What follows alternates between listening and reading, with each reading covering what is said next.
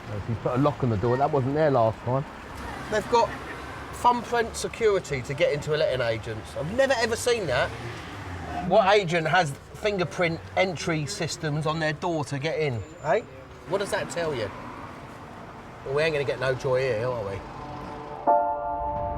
Unable to gain entry, the officer finds 2 other addresses for Ali Hassan and a luxury car that could be seized as part of the court order.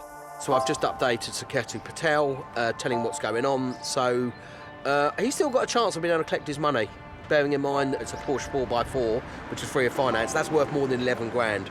So there's light at the end of the tunnel. To be continued. He may have evaded the High Court enforcement officers for now, but Ali Hassan will continue to be pursued until the Patels get what they're owed.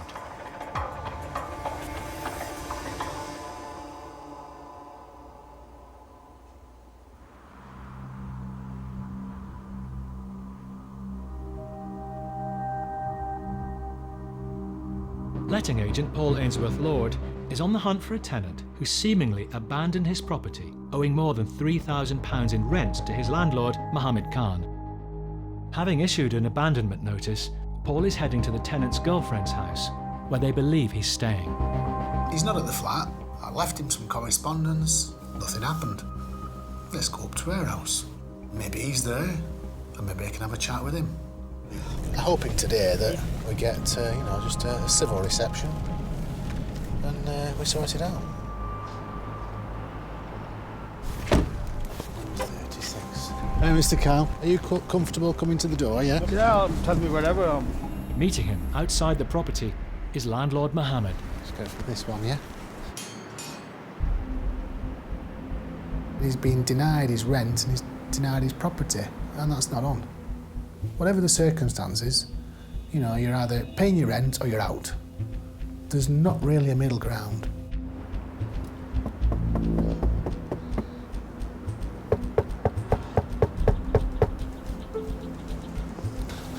Just might be cooking in kitchen, eh?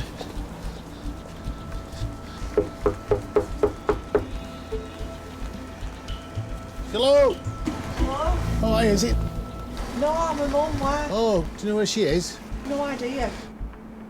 Do you know what time Roman will be back? I've no idea, I don't know what time he finishes work. Oh, I've been trying to catch up with him, you see, so it's urgent to speak to him, really. Is he back home from work tonight? I don't know what time it is. I don't know whether he's going to be coming back here. And I don't know anything.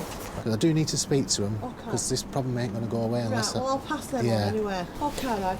All right, love, bye. Bye. I think she was spinning the yard, doing a bit of covering up there, don't you? Yeah, it looks like it, yeah. She wasn't for squealing. I didn't really get much information, but I thought, well, the message will filter through.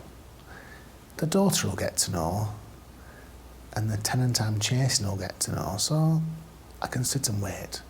Right, let's have a word with neighbours then. Hey, all right. When did he first move in? 3 years ago. When I get talking to some of the neighbours, one guy's telling me, oh yeah, sets off for work this time every morning, comes back roughly this time at night. Thanks very much for that, Wes. Thank you, very helpful. Pretty much confirms what we were thinking. This is his main address, isn't it? It's good to know that he's actually living here. Yeah. From now on, things are going to start happening one way or another.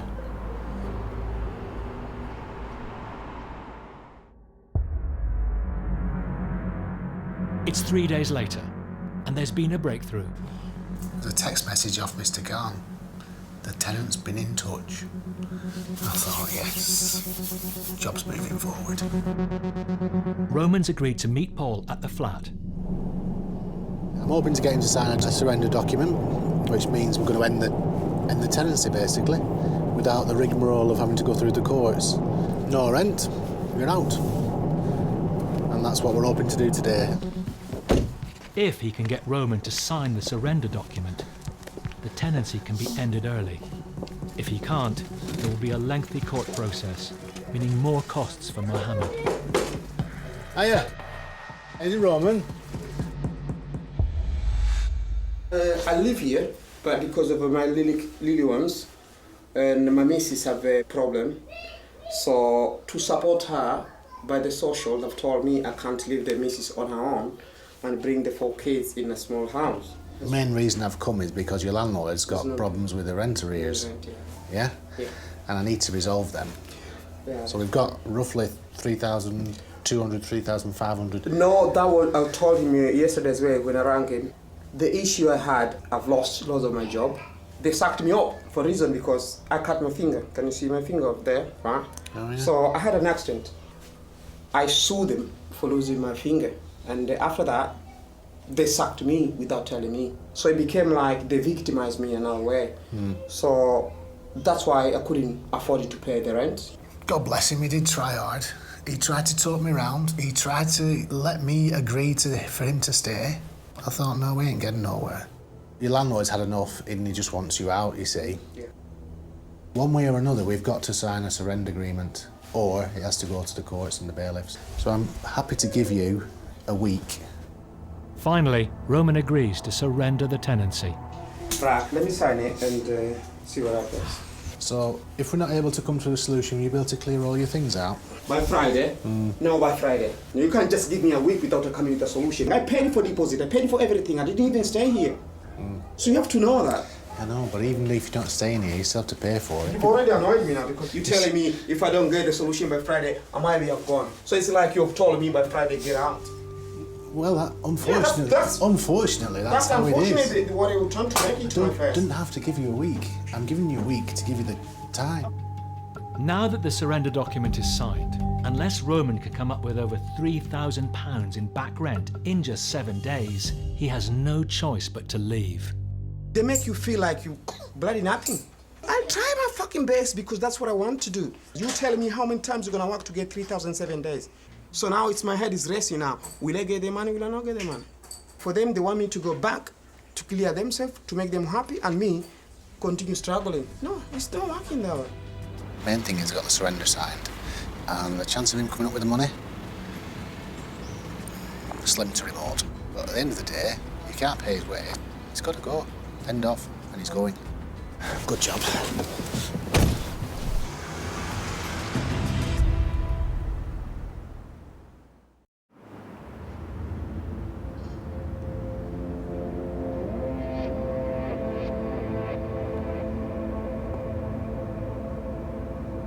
It's been a week since Karen and Gemma inspected a house filled with rubbish. They're on their way back to see if the tenant has kept her promise to clear it. I emailed her to say that we was coming back today and to advise her what we expected. But there's been no reply? No, none at all. I had my concerns that she may not have done what she said she was going to do. The last thing we want is to make somebody homeless and end up giving the landlord a huge cost of renovation and refurbishment. Gosh. Oh, that has changed. There's still a couple of bags, but I can actually see the floor. It is loads better. It's really good progress. Can I just say, I can see a massive improvement. Wow. I'm really impressed with the difference. It's now a home. Definitely. I mean, you couldn't even see the flooring here, even down to this. What a difference. Well done. Really good. I can't believe that all the flies have gone as well. Everything's gone. It's amazing. Yeah. Good. And then you'll be able to sleep better, relax more in your own home. That's good. Can we have a look upstairs? Fine. She just made a real effort. So it was positive. It was good to see that she'd done what she said she was going to do and she was taking the right steps to putting the property back into being good order. That's it then. You're back to normal, isn't it? Yeah. Do you feel better? Yeah. Good. Well done. You've done a good job. She'd got to the stage where she just didn't care anymore and she just couldn't be bothered.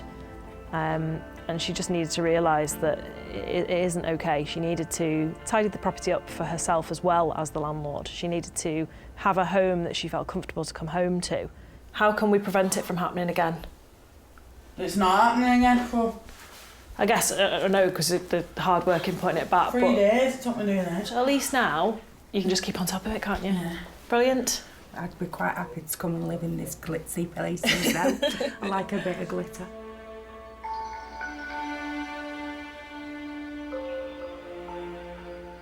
See you soon. Bye. I'm really happy with the way that it was resolved. A little bit of patience and just giving someone the benefit of the doubt can quite often pay off.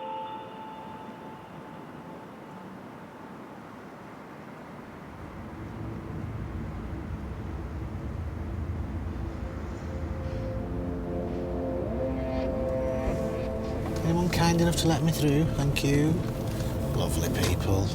It's been 2 weeks since Paul Ainsworth Lord served one of his tenants, Roman, who owes over £3,000 in rent arrears, with a notice to surrender his flat. He agreed to surrender on Friday, so it's now Wednesday. So he should have gone. I spoke to Mr. Corneli. I've asked him to meet me there at 3:30 today. I want to see his face when he gets his flat back. You okay? Okay. Good to see you. Roman's surrender notice has expired, and landlord Mohammed finally has his house back. I brought the little box of tricks so we can change the lock. It takes a few minutes. I think Roman realised, I'm getting nowhere with this guy. I'm not dealing with Mr. Khan, I'm dealing with somebody else who's taking no messing. Probably nothing much there I want anyway. And I think he's just walked away. He's left you a bit of rent. All right. It's here. It's all in coppers. Yeah. Mohammed will have to take Roman to court for the £5,000 he owes, but the chances of him getting it are slim. People shouldn't be allowed to get away with it. Well, main thing is now, you got your flat back. Yeah, so as of today, yeah. It's yours again. Oh, thank you very much. Very happy. Main thing is the way Paul's worked. Absolutely very happy. There we go. The key to your flat. We might have got the flat back, but the arrears, they're there for another day.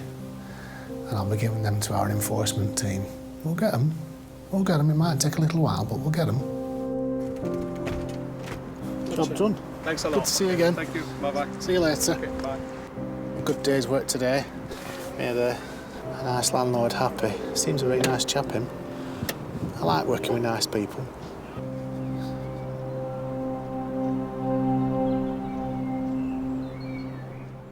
Get out, I don't need this shit. Next time, I'll just take the pictures then of the damage. letting agents investigate a damaged property. I told you that I was the landlord and this is my property. A landlord is the victim of a subletting scam. They don't care. They're messing about with people's lives. So what you're telling me is you've committed fraud? Probably. And a letting agent takes on a crooked tenant. You're telling me you've committed fraud and I'm supposed to be nice and calm? What planet are you from?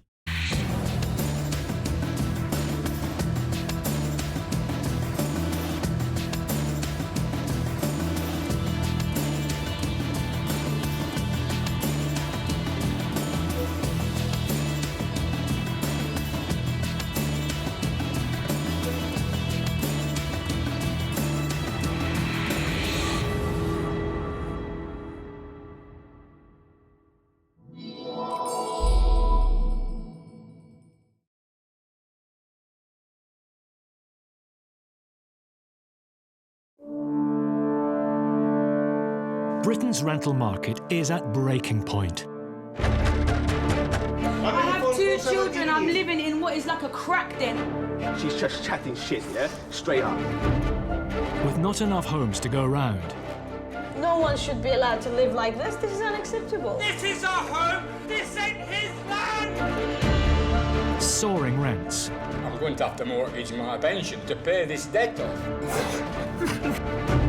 What a hell of a strain on me. You still have to kill a person. Oh my God. squalid conditions, I'm gonna have to climb over the settee with my shoes off. This could be criminal negligence. spiralling property fraud, I'll see you in court. You guys ain't meant to be here, so we have a problem. bedsits to mansions, Hello, enforcement agent. squats to drug farms. They have been growing cannabis. This is Nightmare Tenants, Get your hands off me, pal. No. Do not put your hands on me, all right? I will not stand for that. slum landlords.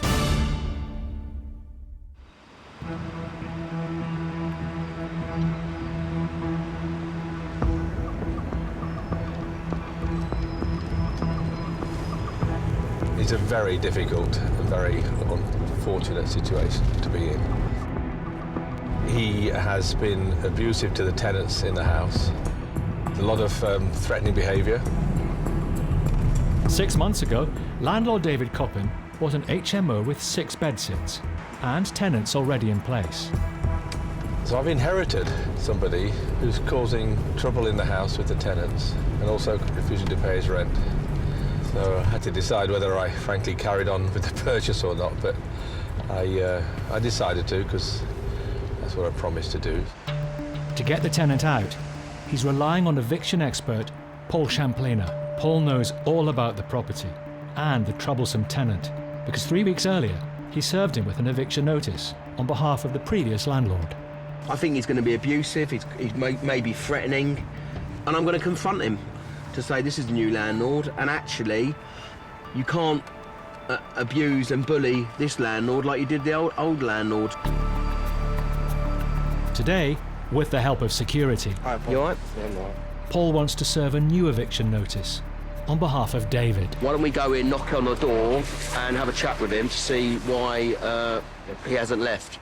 And obviously introduce him to you as well.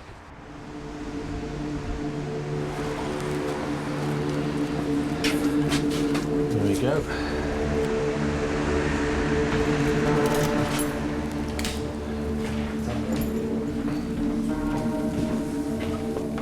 From what I was being told, this tenant appeared to be a bit of a bully.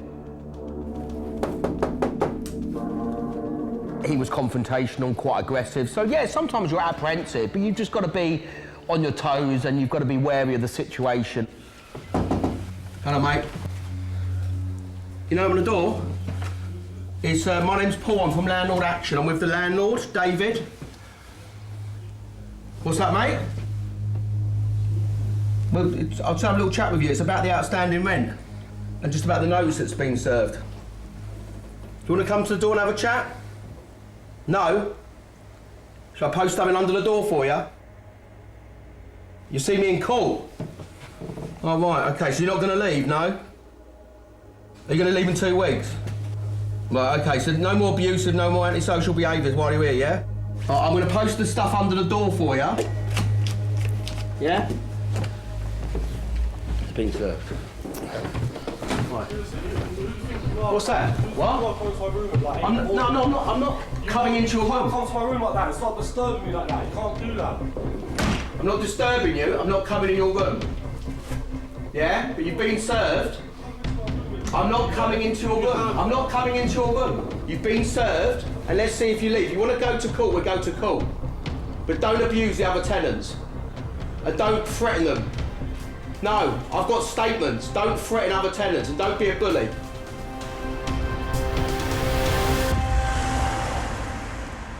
He doesn't like his own medicine. You stand up to him, he's a bully. Yeah. I don't like bullies. Anyway, we've served it. He reckons he's going to leave in 2 weeks.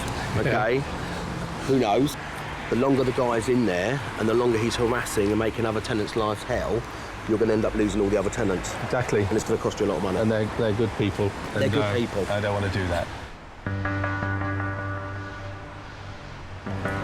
Paul? Police are here. The tenant has told the police he's being harassed. But at no time have we been threatening. Our server notice is underneath the door.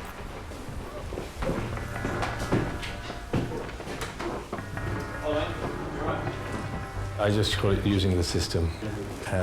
I'm not surprised he's called the police in. Yeah. Try and use whatever he can against you. Yeah, it's a complete waste of police time. While the police are here, one of David's tenants wants to lodge a complaint. He just busted in the door while I was in the bathroom. You're joking? No, he did that now. Is he harassing you and everyone else in the property? There's been plenty of calls here before, and so I'm sure it's been marked the property. The tenant was making all these accusations that he was the victim, but of course the landlord's a victim. He hasn't had rent for months. All right, thank you. And of course, the other people sharing this building are the victims who he's been abusing. I'm worried for my tenants. They should not feel threatened in their own environment. You know, that's not right. And I don't run the house like that. With the tenant showing no signs of leaving in 2 weeks, as promised, It's looking like David will have little choice but to take him to court.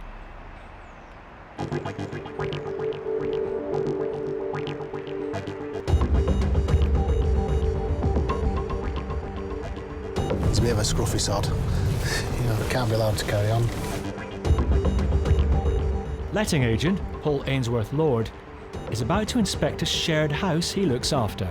We've got 3 young lads, so I've been getting complaints about the untidy lad leaving a mess everywhere. So I just wanted to nip down and see what they're on about. The untidy tenant hasn't paid any rent for 10 weeks and owes nearly £900. Oh, it's not locked. It's not very clever. God, that's grim. This is what I'm getting complaints about, making a mess. Not locking up. Don't get it. What the bloody hell? They don't put the bins out. Jesus. And this is what we're having to deal with. That's a lot of rubbish. Right, let's have a quick look upstairs.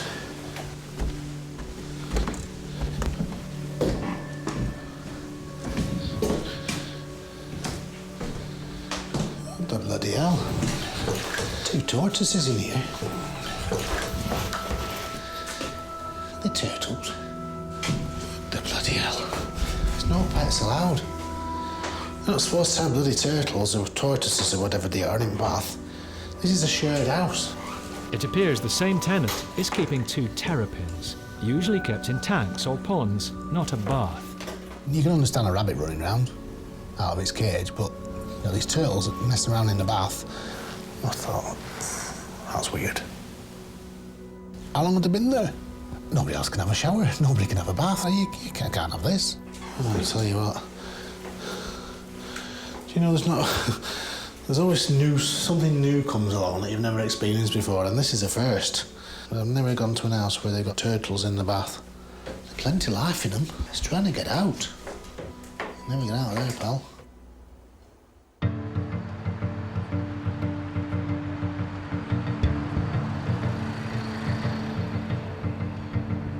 I've never known so much bloody audacity in my life. I can't believe this.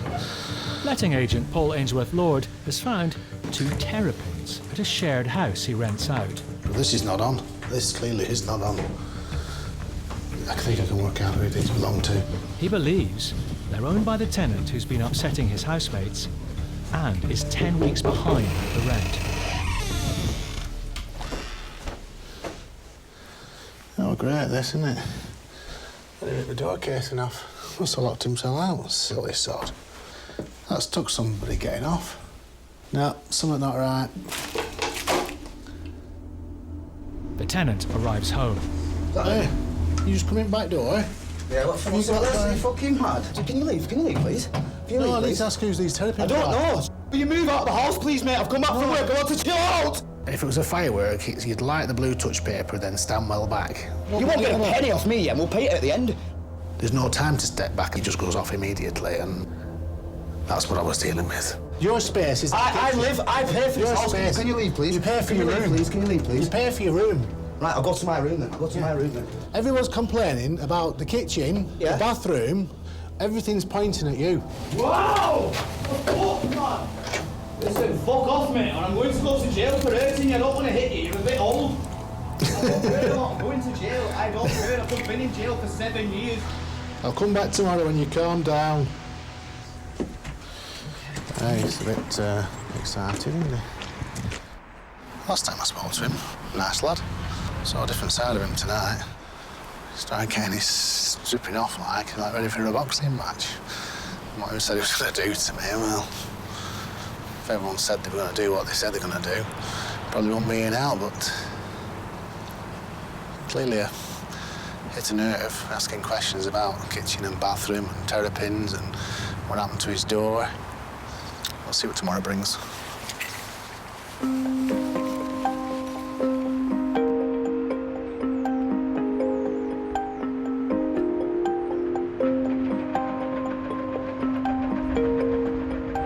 Have you calmed down now? The next day, the tenant calls Paul. So you're coming in on Friday between 11:30 and 1, that's all right. And you're going to pay 2,900. Right, so I'll see you on Friday then, yeah? All right, fella, good lad. All right, see you then. Cheers. That was strange. Nice as 9pence again. Says he's got arrears of 960 as of today, and he's going to come in on Friday and pay 2,900. I'm thinking, okay, I'll take the 2,900 off you, but you only owe 960. I said, I'll put you well in front. And he said, yeah, I'd rather be in front. It's all well and good paying his rent up front, but we want him to leave. If we have to kick him out in the meantime, I'll just do my rent refund. It's not a problem.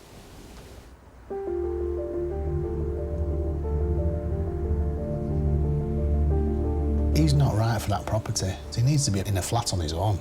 Somebody with that kind of explosive personality, it's not fair on the other tenants.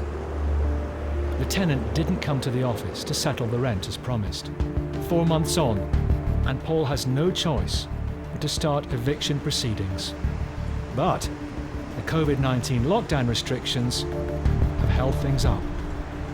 The Terrapins have now been rehomed.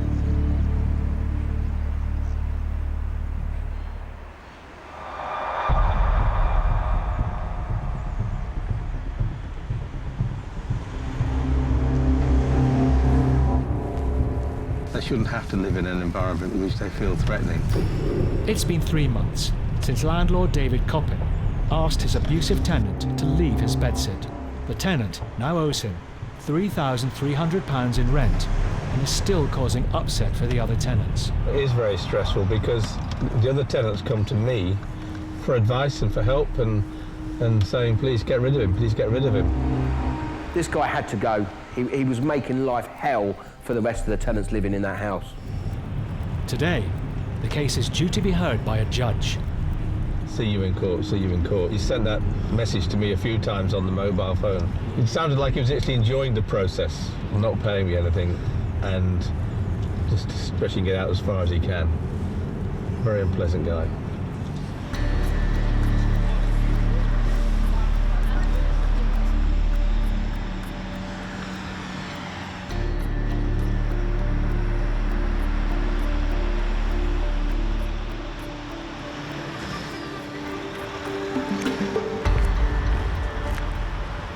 To put it mildly, I'm very disappointed, and that's as polite as I can put it today.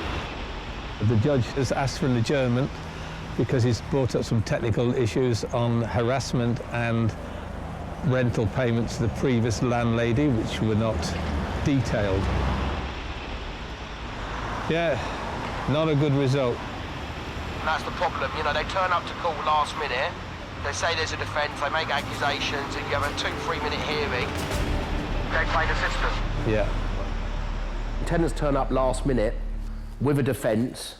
It's the oldest trick in the book because the judge can't physically deal with a case there and then. He's got loads of other cases. So then he adjourns the case to another date for a longer time.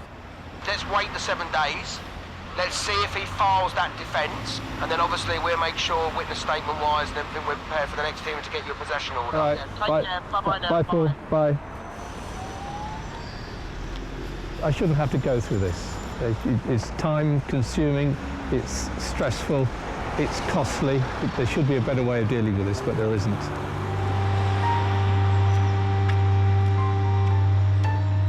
David will have to return to court, which will cost yet more money. In the meantime, he has another expensive problem to deal with. I'm going to the house today to have a bill for some damages he's done, because I had a report from a tenant that he was having an argument with her and he'd smashed the stained glass window by the door. If he doesn't pay the £450, I mean, I have to pay for it, on top of everything else. Adds insult to injury. The rest of the tenants are scared of him. It's frustrating for me to tell the tenants that I don't know when he'll actually be going. I mean, I run the risk all along that the good tenants who are there will leave. So I need to get this guy out as quick as I can.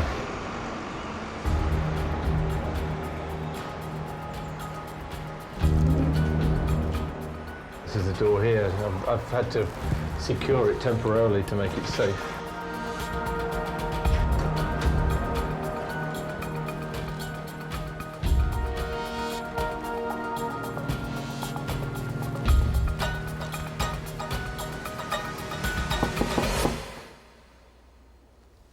I've just got a letter for you here. This is the bill for the door. The instructions are in there. Can you please try and get the money into the account as soon as possible? Thank you. You know what, David's a good landlord. He just wants tenants to live in a safe property and treat it like a home. I think one of the tenants is here. She was having trouble with him. I'll see if she's in.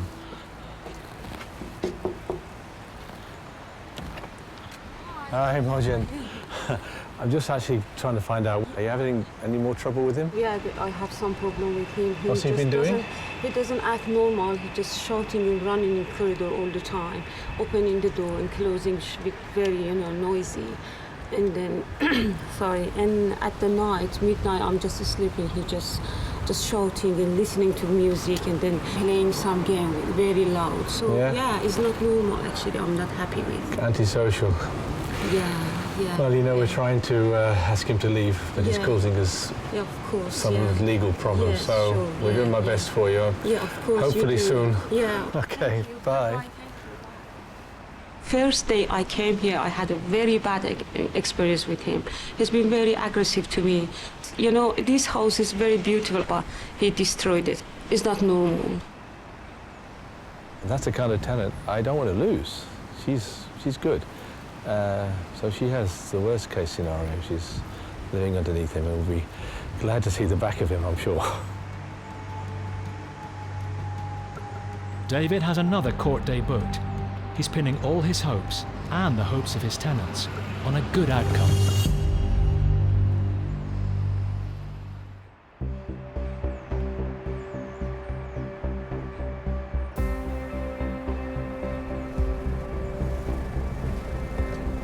Your side, Jem? Yes. Karen O'Connor and Gemma Painter from Lobster Lettings are hoping that a tenant who's cost his own father thousands has left the property he's been renting. I'm sure his dad will be delighted to hear that it's coming to an end. Yeah. Such a sad story. Poor guy. The tenant hasn't paid a penny's rent since the day he moved in 12 months ago, but his dad, who's acting as guarantor, has bailed him out, paying the £6,000 himself. He's paid that additional rent month in, month out, every month. I don't understand how someone can take a property and then never pay a penny's rent, knowing that your guarantor is going to be liable for it. What kind of person does that? With the tenant's contract at an end, they're hoping to take back possession of the property, though they have no idea what condition it's going to be in. Last inspection was 6 months ago, wasn't it? And it was okay then. It can be quite concerning going into properties when you don't know what's there, what's behind the door, what you're going to find.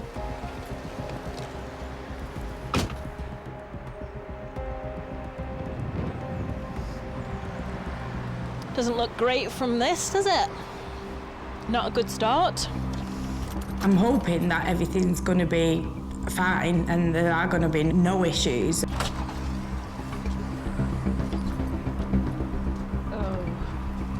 Oh my God. Oh dear. Why do people do this? There's clearly nobody living here. There's condoms everywhere. There's one here and one stuck on there. People have actually been having sex in here. In this condition, because it's thrown on the top of that stuff. Ugh. How low would you feel if he brought you back here? They're clearly not bothered. It's disgusting. So that's 2 months old, that milk. Is that bread? It is bread. Oh my God. Put it in a bin bag. He's obviously lived this way. A bowl full of hair. Seriously? Guarantor's going to be heartbroken. Clearly the boiler's still here. Oh dear. Smashed window. He's wrecked the kitchen. This was brand new 12 months ago. Yeah. He's wrecked it. Let's go and have a look upstairs. I don't want to touch anything. Oh. The state of that toilet. Being a letting agent, it's probably the least glamorous job. Don't know what it is, but it's liquidy and there's flies coming off it. I've had more flea bites than hot dinners. I don't know why I always feel the need to be inquisitive. I should just walk away from the bag. That's not normal. This is definitely wipe your feet on the way out. Smashed the socket. I'm glad that it was us that found it and not the landlord, because it would be devastating for a landlord to walk in and see that. The massive chunk of glass there, so what's that from? I don't understand these people. It was horrendous. So there's quite a big refurb that needs to happen here. Full clearance, new carpets, new kitchen doors at least. Decoration, sockets, the glass in the back door. Full clean. We need to get in touch with the guarantor and let him know that this is what we found. Nightmare.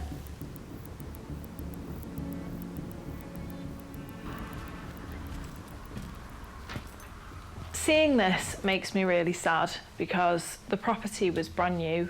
He's just trashed it.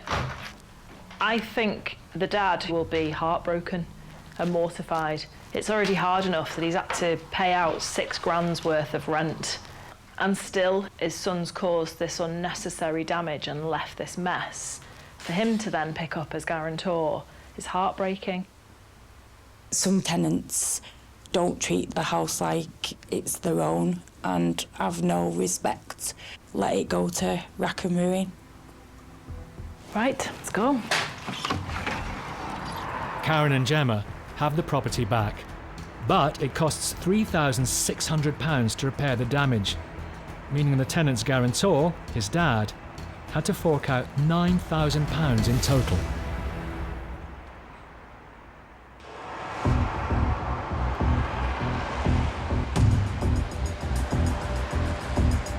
Two months have passed since landlord David Coppin had his case to evict his antisocial tenant adjourned.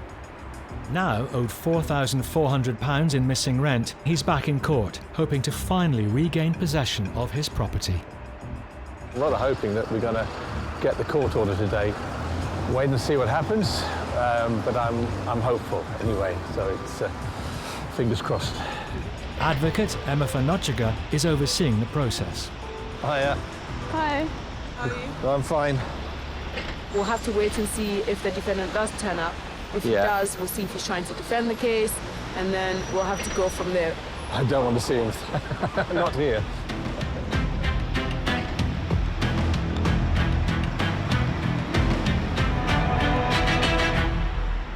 Thanks very much, that was brilliant. You're welcome. We've got the result we wanted. The tenant doesn't show up, and David has been granted a possession order. Thanks very much. Okay, bye. If the tenant isn't out within 14 days, he can call in bailiffs. But David hopes the no-show means he's already left. He keeps sending me messages that he's going to go and then never does, and I'm going to go and he never does. So I'm going to go around there, see if he has gone. I don't want to spend another £1,000 plus on bailiff's fees and all the court fees and things if he's gone.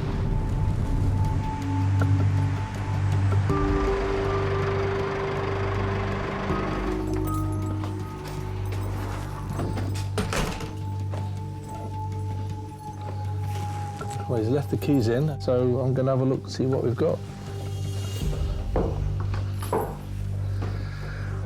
All right. Well, he's clearly left. There's not a thing in the room.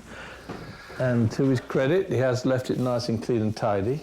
Got a door off the wardrobe there. Oh, the bed's a bit shot. But he's gone. He's clean, and it won't take too much to get this ready for somebody else. So that's good news today. Brilliant. Hello?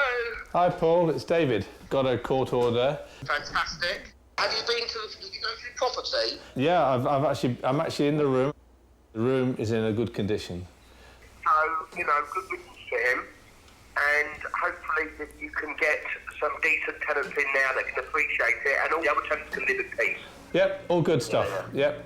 Thanks, Paul. Thanks for your help. You're welcome. It's taken 8 months and nearly £7,000 in lost rent, damages and legal expenses, but David can now finally put his experience behind him. I'm feeling great. The other good news is I've had a message asking for a room of this size, and I know the family, so I'm going to get it ready and rent it out to somebody else whom I know I can trust.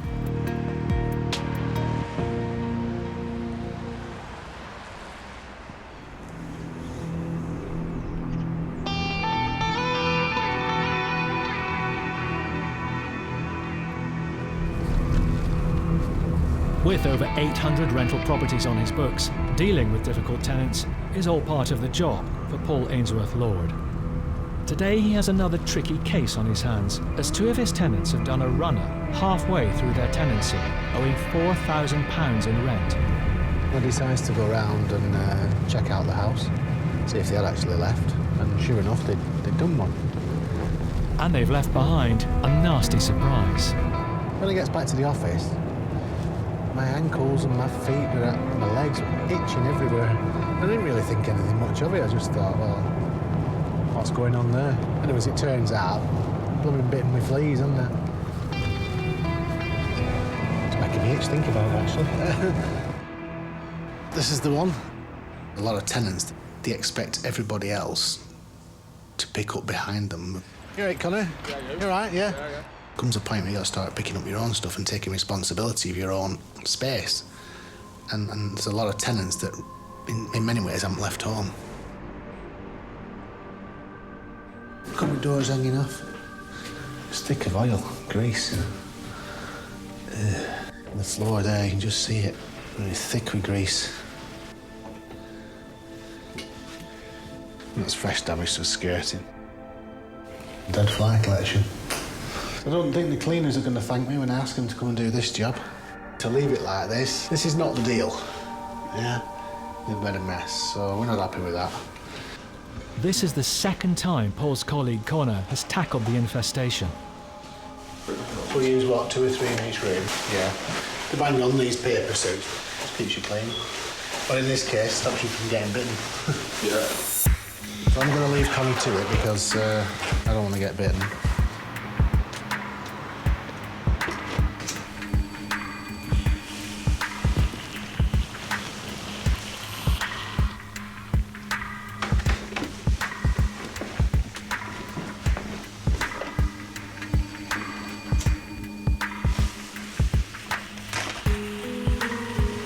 Normally, we'd use 1 per room,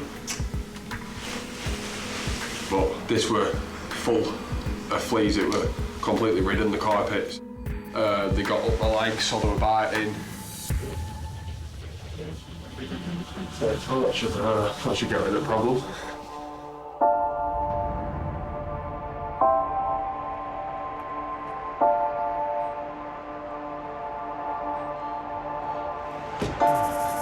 Later, Paul returns to see if it's worked.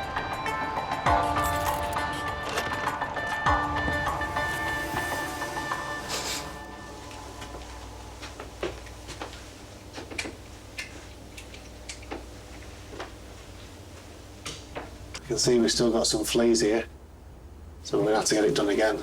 We gave this a proper good fumigating, and to think that we've still got these fleas here tells me it was a bad dose of fleas. If we don't get rid of them, they'll just never go. They'll just get worse. In fact, they're blooming everywhere. We're mindful that we've got to get it turned around quick. You know, we've lost a week and a half with the fumigating. Landlord will be getting a council tax bill, and obviously no rent. We've got a mortgage to pay, so got to get it turned around pretty quick. Oh, we need to get out of here. Next job now is to go and find the guarantor. and have a word with them about their arrears and the cost of this job.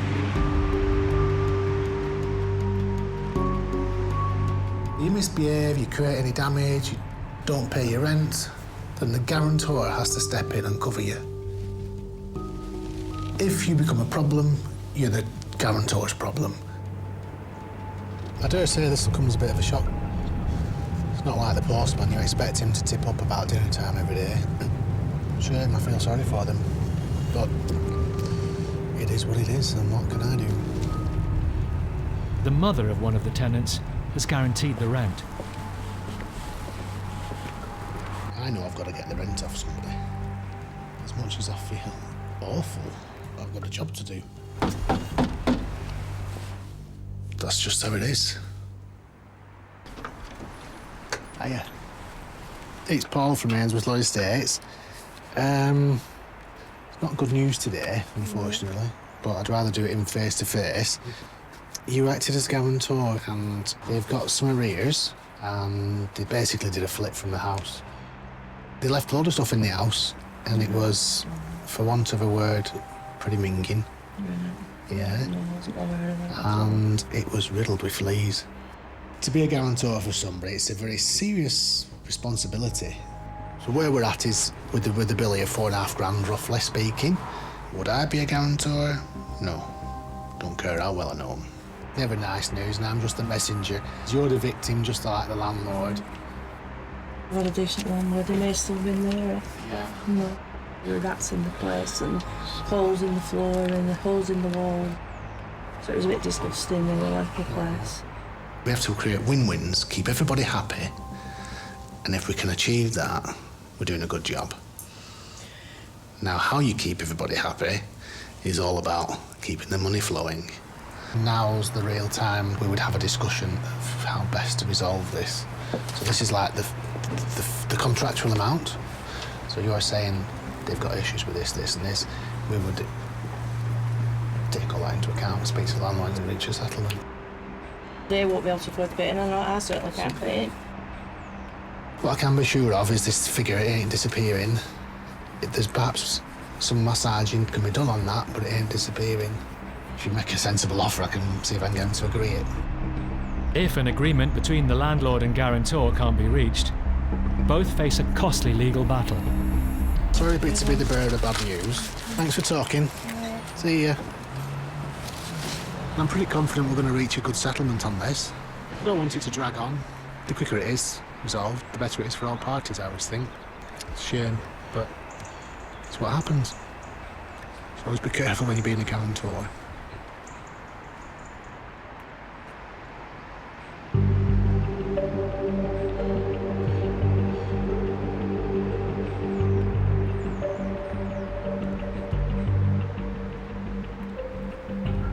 It's Paul from Ainsworth Law Estates. Do you know why I'm ringing? You've got an idea. Probably right. A week later, and Paul is speaking to the tenant. I've got an account balance here of £4,416. So we've got a situation we need to sort out, don't we? He's keen to do what he can to avoid lumbering his mother, the guarantor, with the costs. It's a bit thoughtless, really, when you think. You go and rent a house, you've got a guarantor, which is, you know, your fella's mum, and then you don't take the thing seriously. That's frustrating. She says she don't want no to do with this until I've exhausted things with you guys. So no, I'm happy to do that, as long as you're willing to work with me and sort this out. You left halfway through your tenancy, which, you know, you can't just do that, really. We've had to get it cleaned, we had to get it fumigated for the fleas. The fleas in that house were like nothing I'd seen before. It was like a major problem. We had to do 3 massive fumigation jobs in there. Well, you're saying they came from the rats. Come on, it had to be swarmed with rats to get fleas like that. You wouldn't believe the number of excuses you get. Pests and vermin is a tenant's responsibility, not the landlord's. But when it comes to getting rent arrears, you've got to be tough, and I like to think we are tough. So, we can go round in circles here, or we can just sort this out and come to some agreement. We don't give up. One way or another, we have to get this resolved. So we can do it either the easy way or the hard way. Now, I'm in a position where I can negotiate, but it has to be a sensible agreement we come to, and any payment agreement we come to has to be stuck to. If you don't stick to the deal, all gloves are off, we go straight to court. You're looking at an extra couple of grand on top of the money. I'll give you the weekend to look at it, get the anger and frustration out of your system, and then we'll speak sensibly about it, and we can sort it out and put it down as experience. Do you know what I mean? Paul has given them the option of reaching a settlement and setting up a payment plan. Thanks for talking to me. All right, love, bye. Oh, well, nice to calm them down. If he can't strike a deal, Paul will have no choice but to take it up with the guarantor. If I have no joy with these people, I'm going to go back to her door. And, you know, I see her as a victim, and I don't want to give her any more grief than we have to at the end of the day. I have a job to do, and I need to get it sorted, so just help me sort it out. Paul did eventually come to an agreement with the tenants to pay off £5,000 towards the arrears and cleaning costs. 6 months on, they're sticking to the payment plan, and the property has been re-let, free from fleas.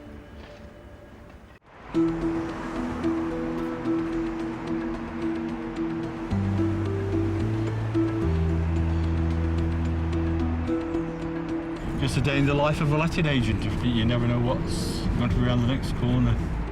Letting agent John Bartram has a serious case on his hands. We've recently had a fire, we think down to a cigarette end. Spoke to the tenant this morning. He's devastated really what's actually happened. But we'll just go and have a look to see what damage has actually been done. When I got the call, I knew it'd either be the police or fire brigade. These issues are on a daily basis. The fire broke out at the upstairs one-bedroom flat nearly 2 weeks ago. Well, there's some residue of the fire, of course. A neighbour downstairs reported the fire, thought to be caused by a cigarette.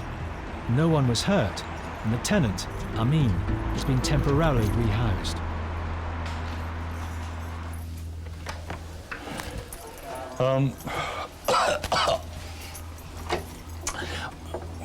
Well, first impressions, it's a right mess. The smell of the smoke actually takes your breath. Yeah. The place is just complete wreck. The cracked window here, that's been generated by heat. So the fire in here must have been quite intense. This must have been the seat of the fire here. Settee here, well, this shows where furniture now has to be fireproof. It looks as if it's worked as it should work. Sorry, just excuse me. Oh, there we go. All the smoke detector has all melted here. So all the walls will have to be stripped. The kitchen units replaced. I would estimate, with what I've seen here, somewhere between £7,000–10,000 worth of damage. All of that just for a cigarette burn. The amount of damage that was done to it, there's over a year's rent gone. When you've been in the game as long as I have, it's just run-of-the-mill stuff. Could have been a hell of a lot more serious. It dreads to think what sort of seriousness could have been with an issue like this. For the tenant, Amin, who wasn't at home at the time of the fire, it came as a shock. I was just walking back, I saw these fire services, and he asked me which number are you, and I said flat 5, and he said flat 5, and I said yeah. It was just one of those minutes you want to feel like you're dreaming. So I said, is it serious? And he said, yeah, it is. I just lost it, you know, I just fall down and I cried because I'm not insured. I lost most of my properties. Smoking inside the flat is a breach of the tenancy. He's meeting with John to discuss what happens next. Just threw by a discarded cigarette or whatever it was, yeah. Nearly £10,000 worth of damage. Yes. It could have been a lot more serious. It put other people's lives at risk, really. It's a good job the fire alarm was active. So obviously it caused a lot of stress for you, you know, and for me. It's not something gonna happen again. That flat, it was so nice, and if you remember, I made it so nice myself. It was nice. You had got it nice, yes. People think a letting agent is just about taking rents. They're further from the truth. You've got to be a social worker, you've got to be a mother, you've got to be a father. I like to try and help people. You're fortunate that the landlord had got something very, very similar for you to move into. If possibly on a temporary basis, well, let's go back. That'd be great. That'd be really good. With the help of the landlord, John has managed to find Amin a temporary home. You have been really helpful. But he'll have to wait to find out if he'll be able to move back into his old home once it's been repaired. I was happier in the previous property, I got to say. I had, you know, a good neighbour, and, you know, it's something I really look forward to if I can go back.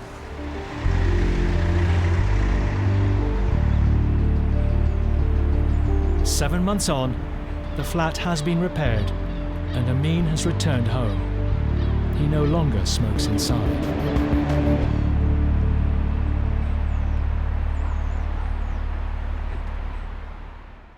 Why haven't you left? You're supposed to be out today. Next time. A landlord whose tenant has lived rent-free for 6 years. £36,000. When are you going to pay that? Hello? A lawyer takes on squatters. It's disgusting how you treat the homeless. Okay. Your agreement's terminated. Nonsense. And a tenant's father battles with a letting agent. You just need to be quiet. You're just aggravating the situation. Big up, Shark.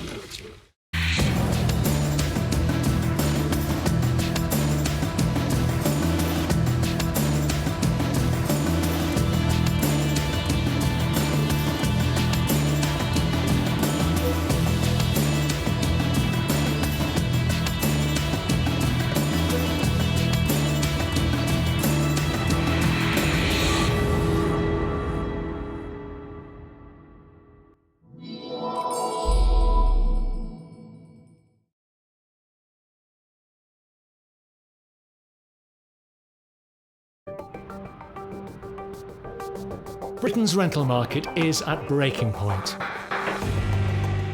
Give me home, please. With not enough homes to go round, soaring rents, Oh my God. squalid, overcrowded conditions, Little swines. landlords pushed to their limits. They're crooks, they're running a scam. When am I going to get my money? At the hands of bad tenants. We're just trying to see when you're leaving our property. Carnage, utter carnage. It's a full room. Hang on a minute, lad. Who are you? I've got a situation. I need police assistance. This is Nightmare Tenants, slum landlords. It's a full room. In this episode, I've never caught them red-handed like this in all the years I've been doing it. we catch up with some of the most extreme stories. Can we down or what?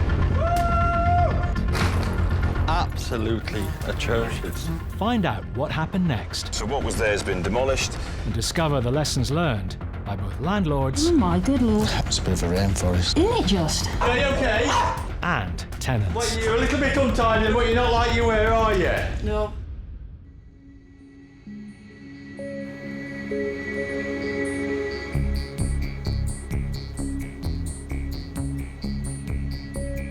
The lettings business is a tough one.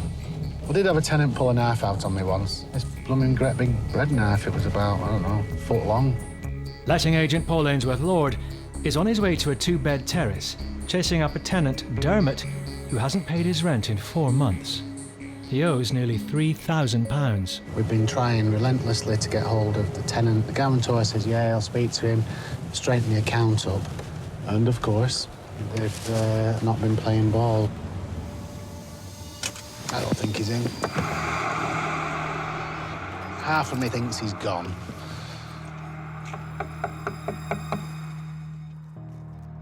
Paul has legitimate concerns that the house has been abandoned.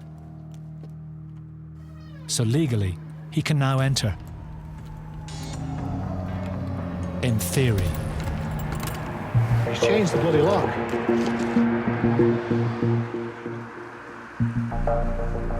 Paul brought along a locksmith who manages to gain access through the back door. Hello? Hello? Nice and warm. All right. Put it all perfectly how you doing. All right, yeah. Smacker's been living here.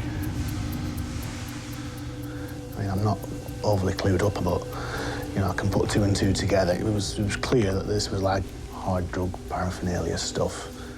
Right, better just keep us wits about us. What's going on here, Braz? Oh, hello.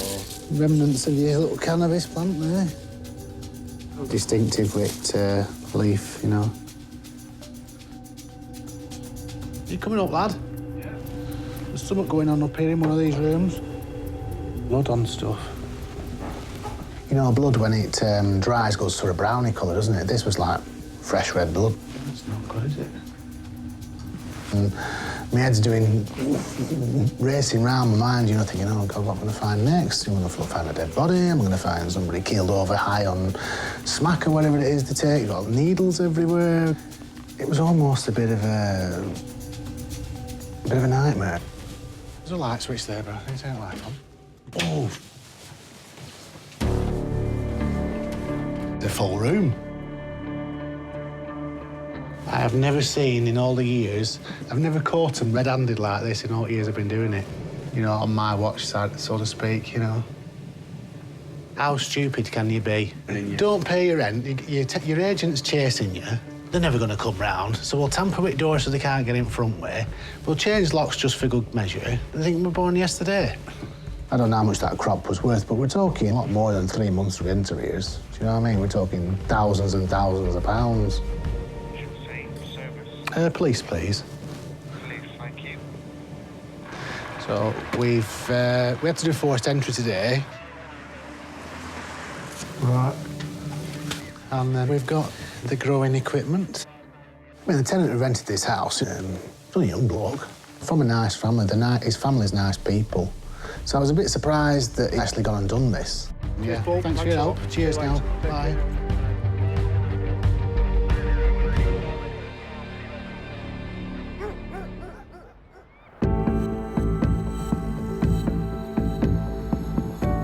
Squatting a residential property was criminalised in 2012. But savvy squatters know that if they squat a commercial premises, the worst that can happen is the bailiffs turn up. Which is why commercial properties are being increasingly targeted.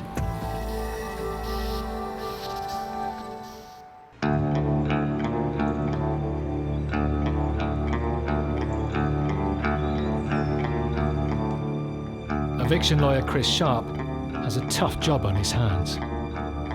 He's been asked by a local developer to evict some unwelcome visitors who've taken ownership of his property. We have to serve some squatters with some court papers, which will let the squatters know that there is a court action pending very soon, and that if they wish, they can attend. Originally a tram station, Chris's client, John Morgan, wants to demolish the building and build 8 new apartments, but the squatters are refusing to leave. My client, John, is now stuck with them. He's got to go through the court process, and hopefully in the next week or so, we'll get them out. They moved into the building 7 weeks ago, and today Chris is serving papers to let them know they're being evicted. Am I going to be met with hostility, or am I going to be met with blanket of silence? We're just looking out for a corner property that's brightly painted. Ooh, I think we might have something here. brightly painted pink elephant. I've got to serve the documents, we've got to put them in prominent places so anybody coming and going from the property can see that there's notices there. You notice all the insides of the windows have been blacked out. Nobody wants us to see what's going on. If the squatters claim they haven't seen the notices, they can use that as an excuse to fight the eviction. So, Chris is keen to speak to them, face to face. Will they, won't they come to the door? That's a dog. I just said 1 second. Hello? Hi there, mate. Can you just come to the door a second? I'm here from the landlord group. I'm just here to give you notice of the court hearing. I'm not going to come in, I just want to hand you this piece of paper. Yes, certainly. Hello? Do you want to come out? Do I have a quick chat? I just want to explain to you what the process is. You know the court process? OK, I'll pass you this document. The court hearing is scheduled for 6 days' time. If the squatters turn up to fight their case, it could still be weeks before Chris and his client get them out. Or text me. Oh my God. The scumbag's waiting. Oh my God.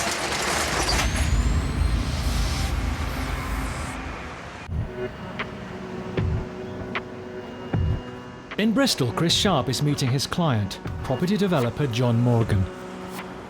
Hi, John, how you doing?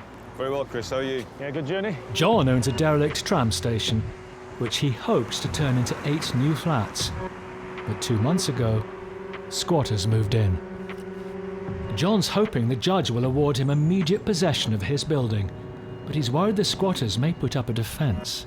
It wouldn't surprise me if they turn up today trying to buy the sympathy vote from the court. Yeah. If that happens, then I'm going to have to put forward arguments as to why that should not make any difference. Yeah. I was slightly nervous, slightly apprehensive. You know, as Chris said, we don't know what's going to happen in there, but hopefully we've got a good argument. They shouldn't be in there, so hopefully the judge will see that.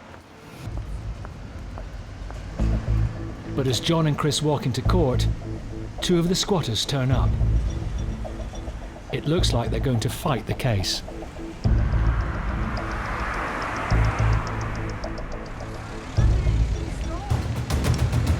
Good result, got the order. They didn't really argue that we didn't have a case. They were trying to persuade the court to give them more time. No, they've got no right to be there, and that's what you've got to remember. That's the bottom line. Even with the possession order granted, that doesn't mean the squatters won't leave without a fight. Chris, thanks ever so much for your help. Pleasure. Much appreciated. Cheers, Thank you. bye. Bye-bye.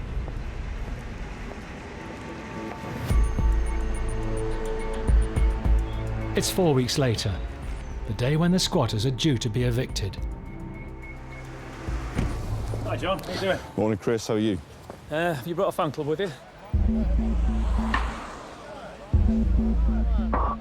There's empty buildings all over Bristol, and people have the right to house themselves. That's the reality of the situation. I don't give a about the owner. Is he sleeping well tonight in a nice warm place? Live with it. We are here just to do our jobs.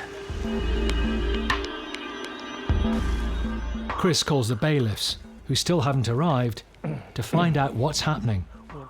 They've driven by 2 or 3 times, but without the police, he says he knows they will cause an obstruction, which he will not be in a position to move. It needs to be done just on a surprise appointment with the police, without giving them notice. Fine. Yeah, let's do that. This is going to be, you know, anything could happen.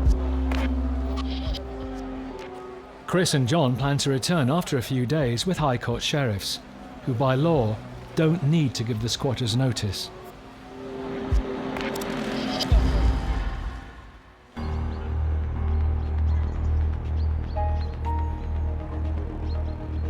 A week on from discovering a cannabis farm in a spare bedroom, Whilst chasing £3,000 in unpaid rent, Paul Ainsworth-Lord is still on the hunt for the tenant, Dermot.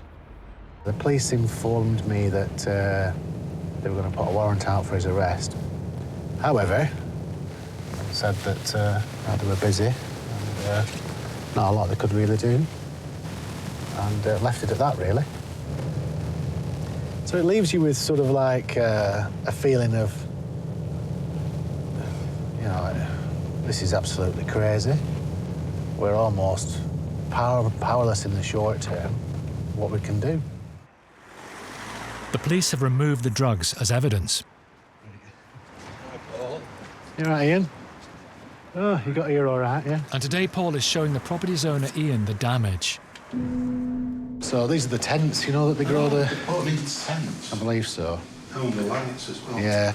The tenant had been renting Ian's home for 10 months before Paul stumbled on the illicit crop. This is where the major crop was. It must have been a fair weight. On the yeah. On this floor, with all full of wet soil. Yeah. I never like having to break bad news stories to landlords. That was the view through the door. You can see the door. Oh, it was this high, yeah. This high. He's a nice guy, proper nice guy, and this is part of his retirement. You know, this is part of his bread and butter, fish and chips. You know, it's his pension money, and that's what it was like downstairs. Heroin. Heroin? Yeah, that was the other thing. Well, they had heroin here. Yeah. I'm shocked. I didn't expect to see it on a street in Darwin in my property. That's the shocking thing.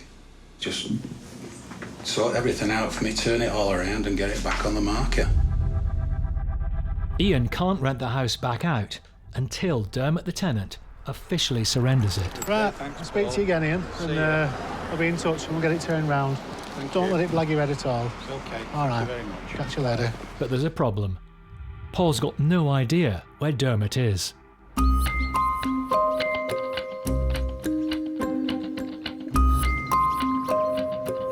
But he eventually tracks him down and demands that he leaves the property. Comes to an agreement with the tenant that he'll clear all the stuff out, get rid of all the junk, clean the house up, make it good again and give us the keys back. No charges were pressed against Dermot, as the police accepted the cannabis farm was down to a sub-tenant. He ignored Paul's deadline to leave, but has now promised to vacate by midday today. Because he's not been in touch with us, I thought we'd just nip down, see how he's getting on. Hopefully he'll be there, hopefully he'll be nearly finished. I'd like to think so.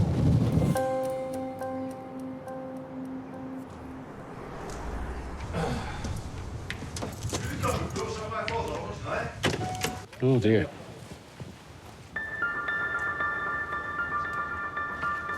Dermot? Dermot? Dermot? Is he going to be done today?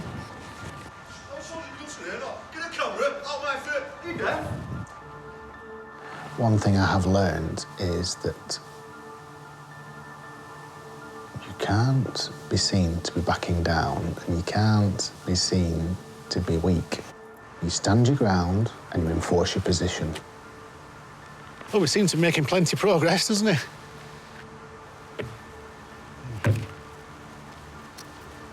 Stinks of weed.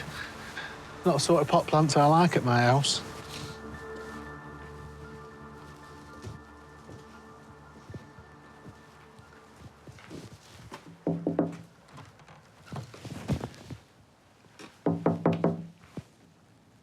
Oh, somebody here. Excuse me. Get your camera down. How many times do I have to tell you? Yeah. I don't want my camera. Camera down. Fuck off out of my way. Go. Shall I come back this afternoon? How many times do I tell you? Piss off. Well, I'm only asking. I'm trying to help him. I just need clarity. I've got to keep hold of this now. I can't let it go on and on. Yeah. So I will come back later. See how what progress is made.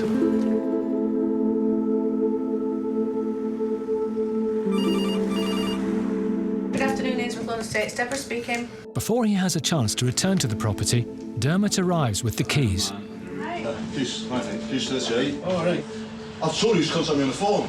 Yeah, No, Paul. No. You Stop only, said swearing, that, you only said that to me yesterday. Paul, I said it from day one, come to the phone. So why'd you come back? To catch you because you said you'd have a clean. Don't sort you out, Paul. You're out of order. Listen. You're out of order. The only reason I came End to off. you, Dad. Before I lose my temper, end off. I mean, some order. The only reason you need to sign this till you're off the hook. I'll tell you what, Paul. Put your hands up, you're out of order, mate. Yeah? Come here and sign this so you're off the hook.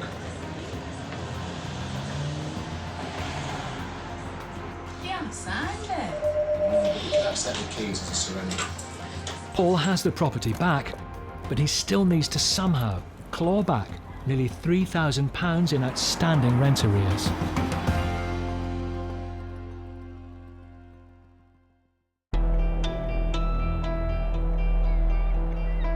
Years of austerity have taken their toll on social services across Britain.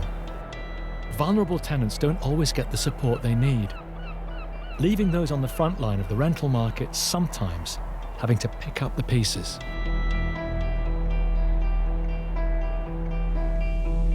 The property's a fantastic location, right on the promenade. Well, we're just going to go to the premises now. I just want to have a look to see what it's like before I speak to the landlord. Letting agent John Bartram is checking up on one of his tenants, following complaints from neighbours.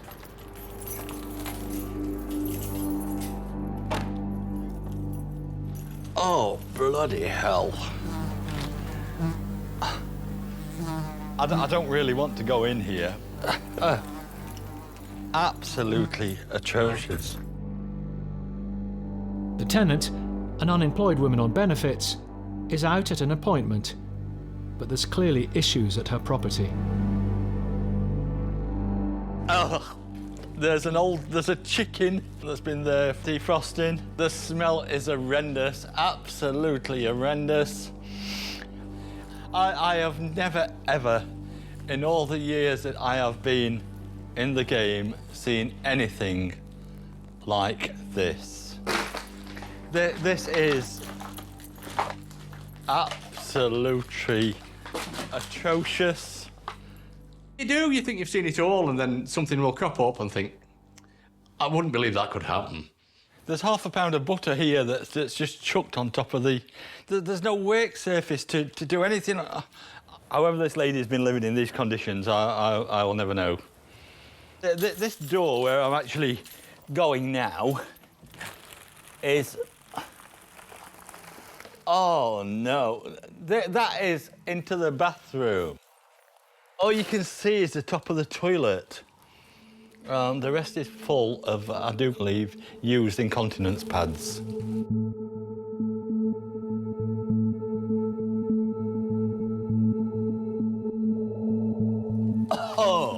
Oh. The flat has become a health hazard, so John needs to get it cleared as soon as possible. Do you think you could call into this premises and have a look for me, please, to get me a price to get it clear? I'll come down now. In the game over the years, we've seen all sorts. We've seen dead bodies, we've seen places full of dog feces, we've seen places full of rubbish. But saying that, you know, you still live and learn.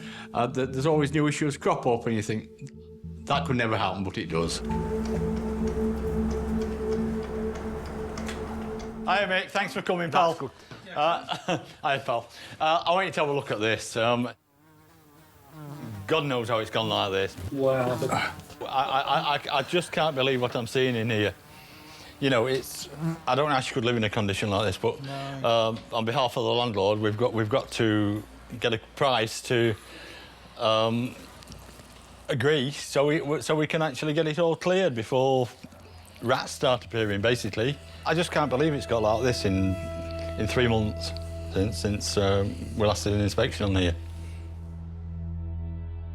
The rubbish removal is just the beginning. John reckons it's going to cost around £6,000 to get the property fixed up. What I'll have to do now, of course, is go back and speak to the landlord and I'll give him the shock. And John has another problem. What to do about the clearly vulnerable tenant? We're having to act as a social worker. the authorities are that stretched, you know, they can't get around to these people. I don't think there's the support that these people need.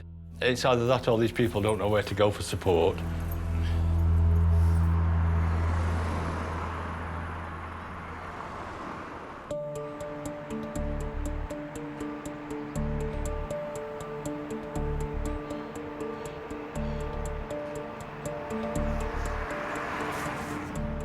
It's been 4 weeks since Chris Sharp was forced to abandon his attempt to evict a group of squatters from a tram station in Bristol. We will get them out, but there'll be no softly this time. We're having that property back. We've got a court order. They're in breach of the court order. This time, the High Court sheriffs are going in early and planning a military-style operation. There's no giving them a warning saying that we're coming round in 10 minutes' time. Not knocking on the door, but if necessary, knocking the door down. It's the last thing I want to be doing at this time in the morning, I can tell you. But you know, and it feels a bit heavy-handed. But unfortunately, we've got a building we need to gain back control of. This is Mark, who's in charge of operations this morning. John has brought along a team of demolition men to help break in and secure the building. All set? I'll do everything you says, boss. My team and you will go up there together, and then we'll get that door open as quick as possible, or get us access in there as quick as possible. I'll just smash the door in there with a sledge. all right. I believe last time they accessed the roof. Yeah. Right, so we need to know where that access. We've got a ladder, so I was going to put 3 guys on the roof to stop them coming out of the Velux windows.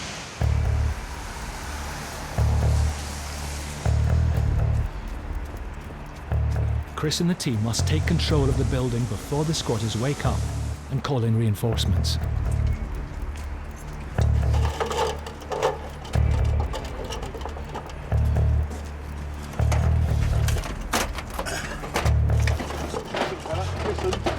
Don't let anybody on that roof, yeah?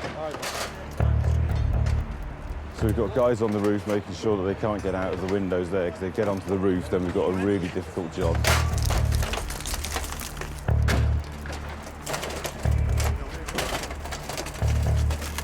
It soon becomes clear the squatters have heavily barricaded the door from the inside.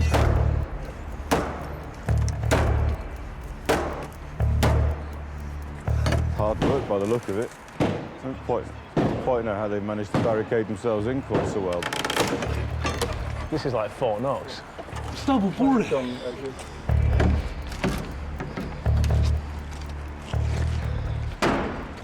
So you can step in from that window, can you?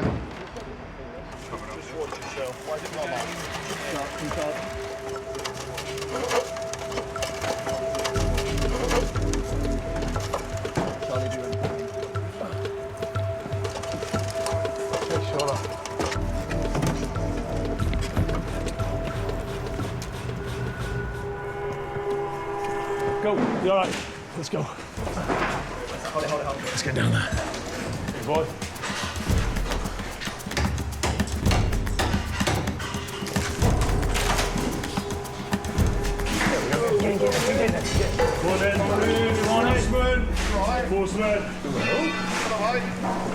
All right, you take your stuff up and leave as quick as possible. Okay? Morning, guys. Just get on with it, mate, yeah? You've got to give them a chance to get this stuff, haven't you? You know? Because if they've got what they want, then they've got no reason to try and get back in. Get out! Get out! I don't think he's very happy. He must be. No, he's early. Right. Yeah, okay. Right, grab your stuff. You've got 2 minutes. Do not push me. Do not push me. What are you going to do? Open the door. Okay, we're going on. Do not push me. On you go. If you carry on doing all that sort of stuff, then we're going to get you out even quicker, okay? So just keep it all calm, keep it relaxed, and keep doing it as quick as possible. For the past 12 weeks, the squatters have been using the building's utilities, all at property developer John's expense. We've got all the essentials: food, heat, water, PlayStation.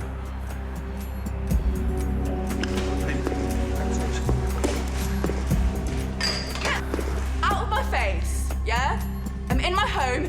out! Get out!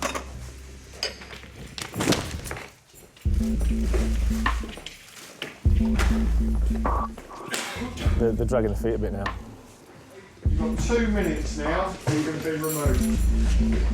It's now half an hour since the team broke in, and it looks like the squatters may be plotting.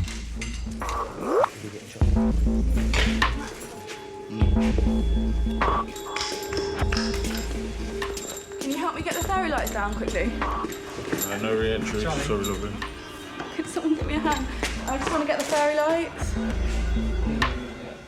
Mark notices that one of the squatters is missing. Oh, where's that spray? Let's get this one out.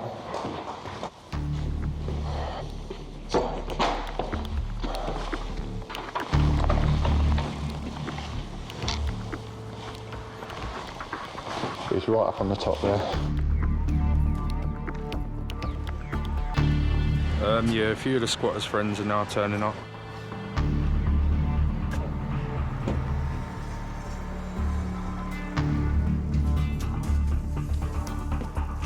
I'm getting the fairy lights. Out. Don't touch me! Boots! Thank you. Grab the fairy lights, nice man. Nice man that helped me. Get out. Can I get my table? Get the fairy lights! With the protesters on the roof, what was meant to be a short, sharp eviction is in danger of becoming a long, drawn-out battle.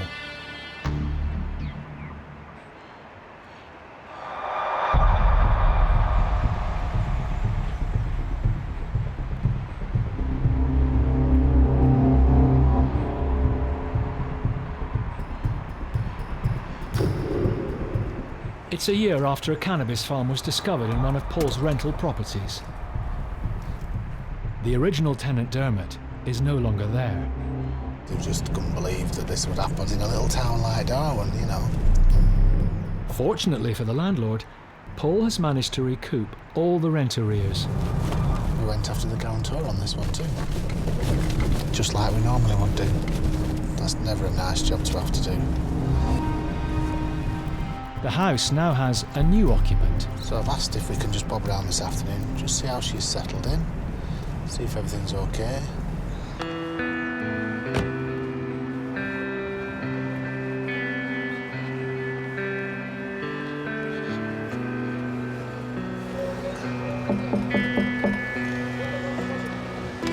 Is it Alison? It is indeed. Hi, I'm Paul. Hi, Paul. Nice to meet Nice to meet you. you. Step Can I in. come in to have a look round? You can come in and have a look by all means. Thanks. Do mind the furry idiot. All right. Got a bit of a CD collection going on there, haven't you? A wee bit, yeah. Hence the carnage. There's another 3 bookcases upstairs in the Oh, yeah. bedroom.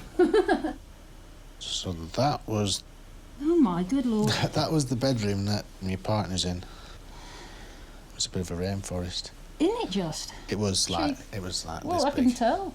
Yeah. Wow. So it's very reassuring for me to come today and see that it's Well, needless to say, I am not growing anything Running illegal nicely. on the premises. Does it bother you that it was like that before? No. Got all new carpets because Yeah, I you was gonna say. can't get rid of the smell usually. Yeah. The loft where the cannabis farm was is now a bedroom. Needless to say, no weed. Yeah, a lot better than last time I came. It's a good house. You know, I love the lofty ceilings, which, to be perfectly honest, is probably why it got turned into what it got turned into. So over there we had all these transformers. Over in this corner, well, when the police had cleared, they left all the tubs with all the greenery cut off. They were just piled up in this corner and that corner. And this is just where we had there were big holes in the ceiling with the extractors going through. That is weird. We'll try and look after it better. Very pleased with that inspection. I'm looking forward to speaking to the landlord to let him know how well it went and what good tenants we've got this time. And this is what makes the job nice.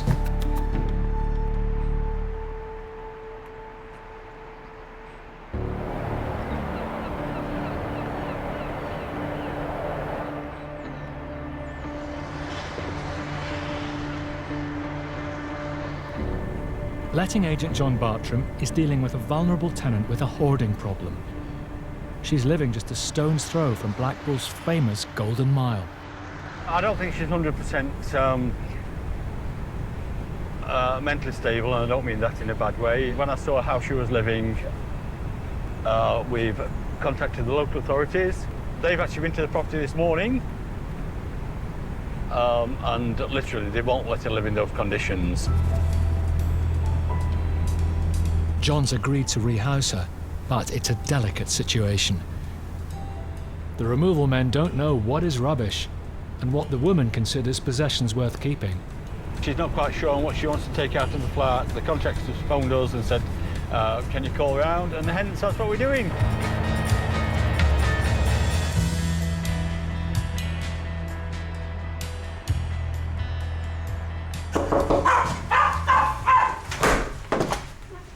Hello? Sorry, I've got it. No, you're okay, no problem.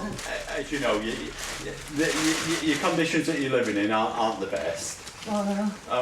And that's why I involved authorities to try and get you some help, which I think you need, don't you? What do you want to take with you? What's it in there so I can listen to it, because we've not got a TV, can't watch it. Why can't you watch it? Unless get somebody to take it out for me. No, that's what these lads have come for now. Okay. The lads will look after you and take you to a room to put you in a better circumstance. Yeah. And, you know, let's see where we go from there. Right. Okay. I'm going to put you into flat number 1. What I want you to do for me, flat number 5, there's a settee in there and a bed. Thank you. You want to move it? Can you move them down into flat number 1 so she's at least got something to sit on and etc. etc.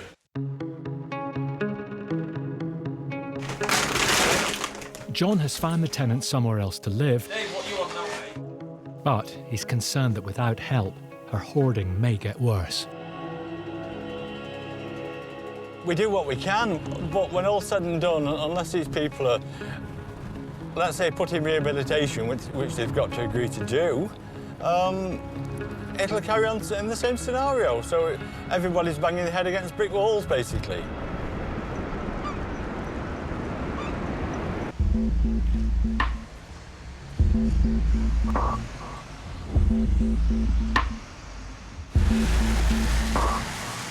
In Bristol, Chris Sharp and the High Court sheriffs attempt to evict squatters from an old tram station. Are you coming down or what? Has turned into a rooftop protest. You got the guy up there on the roof. It's causing a bit of a problem. He's having his 15 minutes.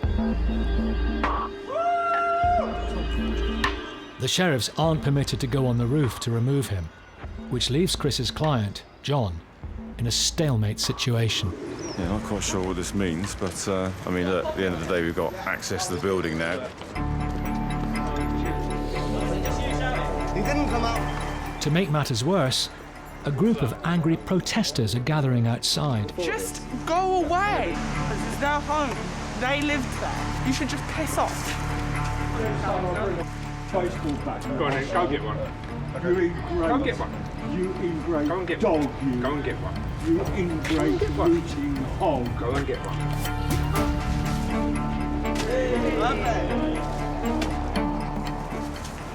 I'll phone the old Bill. They'll come down, and hopefully they'll talk him down. The inside of the building is now free from squatters, so the coast is clear for John to go inside and assess the damage. They certainly haven't been looking after the place, have they? A load of mess, a load of rubbish, graffiti all over the place, most of it not very pleasant. That's just they're pointing the finger at us and claiming to sort of have some sort of moral high ground. I would argue differently. One of them scooted up and got up on the roof. They are obstructing officers of the court, so it is an arrestable offence. You all right? Can we just have a quick chat on the roof a minute? You're not going to talk to me? But the squatter is standing his ground.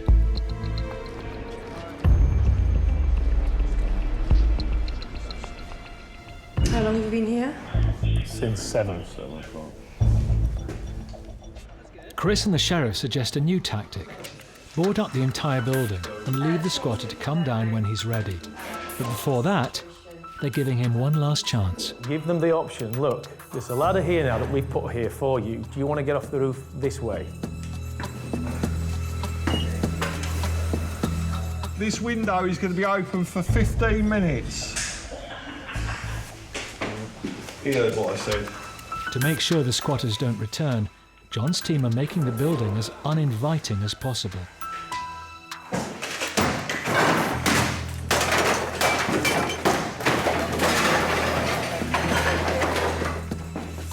You won't be able to use that now.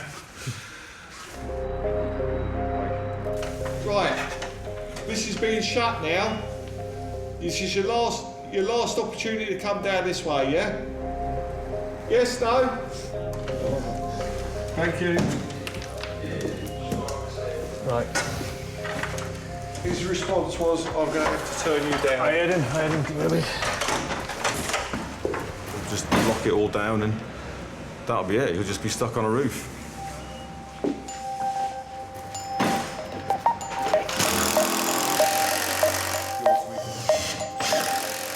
It takes over 3 hours to board up all the doors and windows.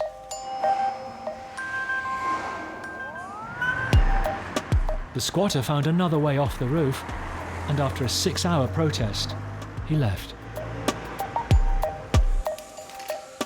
It's been a challenging few months for John, but he's determined to carry on with his plans. All we want to do is just get on with our jobs, and that is to create actual homes for people, not just sort of pay for squatters to live here rent-free.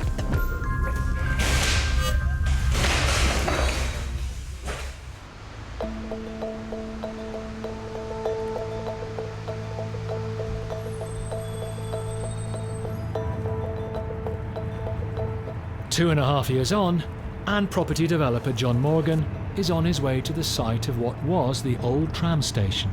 I mean, even as we're evicting them, they're sort of shouting about this is their home. Well, it's not a home. It's not even a house. It's not even a home. It's not even a building that's fit for living in. It didn't have a bathroom, for example. It just had a toilet. The squatters are out, and young professionals have moved in. So this is the building now. Fantastic to see what it's evolved into. So what was there has been demolished, and we've built 8 really nice flats. And they're first-time buyers. A lot of them use the Help to Buy scheme to actually purchase here. So this is their first step on the ladder. This was a particularly challenging development. We were greeted with the sort of the baying mob of protesters, with people on the roof and sort of general chaos and disorder going on. So that was a huge shock, but fantastic to see what it's evolved into now.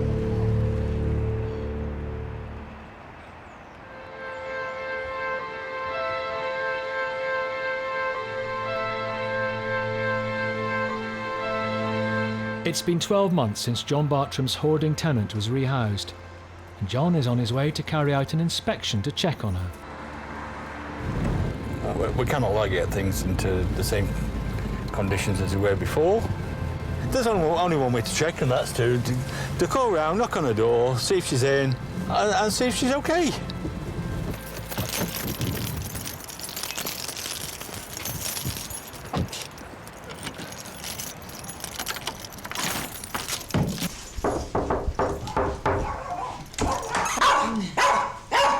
Are you okay?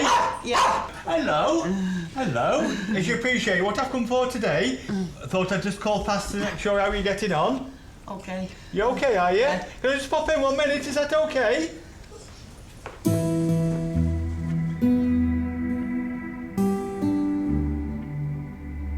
Well, you're a little bit untidy, but you're not like you were, are you?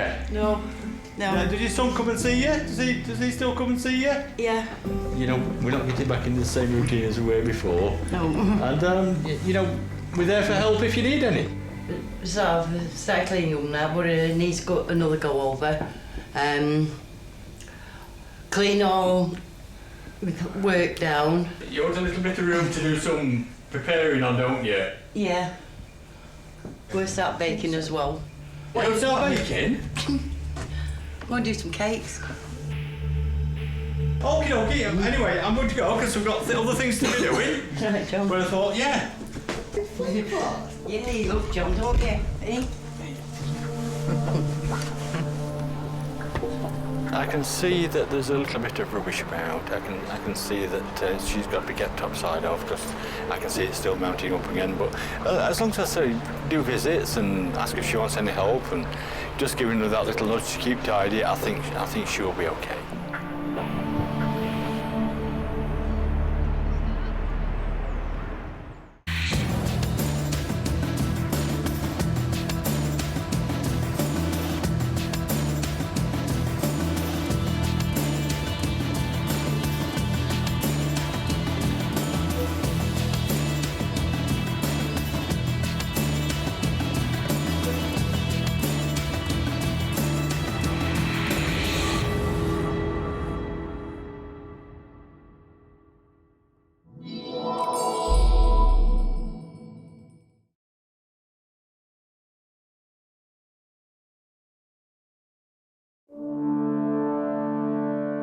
Britain's rental market is at breaking point.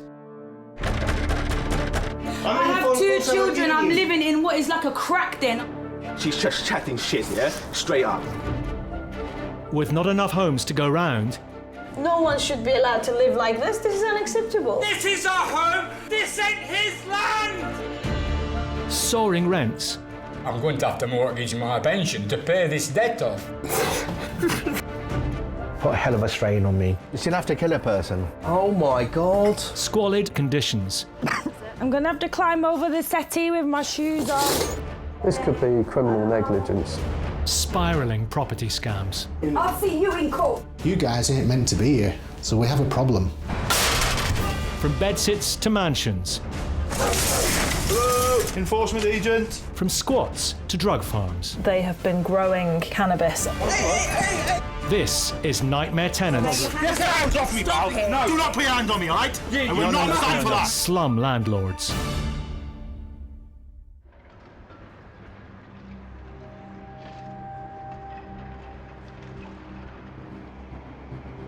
With London bursting at the seams, increasingly, those with nowhere to live have been squatting in empty commercial premises.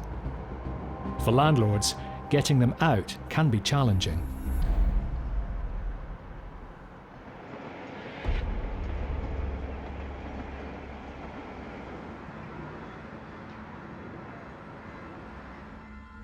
This is quite an urgent matter. We don't know how many are there, but nevertheless, we have to do this. Lawyer Chris Sharp is on his way to a warehouse to serve court papers on squatters who've been occupying the building. My client became aware that there was some squatters about 1 or 2 weeks ago. He's desperate to get them out because they need to re-let the building. The landlord wants to rent out the warehouse, but first, he needs to evict the squatters. One of the main anxieties that clients have regarding squatters is that they have no idea how they're going to be able to ever get these people out, because it's not a criminal offence. The breaking into it is a criminal offence, but if that's not witnessed by anyone, then all the squatters will say is, we didn't break in, we came in through an open door. This is the first potential interaction I will have with these squatters. So you never know quite what the reaction's going to be. Attach documents to the property before you try and get their attention. If it kicks off, you don't want to be hanging around. I never get complacent. Every job is as though it's the first job. You've got to be prepared for anything. There's somebody there now, yeah. Just saw somebody up there, but I think they're a bit shy this morning. They're definitely in. I think they're in the dressing gowns. Hello, we've got some papers for you. Well, do you want to come out and get them? Well, I can give you them personally. How many of you are in there, mate? 10 of you? And what's your name? James. Do you want to open the door, James? What are your plans, James? Just living? So you got no intentions of moving out? So when did you break in, James? You got invited in, did you? By whom? It wasn't by the owner, though, was it? I don't think it's coming to the door. They just need it out because it's costing them thousands to have this empty and for it to be squatted. The electric in here is being used, the water's being used, all those utilities are getting used. But look, we are where we are. We've got to get a court order. Well, we know that. That's why we're here with court papers. Did I really think they'd come to the door and have a chat? No. But you've got to try.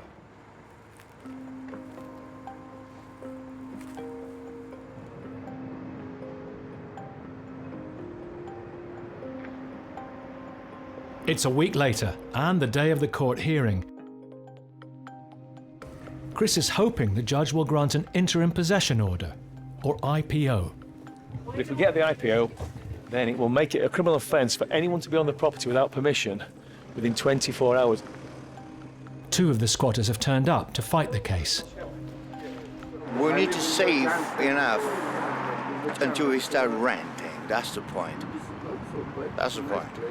We need it up a few weeks and we move. The problem is, from our client's perspective, is they need that property right now to move on themselves. Absolutely, yeah. To run the place. They need it, absolutely. All right. And I know you're in there, but it doesn't change the fact that there's no permission being granted.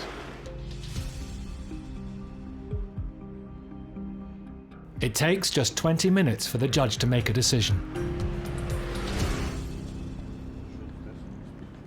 So we've got the interim possession order here. This is what it's all about. Now, these guys readily admitted that they shouldn't be there, they were squatting, but they were saying that they need to get to the next step and they need to save some money up.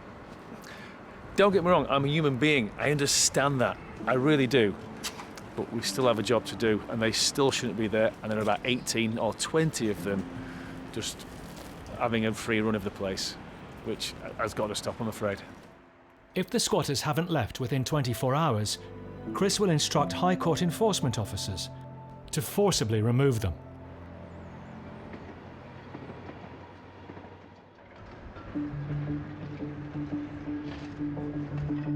Not every landlord is in the property business by choice. Some so-called accidental landlords are forced by circumstances to rent out their home.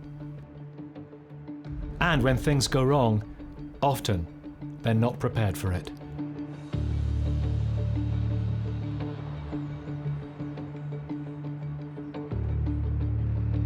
My world went upside down. I can't sleep at night, it makes me feel ill. I want to see an end to this. 20 years ago, engineering lecturer Sam bought a 3-bedroom semi for his mother to live in. This house of mine is very, very special to me. When my dad passed away, he said to me, son, look after your mum. My mum is the most incredible person in the world. I would die for my mum. Unfortunately, she got ill and then she had to come back and stay with us. And then unfortunately, I had to rent the place. He converted it into a house of multiple occupation, or HMO, renting rooms out individually. But 18 months ago, one of his tenants stopped paying the rent, leaving Sam nearly £11,000 out of pocket. I need my house back. I need my life back. But hopefully it will come to the end now. Sam has brought in eviction expert Paul Champliner from Landlord Action to help him. This woman that moved in, after moving in, she refused to sign a tenancy agreement, and he has had an absolute nightmare. I mean, it's 18 months rent arrears outstanding, incredible. Paul and Sam are serving the tenant with an eviction notice, giving her 2 weeks to leave or be taken to court. Sam, How are you? Pleasure to meet you. You don't know what this means to me. I think I'm going to finally get some closure. Well, no, it's not going to be closure. No, it's the but start of if- the closure. Yeah. So let's go and serve the notice. Absolutely. Right, I'm going to go and speak to her. Come Lovely. on. Right. So when you open the door, I want you to hold back. Let's go. Keep the noise down, yeah? Paul wants to hand the notice in person, so needs to gain access. By law, both he and the landlord can go into communal areas, but they can't enter the tenant's room. Sorry to make you wake you up. I'm here for the unpaid rent that you owe. What's that? Do you want to come to the door so I can give you this document and explain what it's all about? It's a Section 8 notice of rent arrears. Hi, you all right? How's it going? It's not, right. Pardon? What's that? It's just not. It's 18 months owing. If it's not paid, we've got to issue court proceedings. Do you want to talk about it? Okay, well the notice has been served now, and our details are on there if you want to speak to us, yeah? About the outstanding rent. It's 18 months of hell, you know, in paying the mortgage for this property, my own home. I'm looking after an old mum, okay, I'm looking after a family, I'm going to work, I'm doing all these things.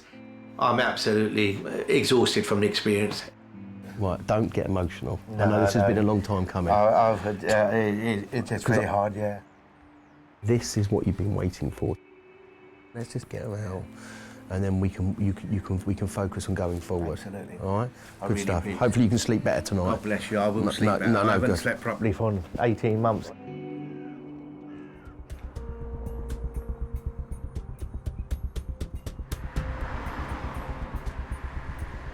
It's 2 weeks since Sam served notice on his tenant, who owes him £11,000 in unpaid rent. And today he's heading there to find out if she's moved out. I certainly hope she's gone. I hope she's not in. I hope we can go down there and my dream comes true and she's gone. I need closure. There's a lot riding in this. He doesn't know whether she's staying or whether she's going. And if she's staying, he's in for another 4 or 5 months. Lost rent, legal fees, and more stress. It's a lot of money to me. My family have been deprived, my wife's been deprived, my children, myself, and my mother. Put a hell of a strain on me, great strain. The landlord, can you open the door? You was given a two week notice to leave and settle the rent. So what have you done about it? We're going. You're leaving? Yes. When are you leaving? This afternoon. What have you done about settling the £11,000 rent you owe me? Go away. Go away, this is my home, my house, yeah? You're taking advantage of every single situation that you possibly could do. I've been nothing but good to you. You ain't signed anything, you haven't done nothing. You can't go to a shop and pick up a packet of crisps and not pay for it. You get arrested, you get criminal record. So how can they fleece me out of £11,000? I spent so much money on this beautiful house, over £35,000. And look at this, look at the state of it. Get yourself sorted out. You have £11,000 rent arrears and you will be pursued for that, okay, to the end of the earth. You can't go around doing this to people. It's enough to kill a person, you know. It really is, it's enough to kill a person. If the tenant still refuses to leave, Sam will have little choice but to take her to court, with the added cost, time, and yet more stress.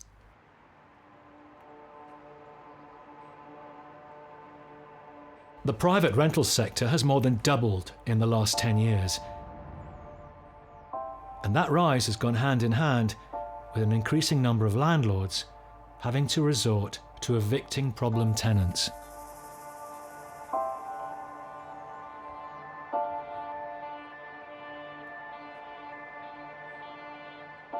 So is it boarded up, or was it going to be boarded up? They were going getting a new panel. Right. There must be something there, otherwise it's going to be very cold. Yeah. Letting agents Karen O'Connor and Gemma Painter from Lobster Lettings have concerns about a spate of vandalism and antisocial behaviour, at one of the 450 properties they manage. We got a phone call from the landlord to say that he'd been given a heads up by friends who are in the police that reports had been made that there was drug dealing happening in the property and lots of visitors to the property that you don't want.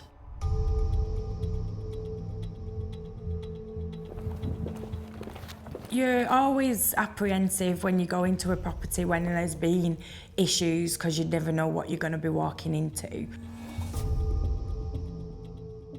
Blinds are closed, door's still not repaired. She knows what's coming though, doesn't she? So yeah, she will probably not answer anyway. The tenant claims the front door was smashed when the police raided her flat. As a potential security risk, the agents need it fixed. But getting her to do it is proving to be tricky, especially as they've heard a rumour she may be doing a runner. Okay, well hopefully she's there. We had a tip off from somebody that our tenant was planning to slowly taking items out of the property and moving them into a new property with the intention of just eventually absconding. If they don't find her, the landlord will be left with £500 arrears and will have to foot the bill for the smashed door. I think it's really important that she realises that she can't run and hide from her responsibilities. She owes a month's rent, doesn't she? Yeah. With 5 months left on her tenancy, they need to track her down before the arrears escalate. As an agent, you want to make sure that you know where that tenant's going, so if we need to follow up on rent arrears and money's owed, we've got more chance of being able to pursue that tenant. They received a tip-off about an address she might be moving to. No, Gemma's relentless when it comes to finding information, aren't you? Yes. You'll track anyone down. I think in my previous life I could have made a very good detective. Yeah, just give her a full name and that's it. By the end of the day, you'll have their address, their national insurance number. Their knicker size. Yeah, everything.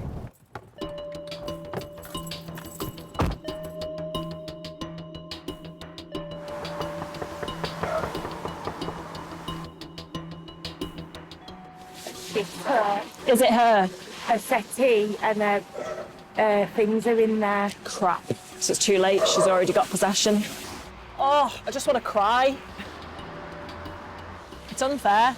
They think that landlords are multi-millionaires and so what, we'll just not pay the rent, they can afford it. Well, it's not fair. They urgently need to find the tenant, persuade her to repay the missing rent and fix the door.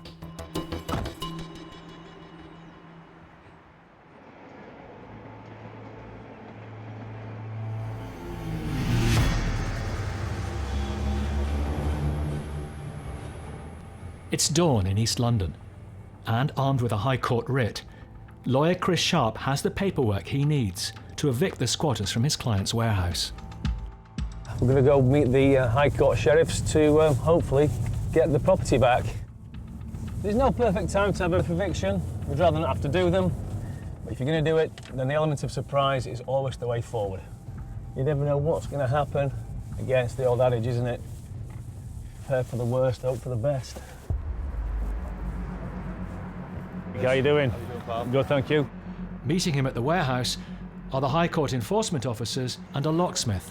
Just around the corner, you'll know. Yeah. Eviction days like this are always rather anxious times. You're always on your toes, you're always wondering what's going to happen. And deep down, you're wondering, are you going to succeed? He's got his lock picker. Yeah. Oh my word. We'll have to crowbar the place open.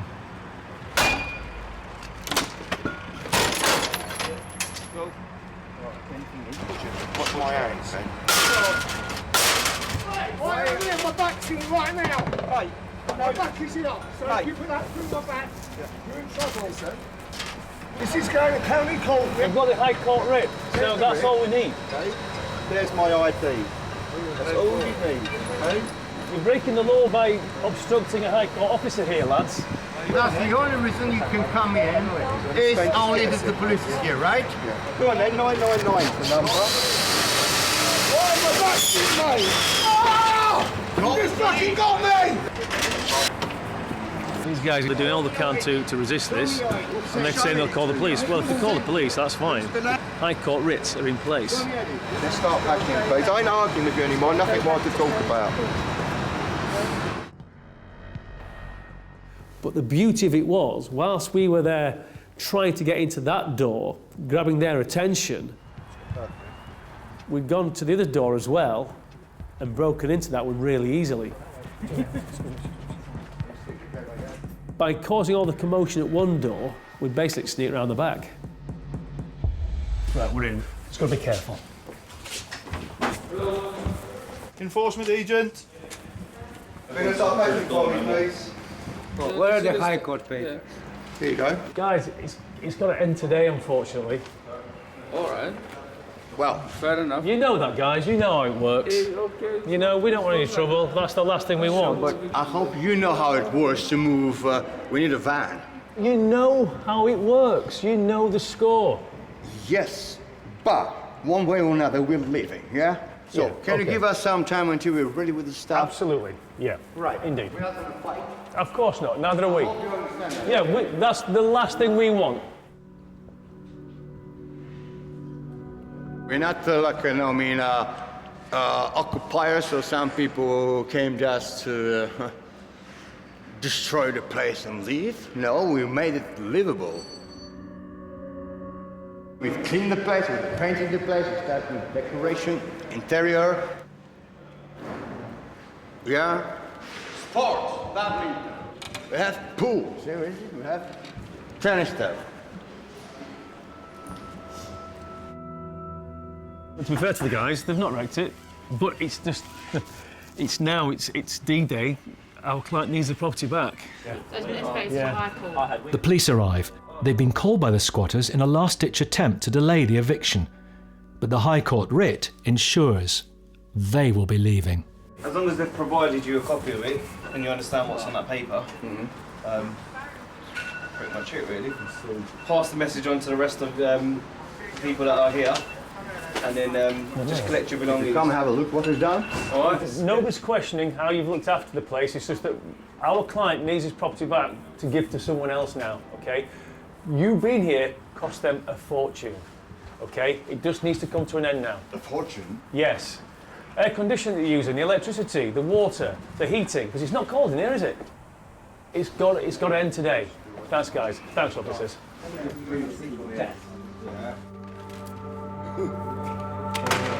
No wonder they didn't want us in here, and no wonder they needed a van. I think they're going to need half a dozen vans. Look at all the gear. They've got internet, they've got TVs, they've got pool tables, and boy, have they got heating.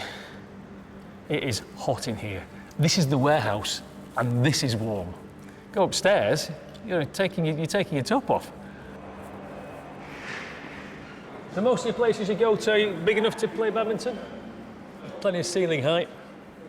It's not very comfortable. That's what I look for in a house. Has it got enough ceiling height for my badminton rackets? Oh, look at this place. What a professional setup here.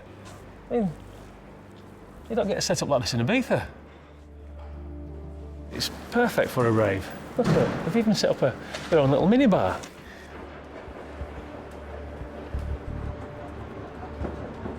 This is it now. It's the last stand. But to be fair, they're not standing anymore. They're just getting their stuff and they're going. We'll have it secured up. There you go. Our guy will have the property back, and it's job done. And we move on. Our client can move on. These guys will move on. It's what they do. And we'll probably see them down the road in the not too distant future.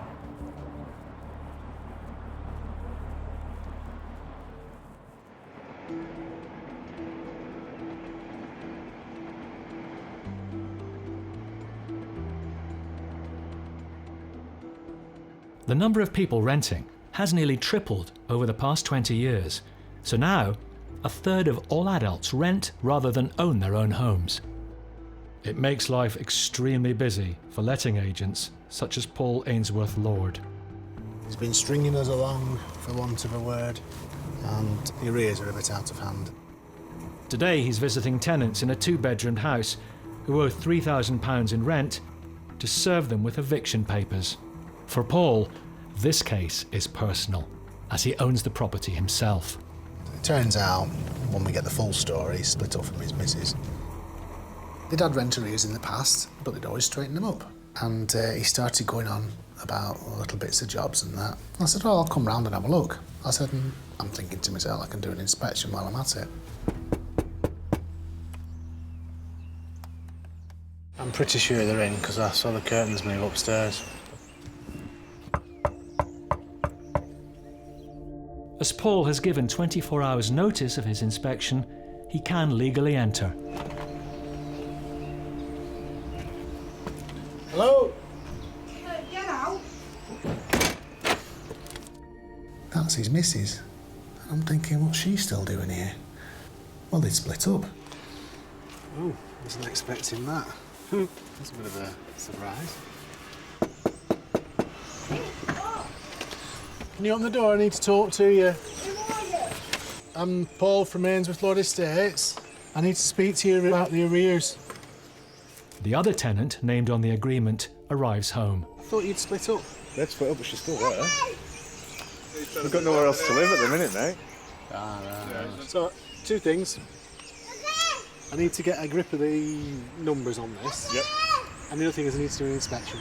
Yeah, it's fine if we do an inspection. So I'm just going to pop in, tell them it's just a quick inspection, tell them to calm down.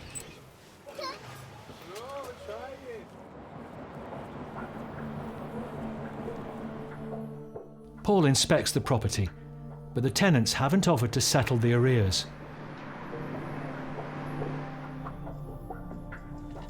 I've now served the Section 8 notice, which is a very clear statement of our intentions.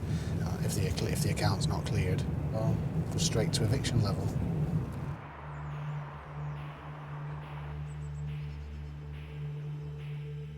So, what do you want from me?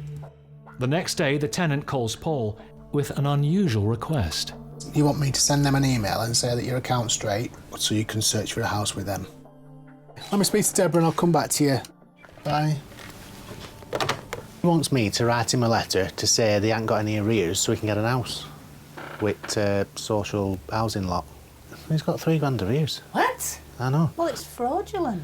Yeah, I know, precisely. Well, you're going to have to make contact with him. He was treating me like I was stupid, like I was a fool, and he thought I was daft enough to fall for it. Oh, hang on a minute. You're taking the mick here, pal. That ain't happening.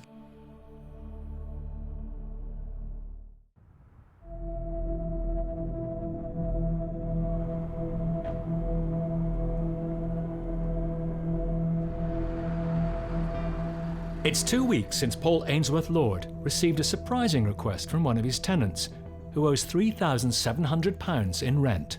I'm going to take him his latest statement of account, which is getting worse, and see what it is exactly he wants from me. Worried that the tenant has no intention of paying the arrears, Paul needs to confront him. Not sure how it's going to go, this. He could give me a bit of a mouthful, I don't know.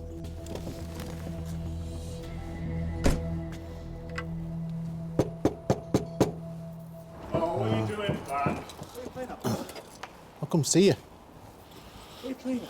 I've come to see you because you've asked me to give you a letter to say that your account's up to date so you can get the money from housing needs. I have no idea what you're referring to. I think you've got the wrong end of the stick here, mate. This is your account now, right? Paul, mate, I'm it's not dealing with this. £3,700. 3-7. Come here. I'm not taking the piss. You're taking the piss. See, the thing is, when they're in the wrong, they've got to throw something at you to try and distract you. I've got nearly £4 grand's worth of arrears here. Yeah. Yeah, and I need to know when it's going to be sorted. Well, I don't need to talk to you right now either. This situation's not getting better. Thinks I can play the game on his terms. Well, it doesn't work like that. You're not meant to be outside this property without the... I have every right. I've got every right to be outside this property. Get it done, mate. That's the one. Ready? Yeah, well said. I'm done dealing with you, Paul. Yeah. Really done dealing with you, mate. Right, bugger off, Paul. Never mind telling me to bugger off. Oh, fuck off then. How's that? You need to pay your rent. It was like, I've had enough of you. I'm just going to go straight to the Guarantor and let her deal with you. The tenant's rent has been guaranteed by his former partner's mother, so Paul wants to talk to her. Hiya, it's Paul from Ainsworth Estates. I always think this is a bit awkward because it's an unpleasant part of my job. Because I always think of you as being the victim in all of this. Well, that's not gone very well, has it? If the guarantor doesn't play ball, Paul will be out of pocket by £3,700. But his first priority is to evict the tenant before the arrears spiral out of control.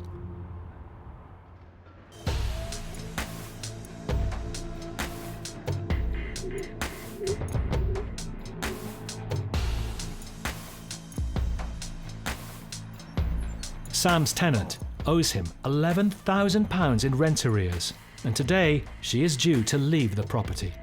And let's see what's going on. Let's see what progress has been made.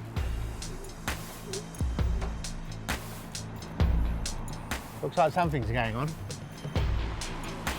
It looks like she's in the process of moving out. Hello, my friend. Are you off then? How can she afford this and not pay any rent? How can she afford that? Look at the boxes, look. Full. He's back. Oh, no, we're going to walk. Okay. What have you done about settling the £11,000 rent you owe me? It's not the way to behave, is it? No remorse on her face. You put the window up, as if to say two fingers to you, I don't care.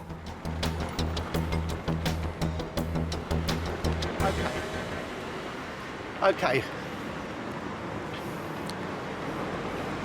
I've got my lovely house back.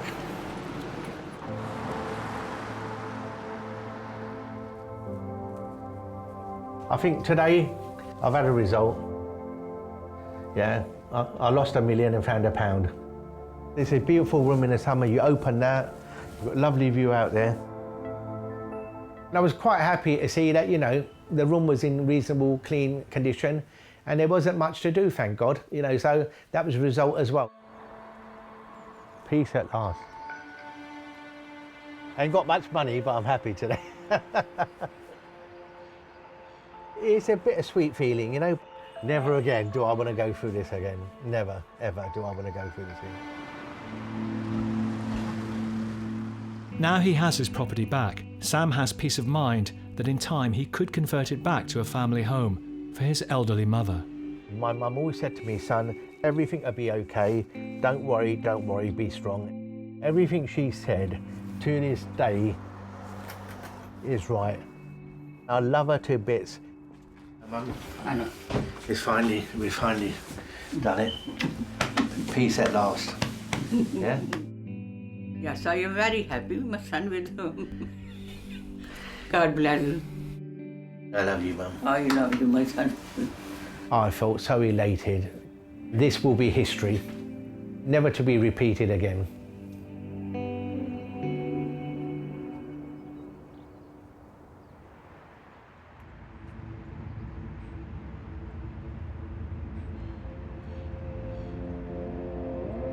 Gemma, could you come over and have a look at this? Letting agents Karen and Gemma have spent the past week trying to find a tenant who now owes £1,000 in back rent. You won't believe it. They've discovered she's living in a new property. And that's not all. I managed to track down the owner of that house. I queried why they hadn't contacted us for a reference, and she's actually forged a reference from us, made up a letterhead. The grammar is horrific. A glowing reference about what a wonderful tenant that she is. I mean, that's fraud. She's been a tenant since June 2018. She's always paid her rent on time. That's a lie. If there's ever been a problem, she's always been in contact with ourselves. That's a lie. We've done house inspections to make sure the property is well maintained, which have always passed. Well, that's a lie, because there's no front door. So when I told her what had happened and sent her the photographs of the condition of the property as it is now, she immediately stopped that going ahead.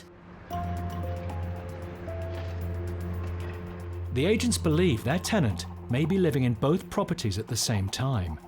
So they return to the first property, the one they manage, to serve an eviction notice. I'm hoping that this time she's going to be in and actually answer the door, because she seems to run scared whenever we turn up now, doesn't she? So we now have a board on the window as well as the door. At least there's a letterbox.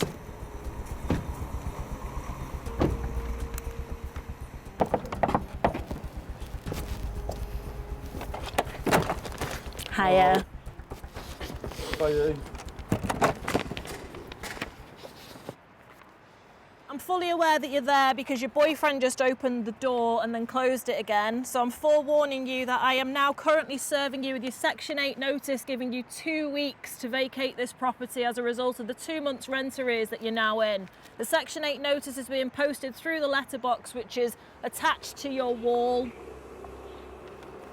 I've also reported you to the police for the fraudulent reference that you have put in my company name. I recommend that you contact me urgently. She's here. Smash the camera button, fuck off. Telling you, don't need to keep coming round her property doing this all the time. Who are you? Fuck off. Who are you even, you?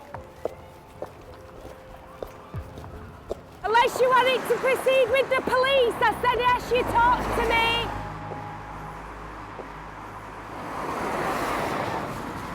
She's run off. She's run off? Yeah. Oh, so she's out? Yeah, she's there with the blue coat on. They jumped over the wall, that's how I heard them.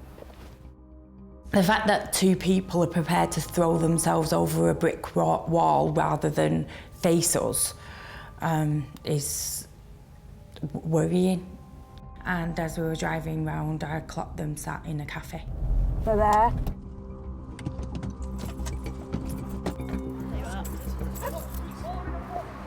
What has it got to do with you? What's it got to do with... What's it got to do with me? Because it has. What you keep following? It's nothing to do with you. Assaulting, I've got my hands. What with my hands in my pockets? Look at you with that camera and I'll fucking... I swear on it, it'll be smashed to bits.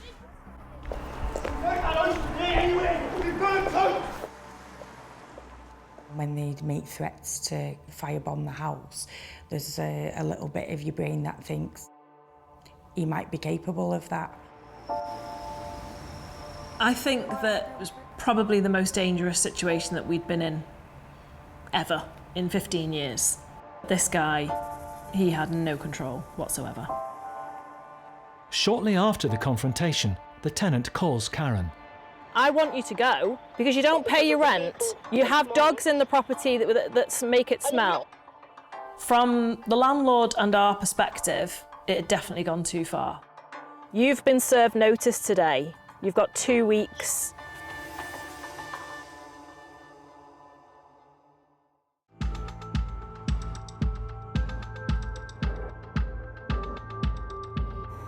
Two weeks have passed since Karen and Gemma had an angry confrontation with their tenant's boyfriend after they served her with an eviction notice. She is due to have left the property by now. I'm pretty worried about seeing that guy. He was just horrible last time, wasn't he? I think he's very unpredictable. Well, you're right. That's the worrying thing, when someone's unpredictable. Yeah. There's always a feeling of trepidation when you go into a property when you've had a problem tenant, because you just don't know what to expect. Are you going to get there and the place is absolutely trashed? Yeah. We do have a window and we have no furniture, so she has definitely left. As the tenant has changed the locks, they need to bring along a locksmith to gain access. We need to get inside the property, make sure there's no other damage, and get the property secured so that there's no further vandalism done to this property. Yes! Brilliant! We are in! We're in. Fantastic. Thank you very much. And that wasn't as long as I thought. I can still feel my toes. Oh. It does still smell doggy. Yeah, and a bit weedy. There's a bit, yeah. Oh, that's why it smells weedy. Oh. Evidence of smoking a joint. Oh, the carpets are stained, aren't they? They're going to have to go, unfortunately. They're not going to clean up. As an agent, you're frustrated that you've put a tenant in there that has turned out to have let you down and that the landlord's at a loss. It's just disappointing. This is definitely a tenant that I am glad to see the back of. The landlord is down £1,000 in missing rent and another £1,500 to fix the property up. But she's finally free of her troublesome tenant. She has gone. The carpets are not great. They're a bit mucky. I'm pleased, really, because it seems like a long time. It's only 2 months. They usually can drag on for a massive amount of time. So we've saved the landlord an awful lot of hassle. Locked. All done. Done. Hurrah!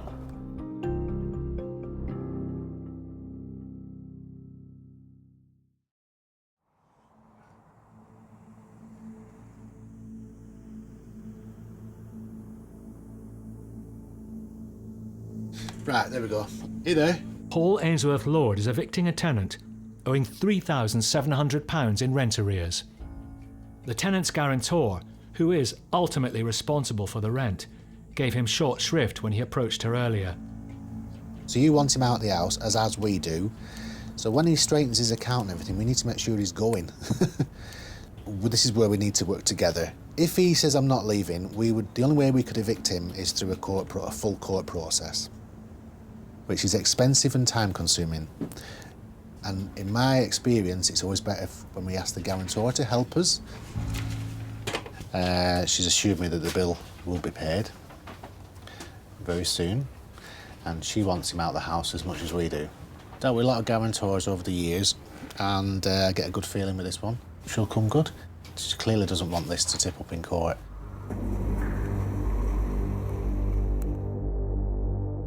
"5 weeks later, and the tenant and his girlfriend have moved out. So I'm just going down now to see what state the house is in. They've been in for 4 or 5 years, so I'm expecting there to be reasonable wear and tear. Not expecting it to be perfect.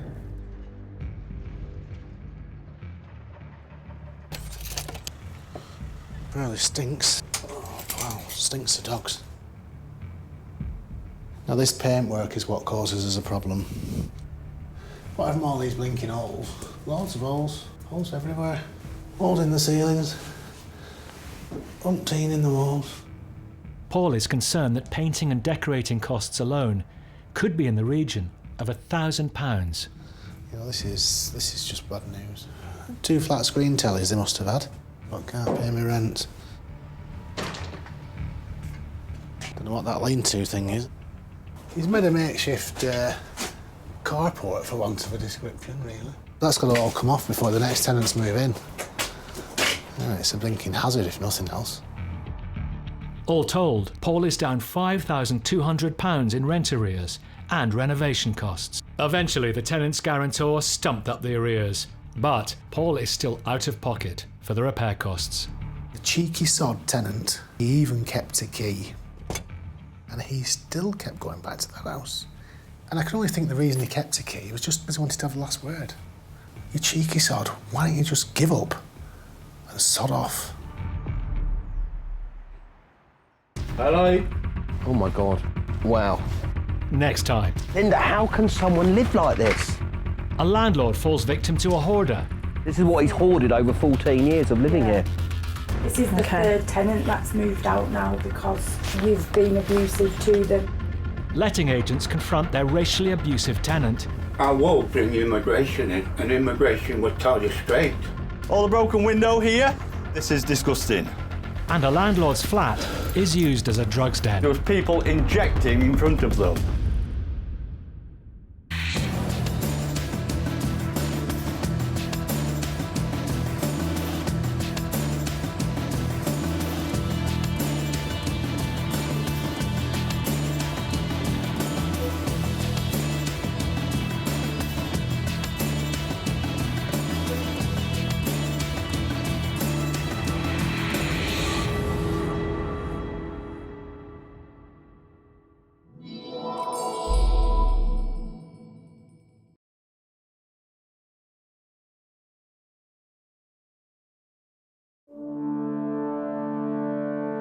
Britain's rental market is at breaking point. I have 2 children. I'm living in what is like a crack den. She's just chatting shit, yeah? Straight up. With not enough homes to go round, No one should be allowed to live like this. This is unacceptable. This is our home. This ain't his land. soaring rents, I'm going to have to mortgage my pension to pay this debt off. Put a hell of a strain on me. You should have to kill a person. Oh my God. squalid conditions, I'm gonna have to climb over the settee with my shoes on. This could be criminal negligence. spiralling property fraud, I'll see you in court. You guys ain't meant to be here, so we have a problem. bedsits to mansions, Enforcement agent. squats to drug farms. They have been growing cannabis. This is Nightmare Tenants, Get your hands off me, Carl. No. Do not put your hands on me, right? I will not stand for that. slum landlords.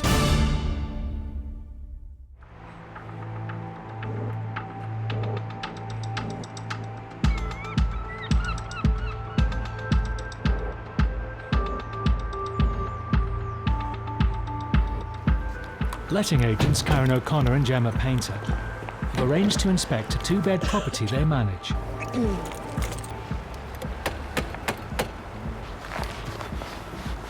Nobody has a doorbell anymore. I know.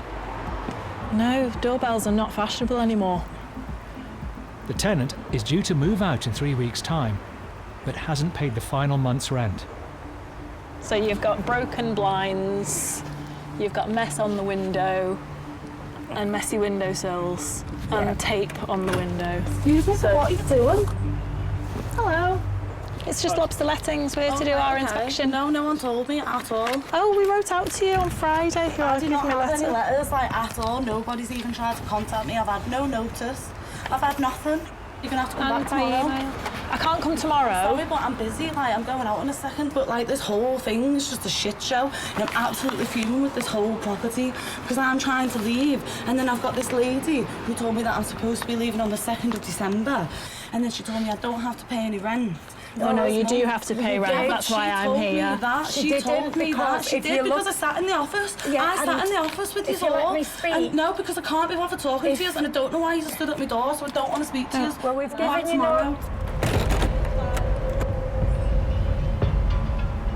It stinks of weed. Yeah. Really, really bad. There was quite a strong smell of cannabis. At that time, the strength of the smell was alarming.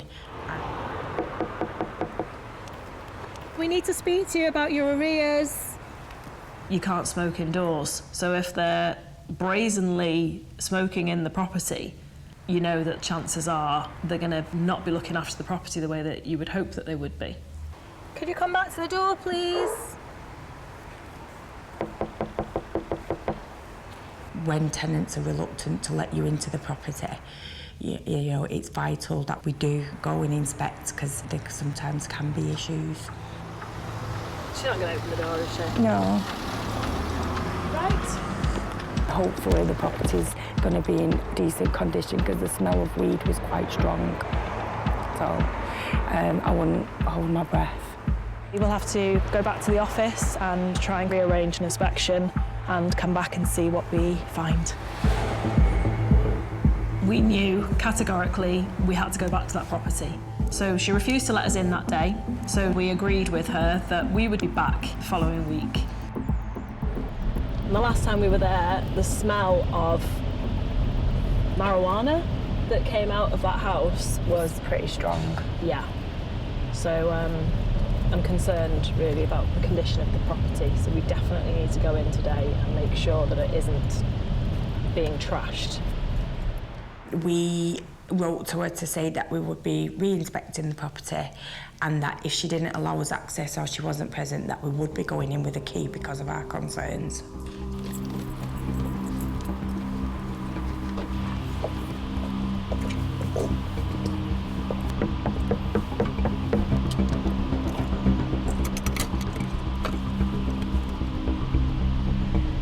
There's still furniture in. So can I go? Hello?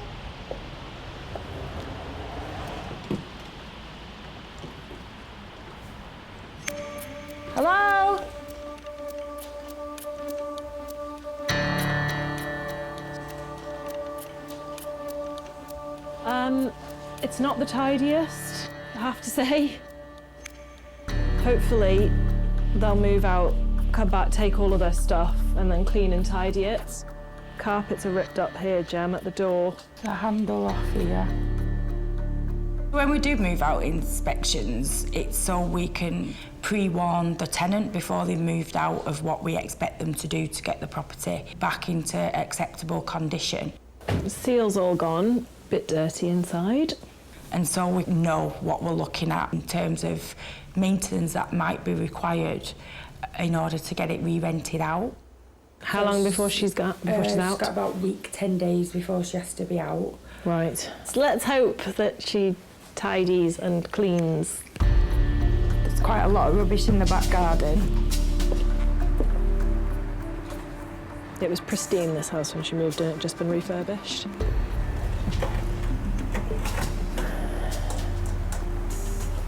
What a mess. The irony of the number of hoovers that are in this house that have clearly never been used. That's a lot of dream catchers. So there's a million nails in that wall now. What on earth have they blue tacked all over the wall for? Drives me mad. It's just a complete disregard for somebody's asset, isn't it? Yeah. You smell the marijuana up here. Whew. It really smells. That is strong. I'm feeling dizzy already. I'm quite an inquisitive person, so I see things sometimes that maybe other people don't. Ceiling's cracked. As if they've been walking upstairs. They've definitely used the loft because the fingerprints are all over the loft. There's just little signs that start to make me think that there was something not quite right. Do you think the smell is just from smoking it? Because it is quite strong. Rather than growing it? Yeah. I think if they were growing it, there'd be holes in the ceiling from the ventilation and things like that. Karen and Gemma aren't sure whether the strong smell is because the tenants have been smoking or growing weed. You'd have to replace the carpet and decorate to get rid of the smell of marijuana. But for now, their priority is making sure she leaves. The ideal scenario is that she gets the rest of her belongings, she gives it a nice spring clean and a lick of paint, professionally cleans all the carpets and pays her last month's rent. That would be brilliant. Never gonna happen. Karen and Gemma will be returning in a week to make sure she's moved out.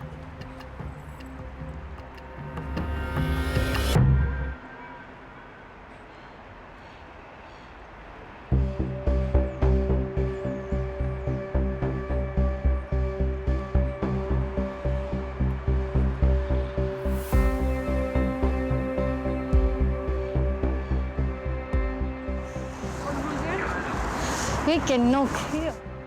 Harrow Housing Enforcement Officer Sheetal Rajani is carrying out a series of surprise inspections. Hello, sir. How many people are living there? Five people. 5 people? She's on the lookout for signs of overcrowding and dangerous living conditions. I am from Harrow Council. I have to check the property conditions. When we do the inspections, it's there to make sure that the properties are safe. We need to make sure that they are legal as well. Hello, sir. How many people are here? Me. Only you? We like to hope that landlords keep their properties in good repair. An hour into the job, Sheetal is approached by a woman claiming her property is in a terrible condition. This is what I live with. This is my view out of my son's bedroom window. Oh, do you live here? Dead rats on the floor. Oh, God. Look. Okay, can I come inside? Do not touch the handle at the bottom. There's something sharp and it will cut you. Oh, my God. Lieutenant Sharon, along with her 3 young children, has been in temporary accommodation at the 3-bed property for the past 5 months. How much rent do you pay? £303 a week. 303 to get eaten alive by these bed bugs in there. Oh my God. We've been in here for like 3 days and they're still alive. Yeah.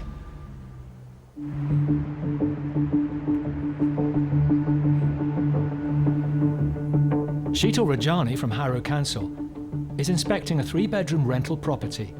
The tenant, Sharon, pays £303 a week, but claims it's infested with rats and bed bugs. They come out from here and they crawl up here, and between the hours of 3 and 6 in the morning, they're everywhere. Bed bugs is an interesting one because they're little horrors. If it's not treated properly, they will spread and spread and spread. I've lost so much sleep because I wake up and hoover the kids while they're sleeping. Because it's that bad, you can see the bugs crawling on them in their sleep. They bit me on my face and near my eye. They don't like me. We're eaten alive. Landlords have a duty of care over their tenants to control pest problems. Sharon shouldn't have to live in a place that's infested with bed bugs. That's atrocious. The landlord has attempted to sort the problem, but so far, it hasn't worked. They've sent people to fumigate. They spray the bedroom. They don't bother to do the front rooms. I've asked them to change the furniture that was in here, and it's still not been done. Okay. The furniture is what's infested. Digging deeper, Sheetal finds out that the bed bugs are just the tip of the iceberg. These all smoke alarms work, okay? No, nothing works. Nothing works, no okay. Smoke alarms, no nothing. Okay. There is lot of mold. Yeah. This is supposed to be my boy's bedroom, and the water has been pouring through the ceiling and down the wall now for the last 2 months. Do you have rats problem as well? Rats, yeah, rats, mice. The rats are almost as big as my dog. Really? And outside and inside? Outside, inside, everywhere. The whole house is falling apart.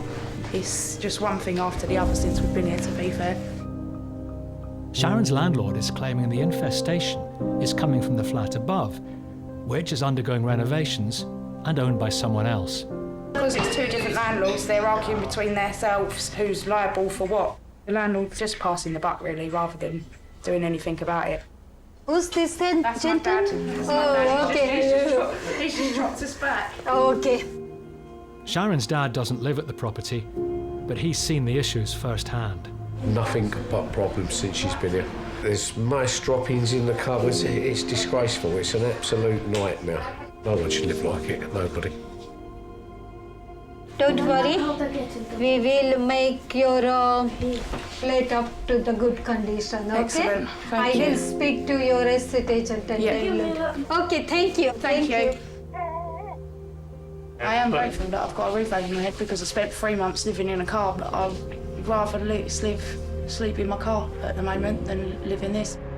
I have to speak to landlord and ask them to make this property up to standard because it's not good condition at all. It's not good for her health. If the landlord doesn't carry out the works, we can actually carry out the works in default, and we will charge the landlord for the privilege.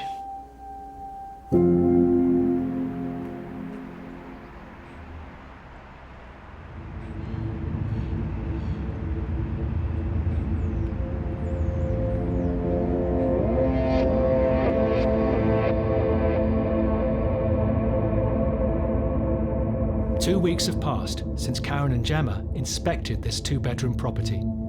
This is the lady that shut the door in our face the first time we went, and I'm not holding my breath, hoping that that's going to be in good condition. So the sister contacted the office after we'd attended to tell us that we'd broken the law, that they were going to take us to the cleaners, and she called me quite an offensive word. Tenants don't like us going into the properties when they're not there, which I totally understand. But at the same time, if we've given them notice, then we will go in if necessary. The tenant still owes a month's rent and should have left. When they visited last time, they had several concerns about the property. What do they call you? Hetty Wainthrop. Hetty Wainthrop. Yeah. There's not very Goes much past. gets past me. I have an overactive imagination. Usually it's right. And normally it's right. Yeah.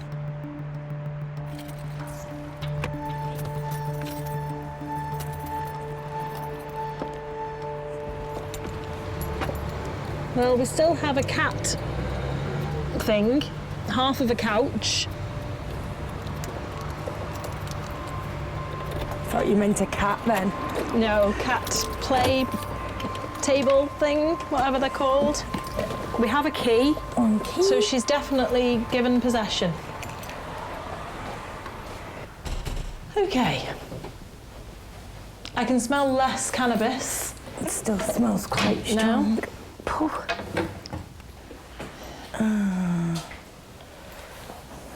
Well, it's not exactly clean and tidy, is it? Oh dear. What is wrong with people? How do they think it's okay to do this to somebody's house? All the dream catchers and the cat had gone, and at this point I thought that maybe my suspicions might not have been correct. But then I noticed that there was an area on the banister where there was footprints, where it looked like someone had continuously been using the banister to access the loft. There's a wire coming from the ceiling into the loft.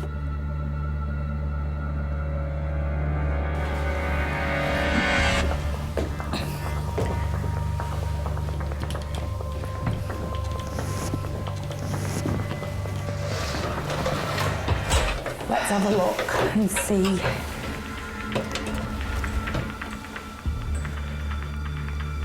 Yeah. Yeah, what? There's a tent up here.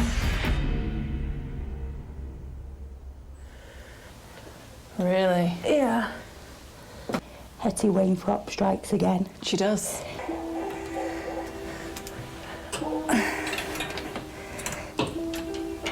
There's a bag full. Oh, is there? Yeah. Oh my God.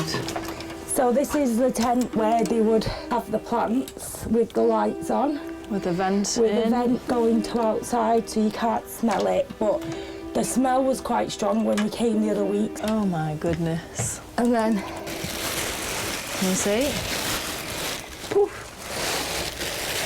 And there's the remains. Your product. Oof.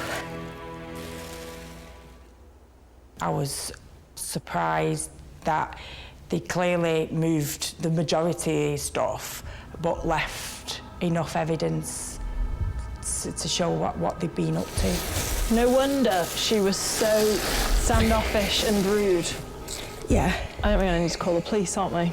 Yeah. Oh my gosh. Can never cease to amaze. Never a dull day. Well done, Gemma. Another good find. Yep, just add detective into my bow. Is that what they say?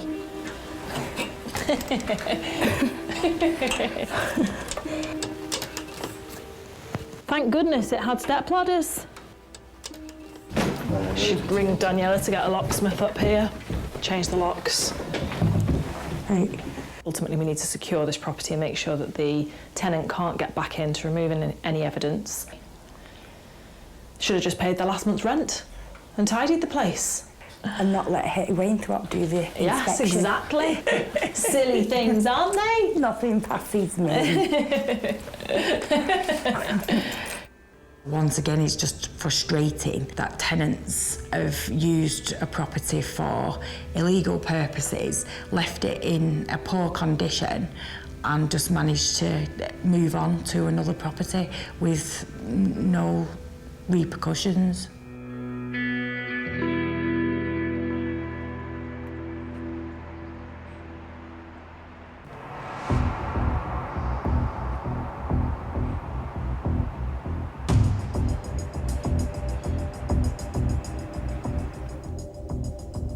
Hi, who am I speaking to?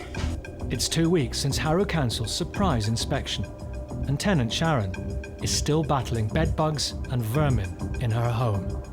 I'm just trying to find out what's actually going to happen about this. The bed bugs, yeah, it's a major problem.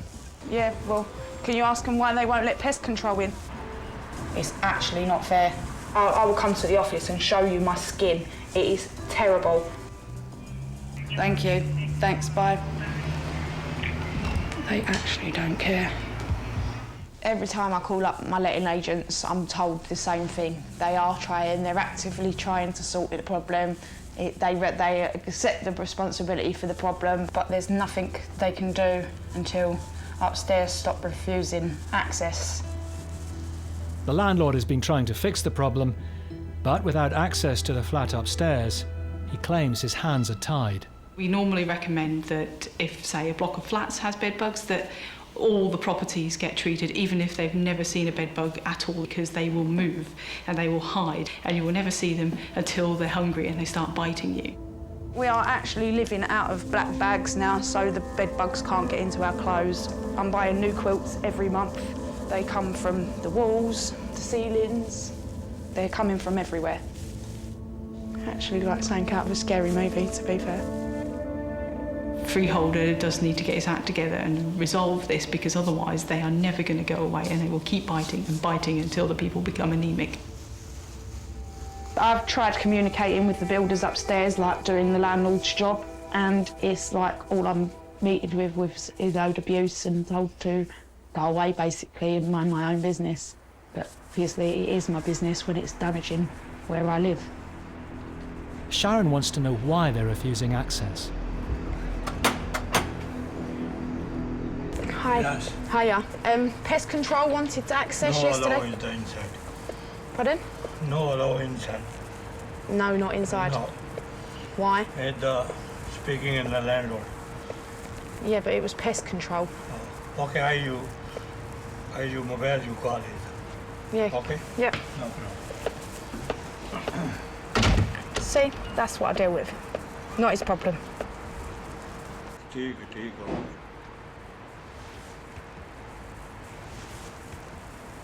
Hello?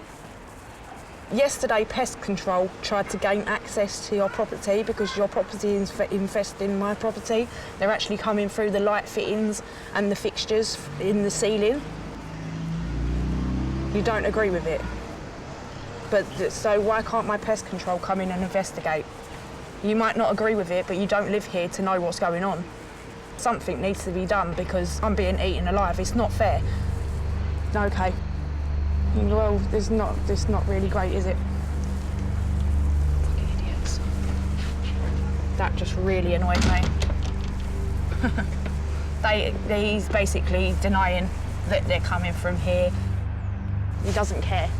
Just wants someone to accept responsibility for what's going on and fix it. To make matters worse, Sharon claims that the builders working at the upstairs property are dumping their rubbish outside. There's broken glass, there's nails hanging out from everywhere. It's like, I've got an 8 and 9-year-old that run around like crazy children. Like, they only have to slip and land on the glass. That's it, it's a hospital job.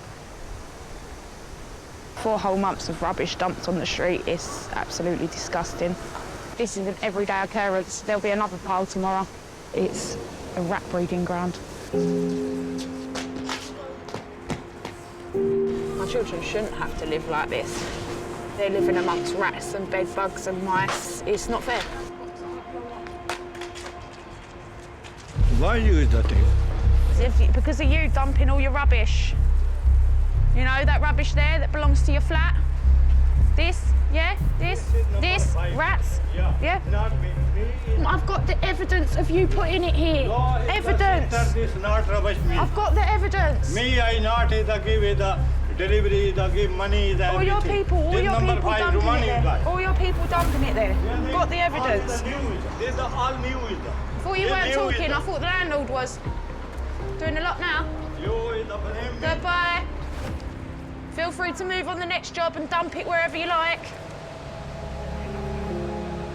I might be in temporary accommodation, but I am a good tenant. So my rent's paid on time and my house is clean and looked after. So I don't understand why I'm being left in this situation.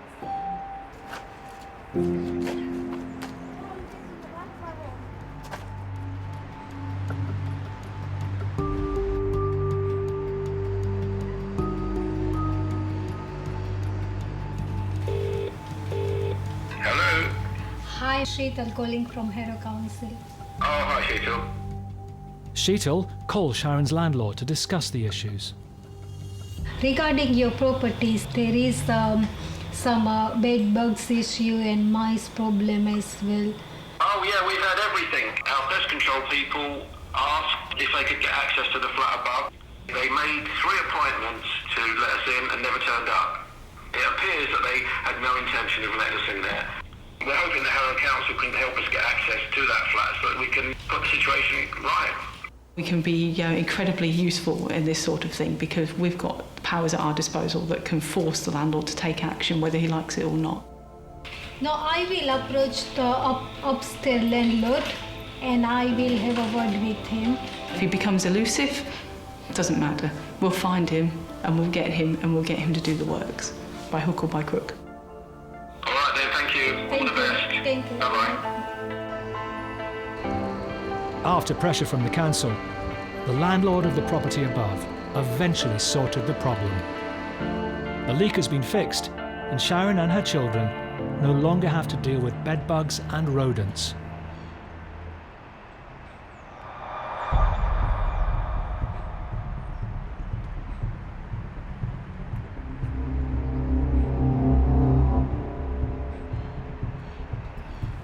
Letting agent Paul Ainsworth-Lord is on the case of 2 tenants who are 2 months in rent arrears. 750 quid's due in rent. Just need to know why. You know, is there a problem? Do they need some help with something? Or are they just taking the mick? The young couple, Ala and Aisha, moved into the 1-bed property just over a year ago, but have been ignoring his calls. Hopefully they're in. And we'll have a chat as to why they're avoiding us and why they haven't paid the rent. The first thing that goes wrong when there's a problem is the rent stops. And you won't believe the number of excuses you get about that. People die, come back alive again, they die again, come back alive again.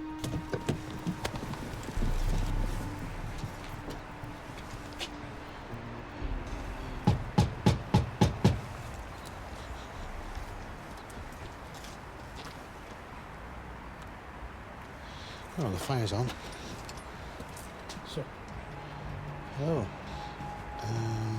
I'm looking for Ella. Sorry? Ella. No, I don't know. I don't know. I'm living with my son. You're living here with your son? Yeah, on Friday I came here. This guy answered the door. I'd never seen before in my life. He was twice the age as he should have been to be the tenant in his house.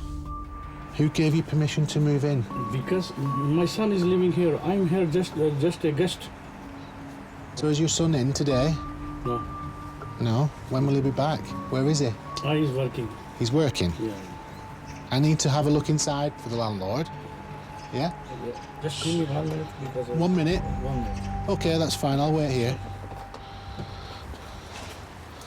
Well, I wasn't expecting that. There's something not right here. There's a young couple.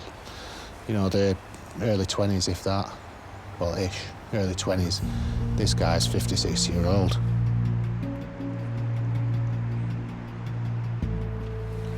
Oh, sorry. OK. Are we OK? Can I come in now? Okay. Yeah? Is there any problems with the house? No, it's problem maybe when I'm cooking, so... It smells good? Yeah.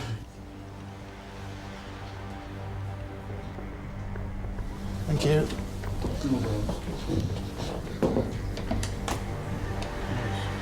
Oh. Who's this? This is my friend, Omar. So, is Omar living here as well? No, he's just working with me. Oh, I see. My concern is, you guys ain't meant to be here, so we have a problem. So I need to know who you people are, and I need your IDs. I think he was as surprised as I was. It's a bit hard for me to swallow. You don't live here and I catch you in bed. Yeah, obviously, I just came here with here. Don't wash.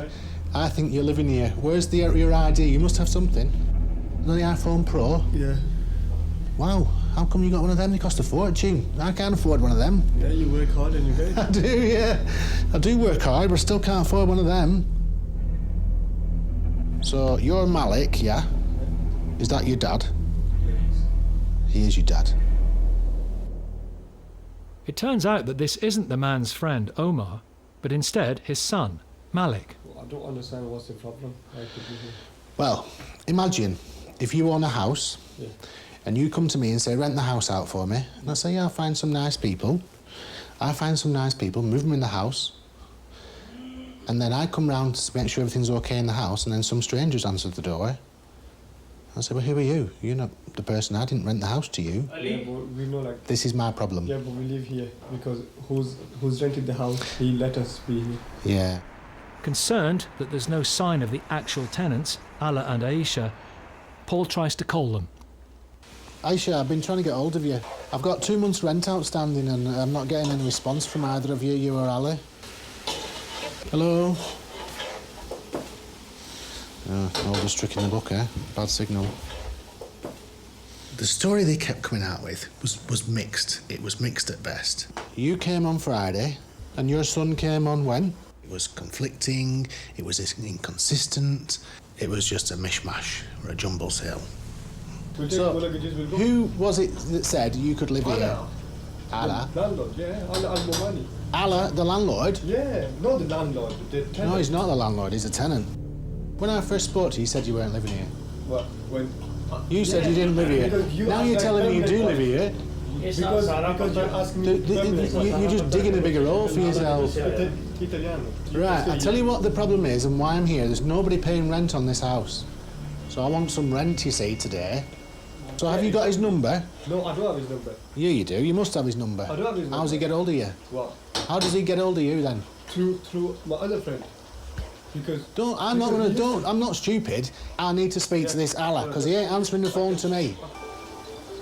Yeah, do you have Allah's mobile number? They need to speak to him. They need to contact with him. So who did you speak to just then? Zahid. Zahid? Yeah. Who's Zahid? It's his friend. He's the guy that who got us here. Do you want to speak to him? Yeah. Yeah, speak to him. That's Zahid, his... Hello? His friend. Hiya, who's this? Allah's cousin? Oh, right. You're Zahid? Yeah. It's like, none of this makes sense. 1 minute, they're looking after the house for Ali, who's the lad that's supposed to be living there. But yet they're doing a favour for a cousin of Ali's, who's a mate of a mate of a mate of a mate, and it just goes round and round and round in circles. Yeah. Well, I'll tell you, I've got a few problems. There's 2 lots of rent due on this house. Second problem is, the people who are in this house ain't meant to be in it. And I've been trying to get hold of Ali and Isha for weeks. What? Hang on. So Ali's gone to Jordan? Oh, right. Ali's gone back to Jordan, and we're just doing him a favour, and these guys are looking after the house while he's over there. But then you're going to pay me the rent, is that right? Rather than getting to the bottom of something, I'm being sent in all directions. Right, thanks for speaking to me, yeah? Bye. The problem I've got is your story keeps changing. And your dad's, it does. It's changing. Despite the confusion, one thing is clear.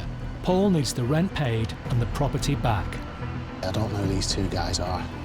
It's a father and son outfit, but I can not really get to the bottom of what's been going on.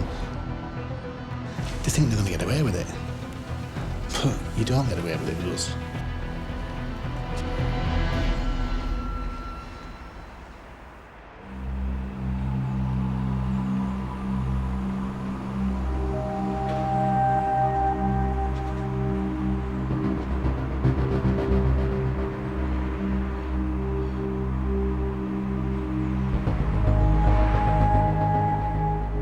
Letting agent Paul Ainsworth-Lord is trying to get to the bottom of a tricky case. I still have this mystery floating around in my head, and I still need more answers, really. Paul thinks his tenants, Ala and Aisha, may have disappeared without paying the last 2 months' rent, while 2 men, a father and son, are living at the property instead. Apart from having 2 strangers in the house, I really need to find where the original tenants have gone. OK, I can accept that one of them had to go back to Jordan, so where's the girl? She used to live up the road here, so I'm just going to shoot up to the house where she used to live and see what the story is. I'm determined to get to the bottom of this, and I'm determined to get this house back and get this sorted.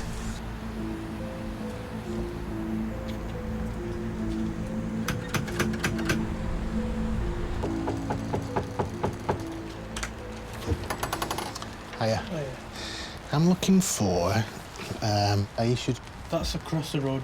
Is it? Moved out, yeah. Which one is it? Just the one right across in the corner. OK, thanks, fella. Thank you very much.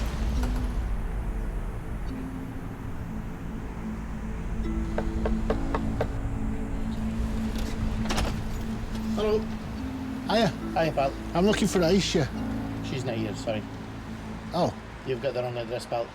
Do you know her? I don't know her. Oh, the guy across the road says she lives here. She doesn't know. Right, okay, fine. Thank you. Cheers. Thanks, okay, see ya. Thank you, bye-bye. This is turning into a wild goose chase, isn't it?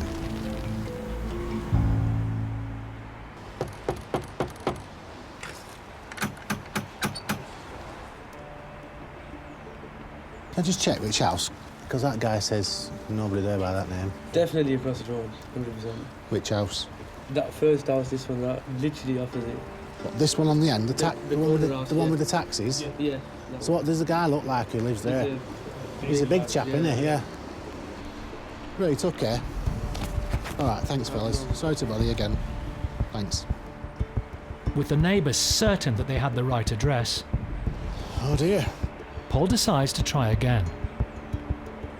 I was determined to find this girl, and I believe we did.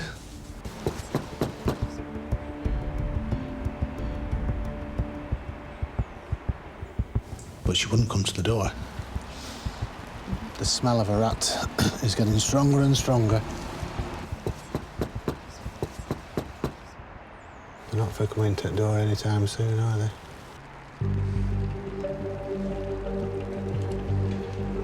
Spotting two taxis outside, Paul switches tactic.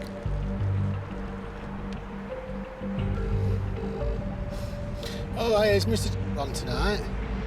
And by turning detective, he manages to confirm that a man with the same last name as his tenant, Aisha, lives at the address. Okay, cheers, fella. Thanks for that.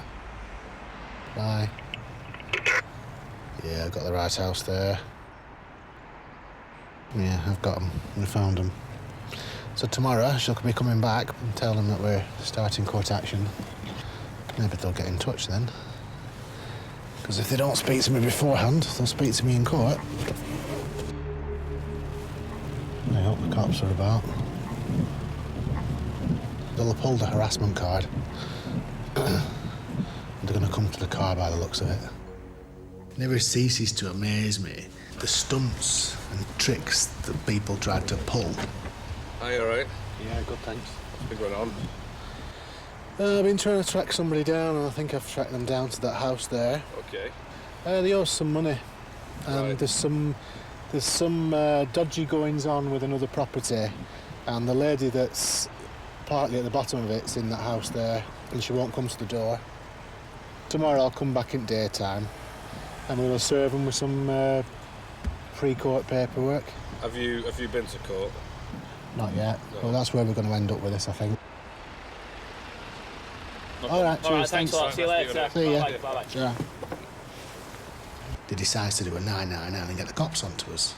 You know, if she wants to play that game, fine. Now that Paul is sure where at least one of his elusive tenants is living, he can serve a letter demanding they surrender the keys and pay off the arrears.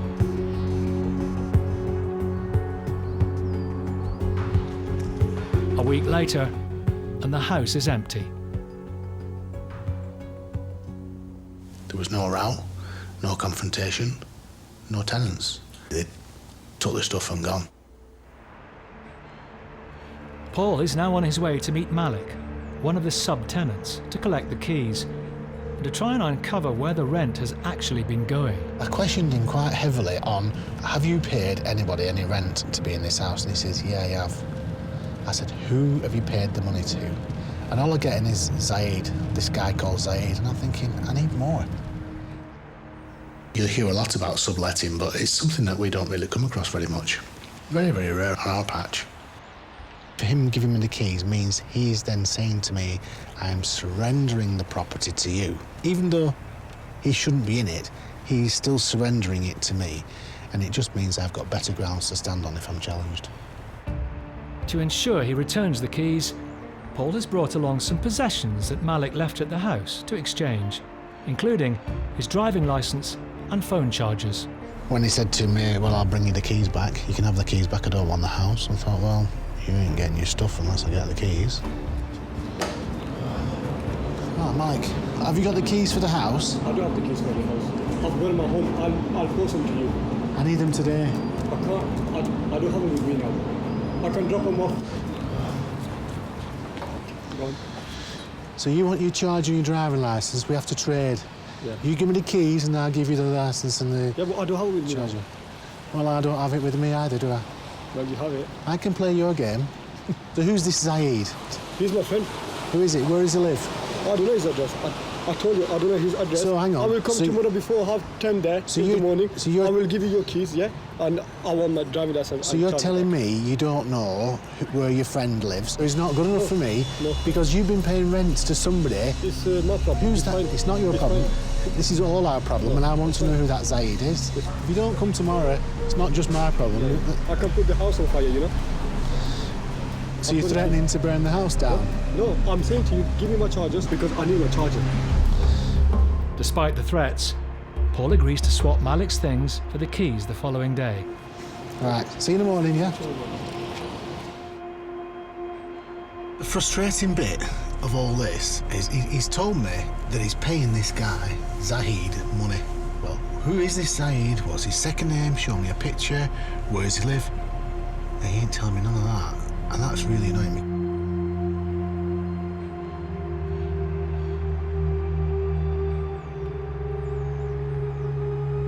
The next day, Paul gets his keys back.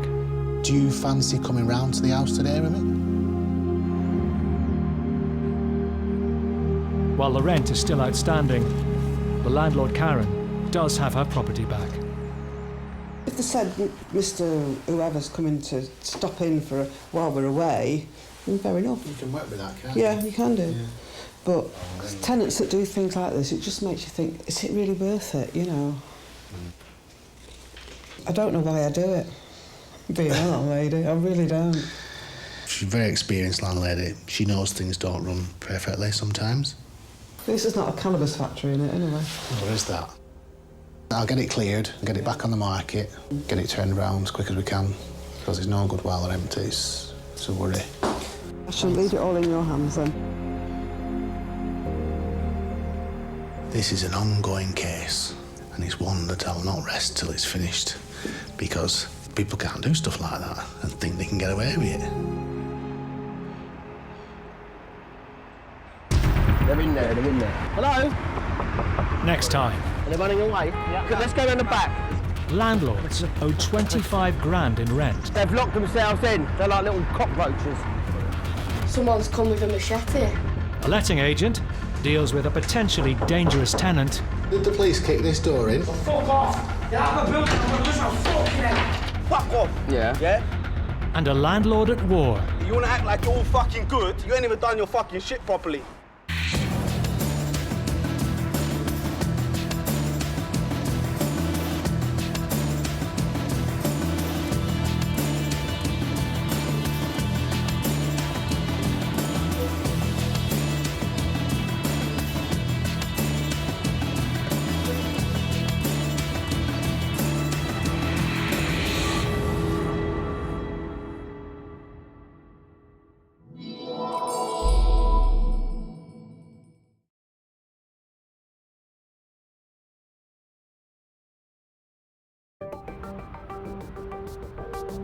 Britain's rental market is at breaking point, Give me home. Please. with not enough homes to go round, soaring rents, Oh my God. squalid, overcrowded conditions, Little swines. landlords pushed to their limits. They're crooks. They're running a scam. When am I going to get my money? At the hands of bad tenants. We're just trying to see when you're leaving our property. Carnage, utter carnage. It's a frigging full room. Hang on a minute, lad, who are you? I've got a situation. I need police assistance. This is Nightmare Tenants, slum landlords. In this episode, we catch up with some of the most extreme stories.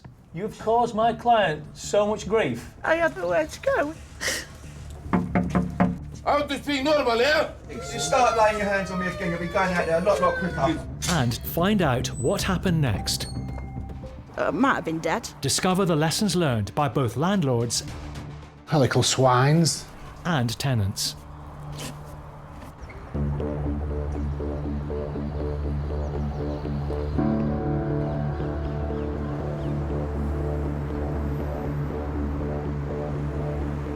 Four out of 5 of Britain's private landlords own just one rental property. This means that when a tenant stops paying the rent, the result can be devastating.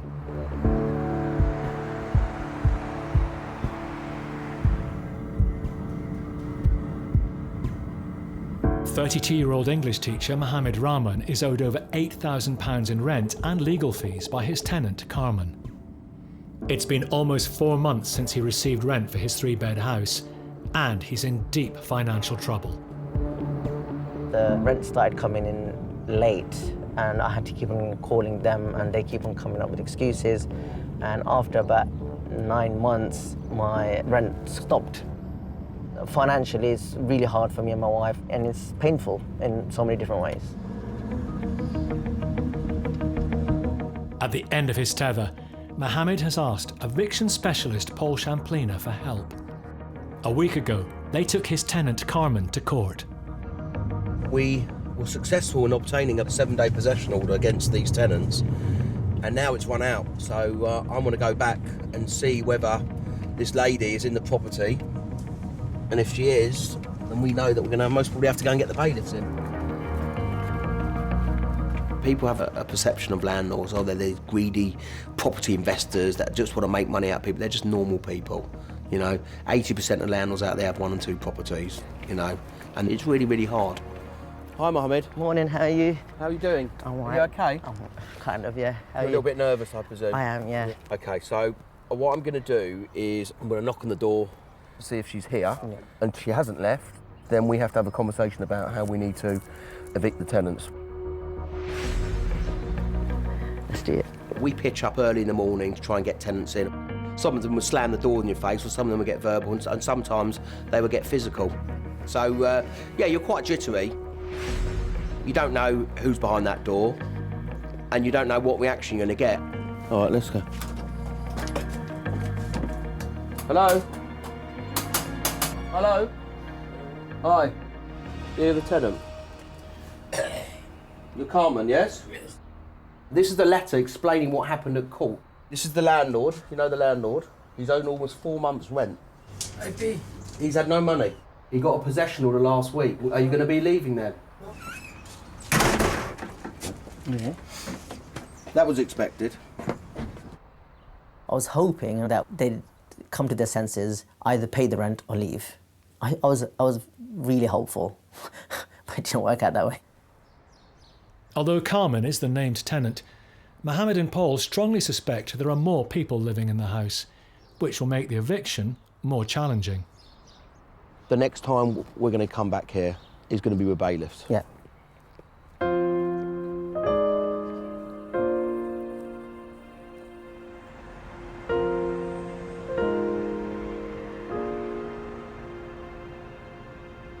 Mohammed is desperate for his tenant to leave, not only due to the unpaid rent, but also because he wants to move his own family into the 3-bed house.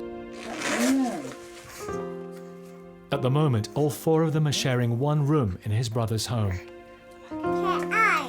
So this is basically our sleeping room, our chilling room, my work room, my children's playroom, my wife's dressing up room. Yeah, it's hard. 2 years ago, when he bought the 3-bedroom house, he planned to rent it out while he saved enough to refurbish it.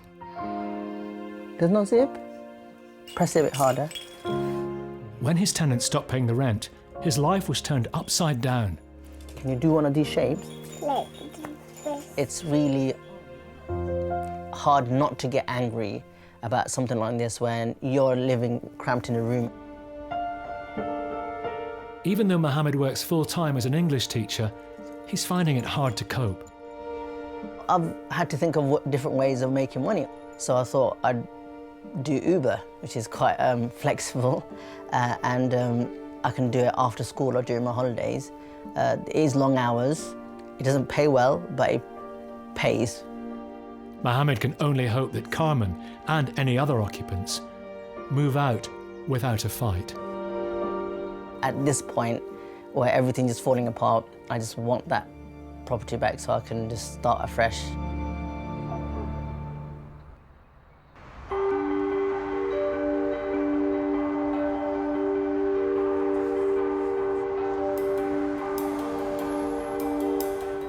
In 2012, squatting in a residential property became a criminal offence, with the maximum sentence of 6 months in jail.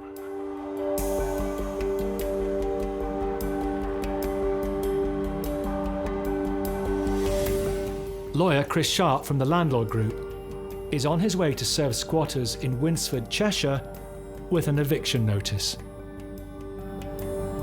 If the occupiers are there when we get there, I will explain to them in no uncertain terms. They will have 24 hours. That is it. Carl, the owner of the 3-bedroom bungalow, is currently away, working in Mexico. Chris suspects the squatters know that and are hoping no one will notice that they've taken over his empty home. My motivation is simply to get the people in there out, because that's what my instructions are from my clients. We hope it will be peaceful and we hope it will be straightforward. We don't want any problems. So if you can see, it's a lovely little suburban street, and then you've got this. It is just a wreck. These people just have no regard whatsoever.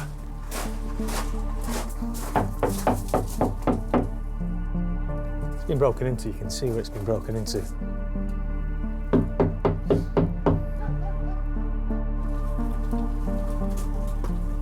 Can't hear anyone, but there's definitely a dog in there. With the eviction notice served, the squatters have just 24 hours to get out or face arrest. Oh, just as homely around the back as well.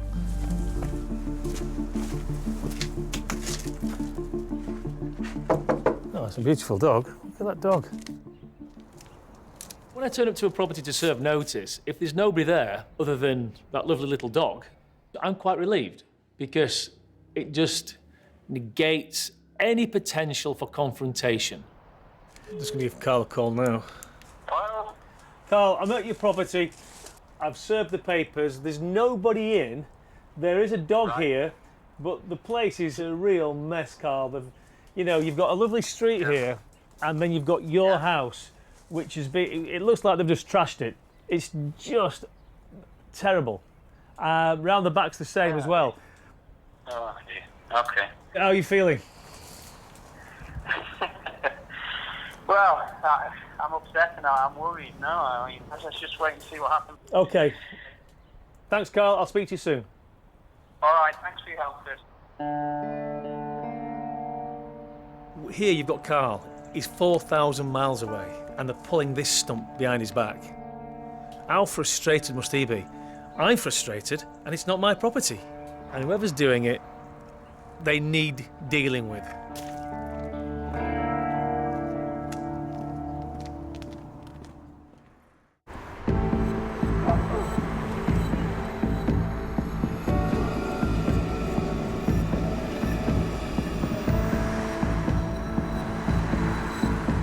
It's 6:30 a.m. and English teacher Mohammed Rahman is heading to his rental property. In less than an hour, High Court sheriffs are set to evict his tenant Carmen and anyone else living there. I've been looking forward to this day since like 4 months now. I just want it to be over and just done. I just want to get it over and done with. Even though the eviction order gave his tenant 7 days to leave, Mohammed's legal advisor, Paul Champlina, is not feeling optimistic. You know, when there's months and months of court cases and there's letters and there's confrontation, tenants still don't understand that they're going to be evicted. They think that day's not going to come. So when we turn up and that happens, then emotions run really high. So I was really, really nervous driving to that eviction. Hi, Mohammed. Hey, morning, how are you? A miserable day in Ilford. It is. We're 15 minutes away. It may kick off. We've got to make sure that we manage that properly. And if it does and they refuse to leave, then we call the police. A few minutes before 7, High Court Sheriff Scott Hines turns up. Hello, Scott. Hi, mate. You all right? It's just over there. The lights are on. Someone's in there, Scott.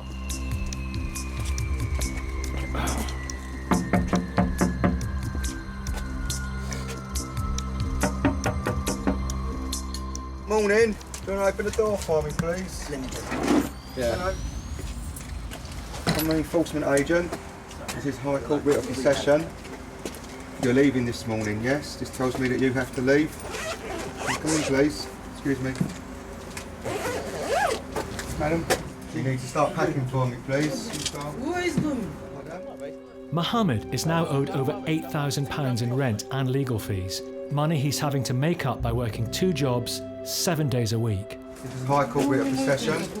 Yeah. No, you need leave. Don't come, ladies, yeah? Listen, don't start shouting. Don't come, ladies, yeah? Let me come in. Sorry. Speak, why are you coming? Don't start. Get out. Don't start doing that. And Well, start why are you threatening me. going for You my don't scare children? me Why? whatsoever. You wanna fight? I want to speak normal, yeah?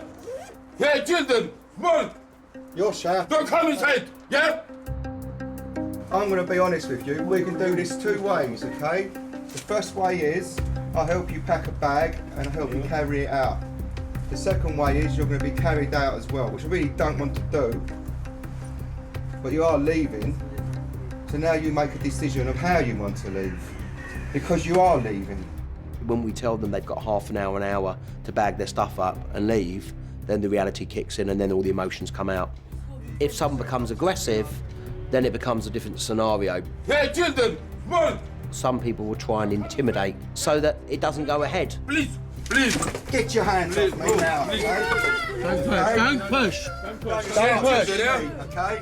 We don't distress the children. If you start laying your hands on me again, you'll be going out there a lot quicker, okay? Take your paperwork.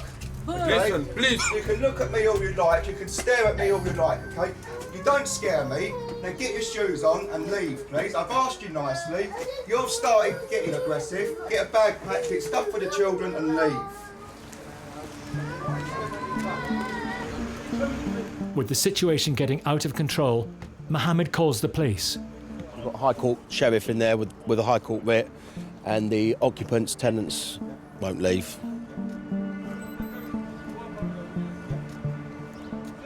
So you need to start packing up things you need today for your children, yeah, medicines, paperwork, like your ID papers, things like that. You need to take those and get those done. You've got, what, look, 45 minutes? Yeah, if you're happy with that. 3/4 of an hour to do that, but you've got no choice, you have to go. I just feel really sorry for the children that have to go through all this. It's just really distressing. When the kids were crying, I felt bad for them. I mean, who wouldn't? But I put the blame solely on the parents because the parents knew exactly what was going to happen. And if they really cared about their children, then they would have made sure the children weren't there. Realising the game's up, events take a surprising turn. The man who was refusing to leave casually walks off with 2 of the children. When I saw that they didn't have any bags and it didn't look like they were actually moving, I was just so angry. They live somewhere else. Yeah. So I've just seen them just walk into the house. They live in that property. So they just live right across from my house. See ya. Bye-bye. Bye. Take care. Mohammed's house, there's another surprise. There were 7 upstairs. It appears his tenant, Carmen, may have been subletting rooms. Allegedly, she was charging 600-800 quid a month. She was making money. I suspected there could be more people in the property, but I didn't have a clue at that point. And of course, if the police hadn't have turned up, God knows what would have happened. You know, the brother who was kicking off could have shouted down and, you know, all hell could have broke loose. So, yeah, it was a fractious situation. Could you just sign there for me, please? Yeah. Now that Scott's sure that everyone has left, Mohammed can finally have his home back. Well done, Scott. You've done a really good job. No problem. Very, very good. I earned me money today, haven't I? You've earned your money. Look at the garden. Huh? Rubbish that they left there. Oh my God. Oh, that's disgusting. None of that was yours? None of that was mine. None of this is mine. You're going to have to skip all this. I am, and that's going to And that's cost me going to cost you more money. It's not just the garden that's a shock. They soon discover that every space has been converted into a bedroom. This is supposed to be the dining room, the lounge, but this isn't a bedroom. They're double beds. Most probably 2 people were sleeping in each bed, trying to maximise as much money as possible. She's still outside, the woman. Still outside, yeah. I think you might need to leave someone in here. Yeah, I'm just going to call my brother, because if I go work, I can't have no one coming in here. Who's to say they're not going to break back in? What do they want?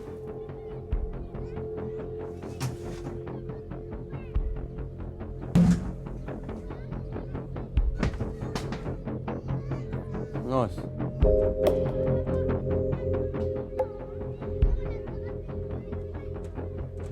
I mean, I tried to give it a show that I wasn't scared, I wasn't intimidated, but it did feel like a war, and it was a war that I was always losing. I just have this feeling that it's not over yet. With these guys, they just come up with surprises. Because I know they've just gone down the road. They're probably just waiting for that house to be empty. I'm just thinking, what's going to happen next?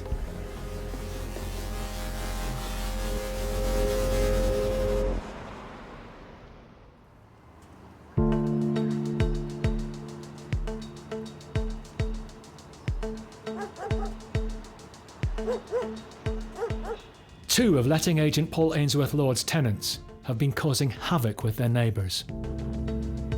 This can't carry on happening. They're going to be out. I want them out. Getting quite serious now. One tenant, Simon, has left the property, but the other, Danny, has now moved his girlfriend and her child in. They're trashing the house, causing havoc on the street. It's turning into a bad job. So, gotta go. Deborah from our office, my wife, she's going to be meeting us there. She's got a slightly different tact than myself. So on this visit, we'll probably do the good cop, bad cop.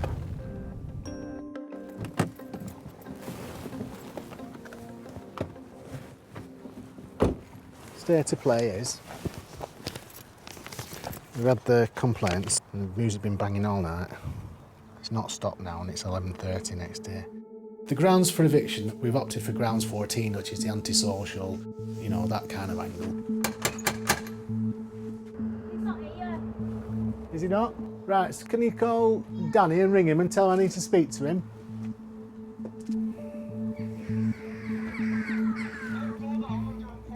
Yeah, I'm giving it you now. Right. Well. It was a video call, like a FaceTime or something. They could see me, but I couldn't see them. Can't see you, Danny. Listen back. I'm giving you 2 minutes to get away. Who's that, Danny? You with the photo lights, I'm giving you 2 minutes to get away. I want to come over and get the sweat off your face. Where's Danny? Can you listen to me? Who am I talking to? Listen, never mind, Danny. You've got 2 minutes to get away. I'm coming, and I'm ripping the flesh off your face. It's just folk being gobshites, isn't it? They do it all the time. Probably would never have said anything like that to my face. Who are you? Hello, excuse me. Can I ask who are you? Paul from Ainsworth-Lord Estates. Danny now, mate. Who is it? I'm Paul from Ainsworth-Lord Estates. Whoever is threatening Paul doesn't sound like Danny, but moments later, the tenant himself comes on the line. Right, what are you after? I want to speak to Danny. We've got all these problems to discuss, man. If you wait there, I'll be with you in 2 minutes. That's fine. I'll wait. Didn't seem like Danny to me, that. 2 minutes later, Danny arrives. Fucking fuming. Do you want to... Honestly, if that camera goes in my face, I'll take it out your hand. Do you want to... Hi, mate. I'll take it out your hand if that camera goes near me. Do you want to know why we're here? Well, obviously, I'm probably being evicted or something. It's not that. I'm serious, get that camera out my fucking face. No, get that camera out my face. No, cameras, I'm telling you. With Danny causing a scene, a neighbour intervenes. Listen, are you going to start? Are you going to start on me? If I have to go to a situation that might kick off, Deborah's the one to take because I think she's good at diffusing situations.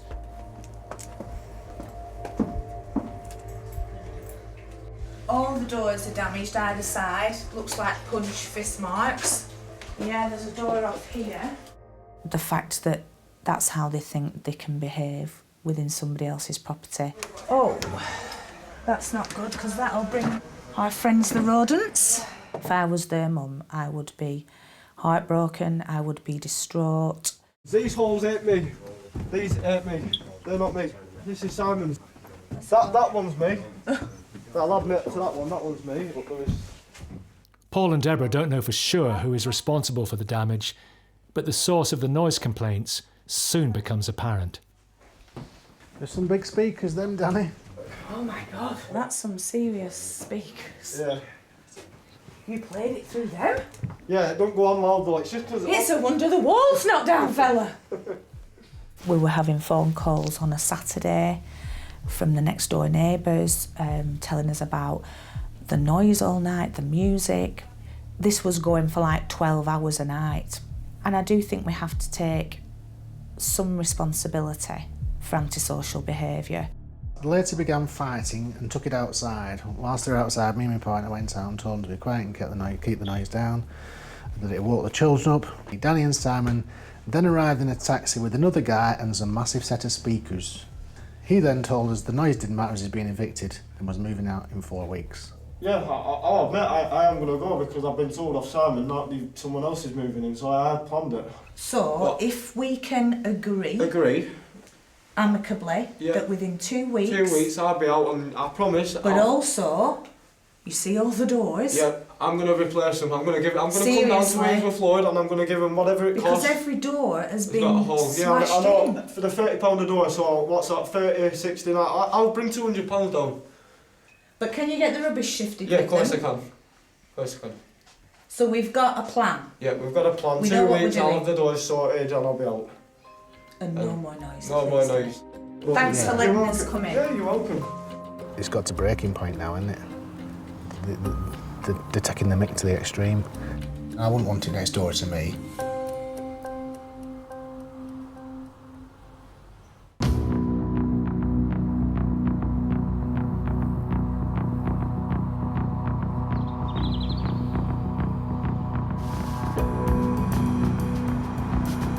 Lawyer Chris Sharp and Cheshire Police are on their way to evict squatters from a 3-bedroom bungalow. It's 4:15 in the morning over at Mexico where Carl is, and I know he's awake and I know he's very apprehensive about what's going to happen in the next 5-10 minutes. Earlier this week, Chris obtained a court order giving the squatters just 24 hours to get out. That deadline has passed, and anyone still in the property is in danger of arrest. The very nature of a squatter's action is that you never quite know what you might meet or expect. You don't know if you're going to get friendly people or hostile people. So there's always a sense of anxiety. Well, somebody's been back because I've taken our last notifications off. Mooch on the back. This is the one, yeah.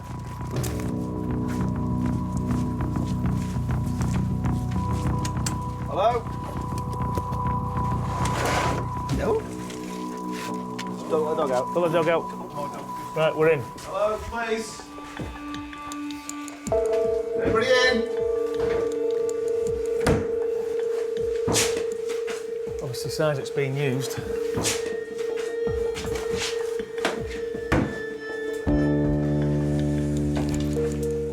No one's home, but it's clear someone is still living here. That television's on. This heater. still on. People are still living here. They're still using this place. What legitimate tenant uses this modern locking device? It's like a railway sleeper. Chris will have to try and secure the property before the squatter or squatters return.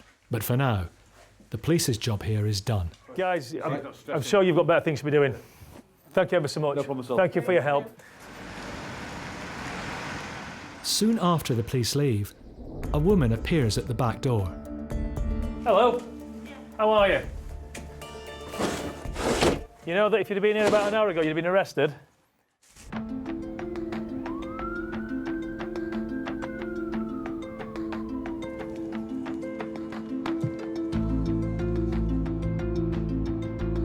"18 months have passed since Mohammed evicted his tenant Carmen. The builders had been in, and the 3-bedroom house in East London is now home to him and his family. Bread first, then I'll give you that.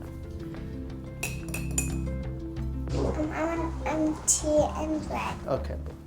The unpaid rent, legal and eviction fees spiralled to £12,000, but he's worked day and night to turn the property into a family home.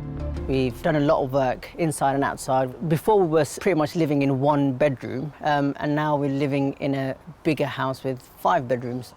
And the wrecked garden's been transformed too. I've always wanted a bigger garden, not just for my children to play in, but for me to do a bit of gardening, because I wanted to see the magic that happens with the plants and the flowers and the vegetables. That's it, excellent. Just looking through the eviction, I remember feeling a roller coaster of emotions. So many, I didn't know how I was feeling. I was slightly distraught about how it had escalated so fast. I was relieved that the police had come, and I was also scared for my safety, for my family's safety, because when I realised they just moved down to the end of the road. The tenants have since moved out of the area, but Mohammed isn't taking any chances with security. Because of the problems that we were having before, I wanted to be prepared for anything and everything. So I went all out. I put CCTV cameras, I've put an alarm system, and I've made sure I've got a door that can withstand even a bank robber's van going through it. So in terms of security, I fortified this house as much as I could. It's pretty much Fort Knox now, just so that my family can be safe. Mohammed had no forwarding address for his tenant Carmen, so he couldn't chase her for the money she owed him.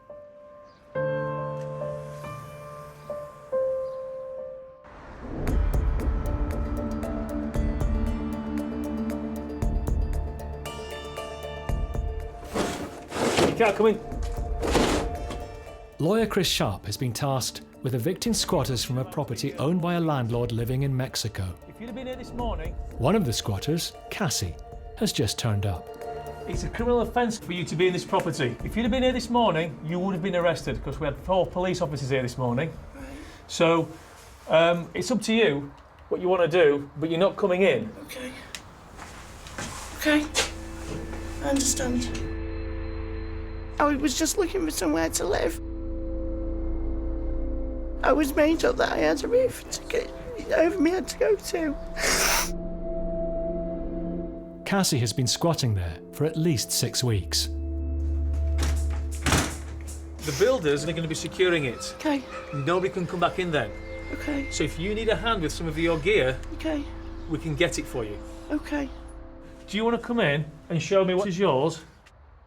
Everything in there is mine. Obviously, I'm not going to get a chance to get this stuff, am I? Well, we can put it outside for you. That's not a problem. Okay.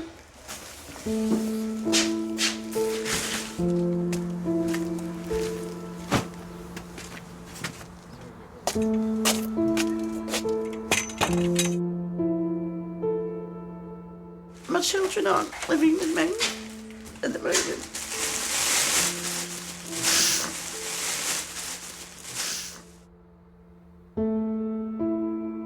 I suffered badly with my back due to an accident I had. So I was finished in care work, which I loved, and if I'm honest, things I started going downhill when I lost my job.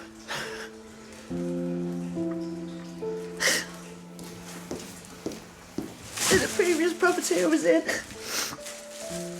I had my benefits stopped a couple of times, and my arrears just went mounting up and I couldn't catch up.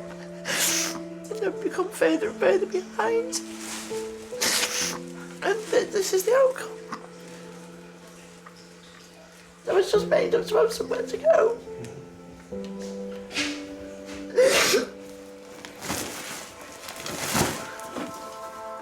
This is the real ugly side. Carl's 4,000 miles away, his house is getting ruined, and yet on the other side you've got Cassandra here. She's in a terrible position as well. There's no happy ending. Not for Carl, not for Cassandra. It's a shocking situation, it really is. That moment that you realise the desperate situation of some individuals, she looked broken. That is a very difficult part of my job. I think that's pretty much what I can take for now.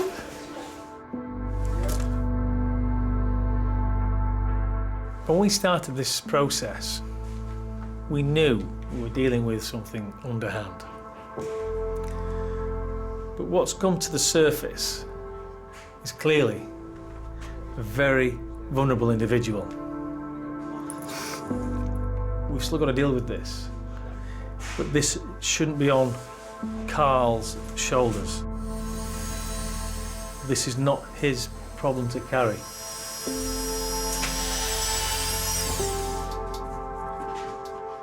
I guess I'll try and stay on a friend's sofa for now and go from there.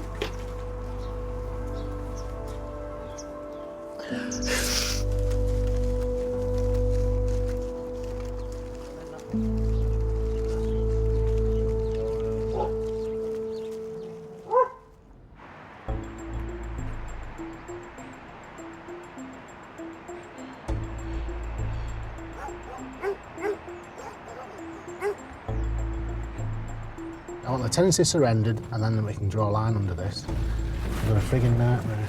After repeated complaints of antisocial behaviour, letting agent Paul Ainsworth-Lord is trying to remove tenants from a house he manages. They're causing havoc on that street. It's just a nightmare for us all. I want them out, I want the house back. They were supposed to move out before the weekend, but it's well into Monday now, so I'm hoping and praying that they've gone. It'll be a good day for us all if they've lived true to the word.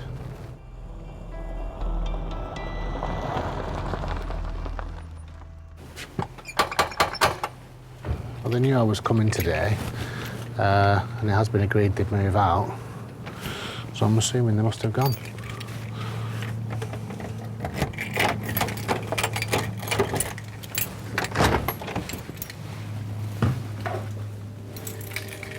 Hello? The little swines. Oh, what a mess. Oh, talk about get your back up. Bloody hell, more vandalism up wall. You just ripped them off, you know, damaged all the casing. There's just no need for it. During Paul's last visit, one of the tenants, Danny, said he'd either fix the broken doors or provide money to replace them before moving out. At the end of the day, he can talk the talk. When it boils down to it, he's really not asked. They've yanked off the bloody, completely busted. Snapped off, and these are window locks. So you've not replaced any, fixed any of the doors.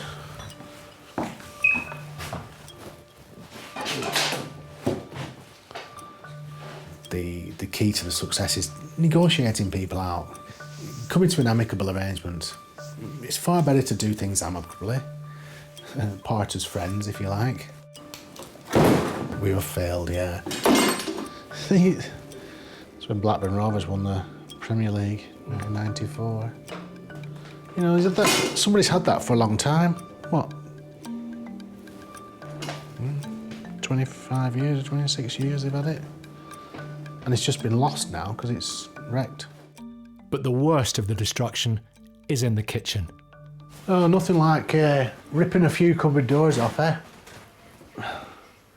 It's what you call willful damage, that.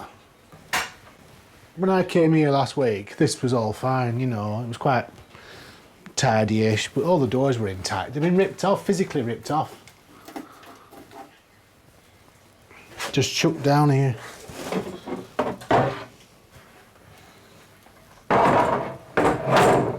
It just makes me really mad, because this is just being nasty now. It's just peevishness, isn't it? I regret having let them have the house, in hindsight, which is a great thing. He should never have got the property, or we would never have given him the property. Paul posts a notice of abandonment. Friggin' scroats, that's what they are, scroats. This means that he can legally end the tenancy, but he'll never be certain who caused all the damage. Before the house can go back on the market, the landlord faces a big clean-up bill. One innocent play can cost you thousands of pounds. You're left with a dump or a trashed house. Just evil, a version of evilness.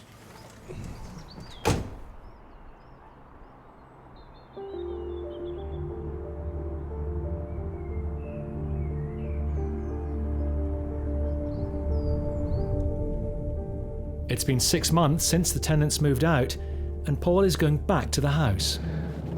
It was the pits. One of the messiest jobs I've had to deal with in recent times.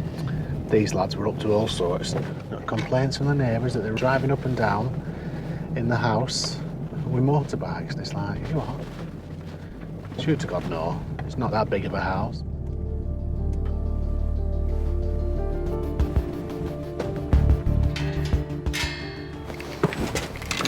So I'll take you in and show you what it's like now. The girl that's moved in here, she's got it beautiful. Where this black graffiti was is that wall there. And that took a lot of paint. Lots of elbow grease and man hours. It's turned out lovely. The hearth, the fire thing was all wrecked, kicked in. Decision was made to make it all nice and neat and modern. In the kitchen, it wasn't just the cupboard doors that had been ripped off. Something had been thrown over the base units as well. It was like a tarry, acidy, oily stuff. Completely wrecked it. And it's become beyond economical repair. So in the end, that coupled with this acid stuff that was on all the base units, we had to make a decision to look at the numbers. What was the best thing to do? Replace it. Paul now has new tenants living in the house, a young mum with 2 kids. She's got it really lovely. She's made it proper nice and homely. We've gone from a skanky scrot to somebody who really appreciates what she's got. But they had these 2 makeshift bed things. You can see all the food on the carpets. The mind boggles. Completely first-class scrot, these lads. And I should imagine they're probably struggling to find somewhere else to live now. It serves them right.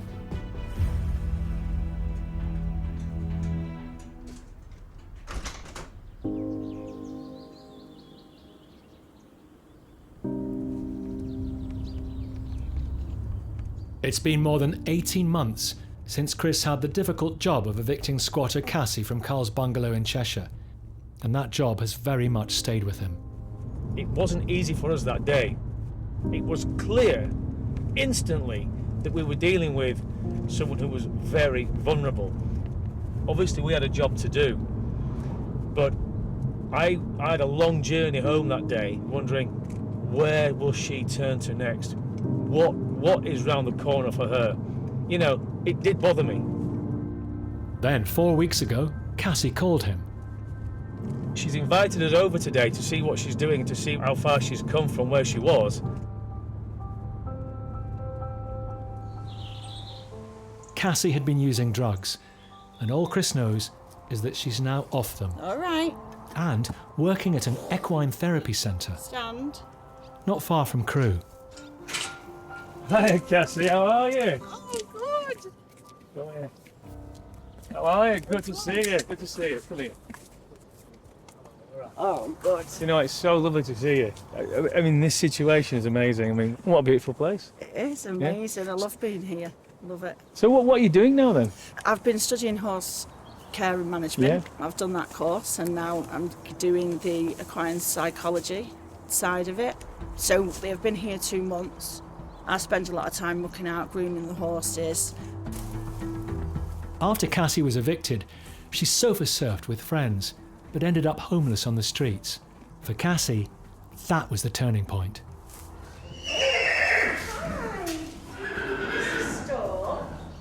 I've done some really bad things in my addiction. I've hurt people that have loved me, and all they wanted for me was to get well, and they were desperate for that, and I just couldn't stop.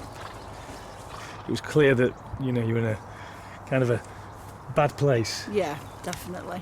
I And was broken, yeah. 12 months later.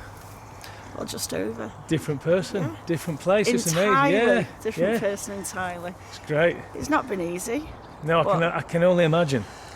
Yeah, none of them times are coming again. No, I do not ever want to go back to that place. I might have been dead. You did it. Yeah. You did it. I'm proud of how far I've come. Change is possible, and anybody can do it. If I can do it and change how much I've changed, anybody can do it. Just so glad I've had the opportunity to meet you again. Yeah, me too. Because you always see people and then all you see, the last you see of them is walking away. Yeah. With a bag. And in 9 times out of 10 cases, it's like, well, good riddance. Yeah. But it was a long journey home for me that day. Yeah. Really long. It was. No, I'm really pleased with it. Oh, thank you. Thank you. That's amazing. Yeah. Oh, bless you.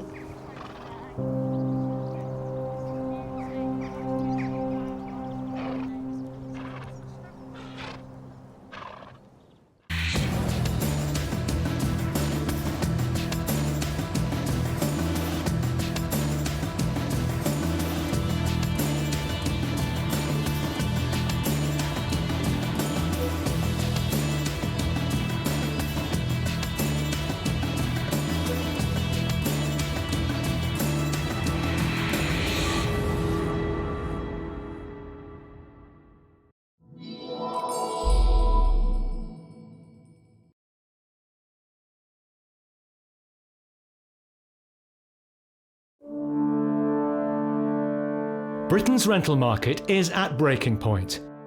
I have 2 children. I'm living in what is like a crack den. She's just chatting shit, yeah? Straight up. With not enough homes to go round, No one should be allowed to live like this. This is unacceptable. This is our home! This ain't his land! soaring rents, I'm going to have to mortgage my pension to pay this debt off. Put a hell of a strain on me. You still have to kill a person. Oh my God. squalid conditions, I'm gonna have to climb over the settee with my shoes on. This could be criminal negligence. spiralling property scams. I'll see you in court. You guys ain't meant to be here, so we have a problem. From bedsits to mansions. Hello, enforcement agent. From squats to drug farms. They have been growing cannabis. This is Nightmare Tenants. Get your hands off me, pal. No, do not put your hands on me, all right? I will not stand for that. Slum landlords.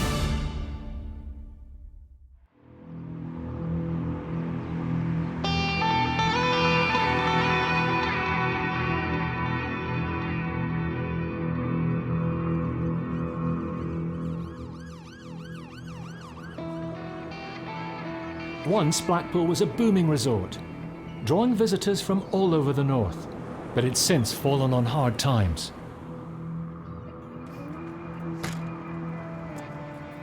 Letting agent John Bartram manages nearly 400 properties here, and today he's on his way to a ground floor flat in the centre of town.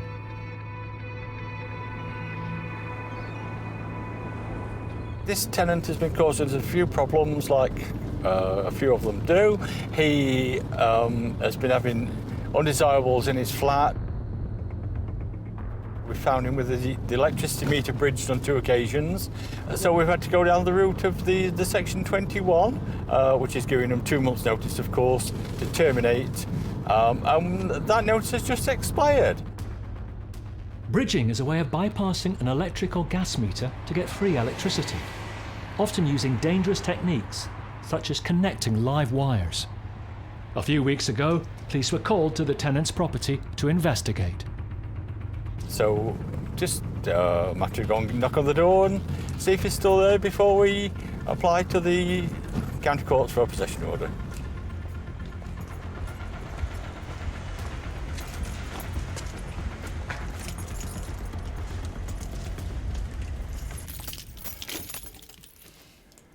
Yeah, there's still a bridge in the meter here to abstract electricity.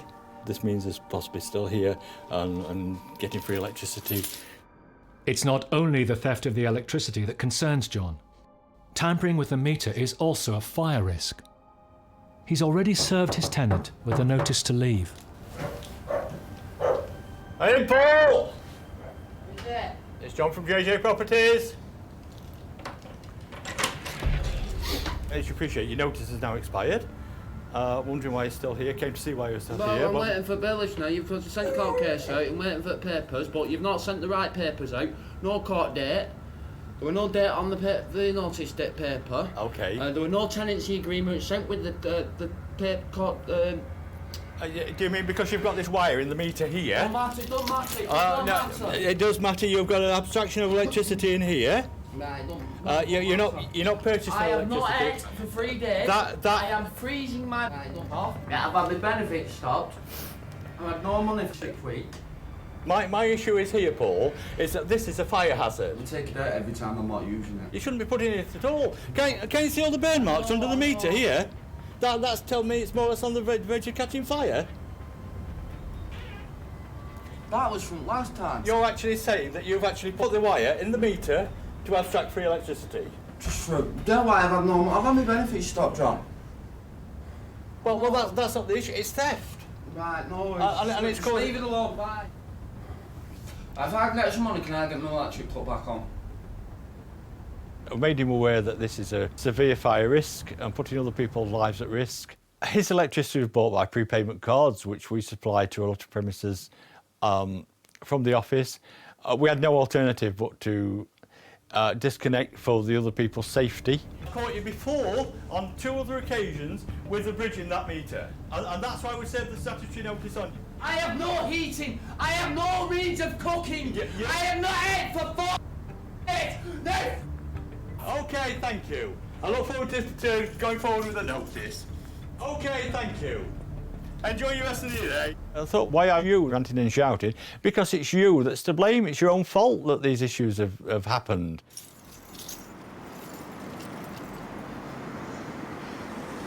Buy electricity from the office. This can be put back on immediately and it'll be monitored on a daily basis.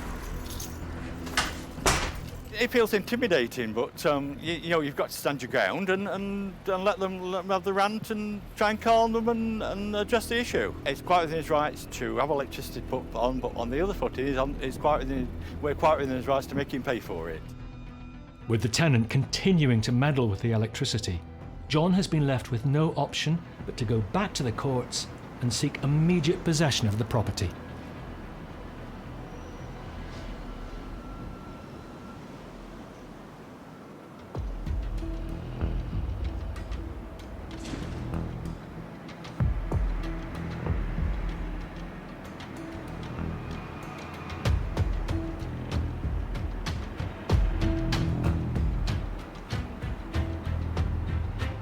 Karen O'Connor and Gemma Painter from Lobster Lettings manage 450 properties in and around Wigan. They're heading to a 2-bedroom house after reports from a contractor that it's in a poor state. We're going to say we really need a chat because we have some concerning information and next one, it's making me rather worried. Let's go.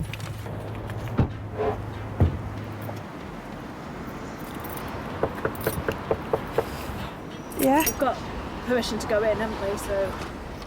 As the letting agents gave notice, they can legally gain access.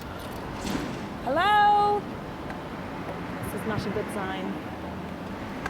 Oh dear God. Really? This is it? Oh. What is it?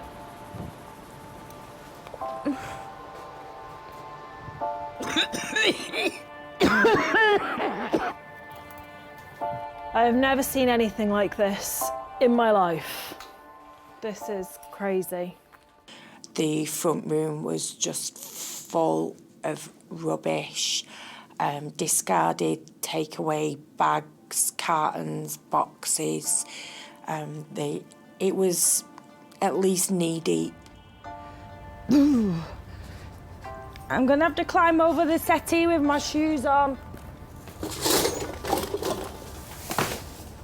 Hello? I don't even know if the guy is still living here.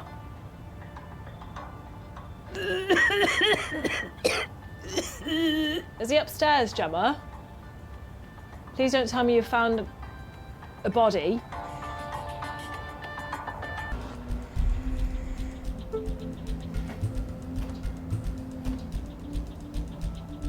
Oh dear God. Oh! Yeah, you don't want to look in the toilet. My eyes are watering. The bathroom has got to be one of the worst bathrooms I've ever seen. The bath, the sink was green with mould and mildew, and the toilet was in a horrendous condition. The state of that bathroom and toilet is just disgusting. How could somebody do that and leave it in that state? The toilet seat was off, and the state of the toilet was just, it was rancid. It was horrible. Looking at the toilet and the bath, I don't know how anyone's using the facilities. But worryingly, there's still no trace of the tenant. So the agents turn detective, starting in the kitchen. So at this stage, he wasn't responding to the mobile phone number that we had. We knew that he no longer worked at the place of work that he originally worked at when he moved in. He was ignoring our emails, he was ignoring our letters, so we really had to track him down. There's been a package delivered in the last 3 months. So he's definitely been here in the last 3 months. There's mince pies. Mince pies? That suggests that it's Christmas, isn't it? Yeah. His milk's not been changed since June. This is actually vile. The smell was disgusting. It was just off, horrible. It stuck to the back of your throat. The milk in the fridge was months old. There was food in the fridge that I don't even know what it was originally. Where do you start with clearing all of this crap? Well, he was here definitely in the last 2 weeks, so we know he's not absconded of Is there any this issue. wages going in them banks? Yes. Then, it looks like they might have found something. He's getting regular payments. It's a wage slip with the name of his employer. I'm confident this guy's still alive. Yeah. So Gemma gives them a call to see if he still works there. Has he finished his shift for the day? Okay, thank you very much.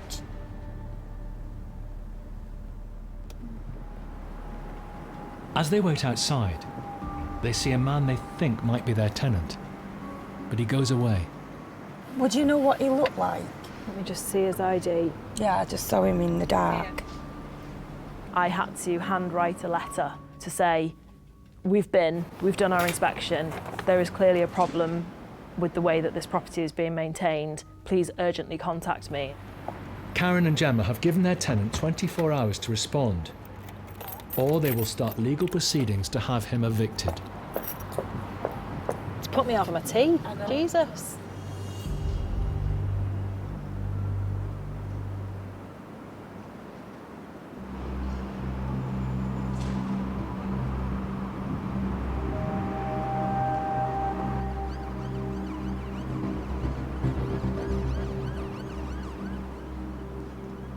It's been 5 weeks since letting agent John Bartram served an eviction notice on his tenant Paul.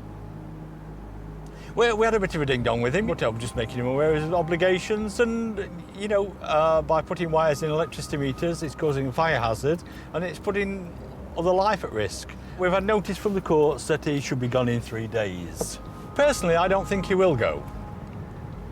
But time will tell. Another person that thinks they know better and they can do what they want and has got to face the reprisals. Getting the tenant out becomes more urgent after John's team receives a serious threat. Hi Kelly, what's up? Are you taking the letter for Wignall? Why? What's happened? Just because of like how volatile he's been, you know, Friday last week. He called the office and said that that you know about the electric, stealing the electric from the meter. Yeah. And we'd had to explain to him how much he needs to pay back to, you know, to them for the stuff that he's stolen. Yeah. And then he threatened to torch the place, so I just think you should be a bit careful. Right, well, the police notified on that one? Yeah. Right, okie dokie. Thank you. Bye-bye. Bye, bye-bye. You can't believe people will make such statements. It's desperation to try and force people into doing something on a threat that really I've got no intentions of going forward with the threats. It makes you think what he could do. You never know what's going to confront you. When I show him the copy of the letter that he's got to be out in 3 days' time, I think he might flip again. No, I don't either.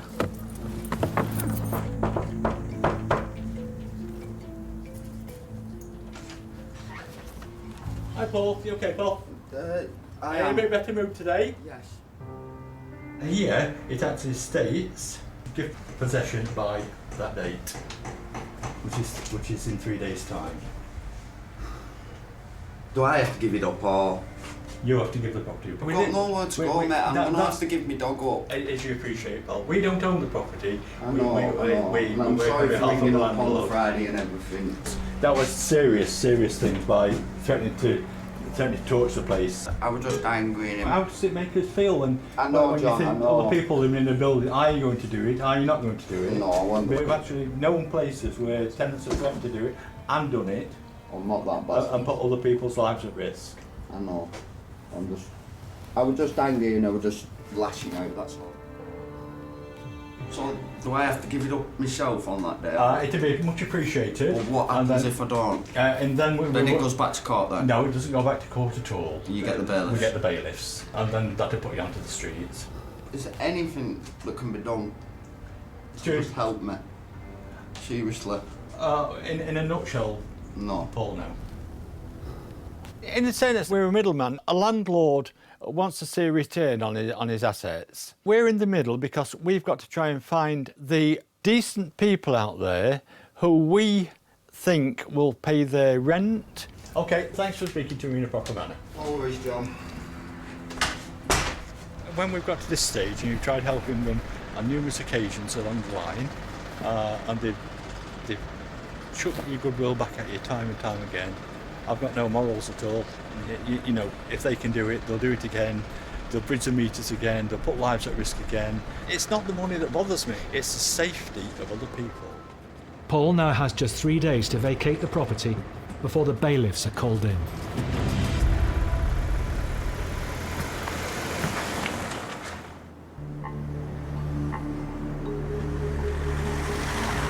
Britain's buy-to-let market has created huge opportunities for unscrupulous landlords to make money out of vulnerable tenants. Reports suggest there may be as many as 10,000 rogue landlords in the UK at any one time.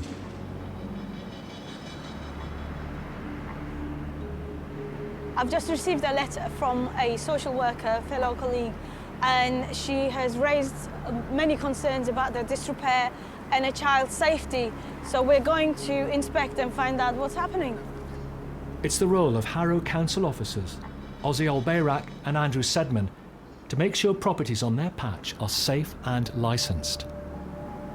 That window, that's really shocking. Let me get a photograph. I was looking at it from there, and you got the cracks on the building. Yeah, that's really not good.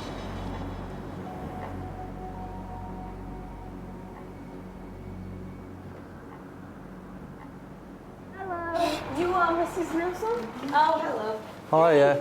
How Oh, hello. You're from Harrow Council. I'm the lady who was speaking to your social worker. Yeah. Charlotte Nelson, a mother of 2 young children, has privately rented the 2-bedroom flat for 18 months. So basically, I've asked what happened with the window. She said somebody kicked the ball from outside and broke the window. This one here's been smashed and it's just covered up with black bin liners. So, absolutely useless. It's not nice.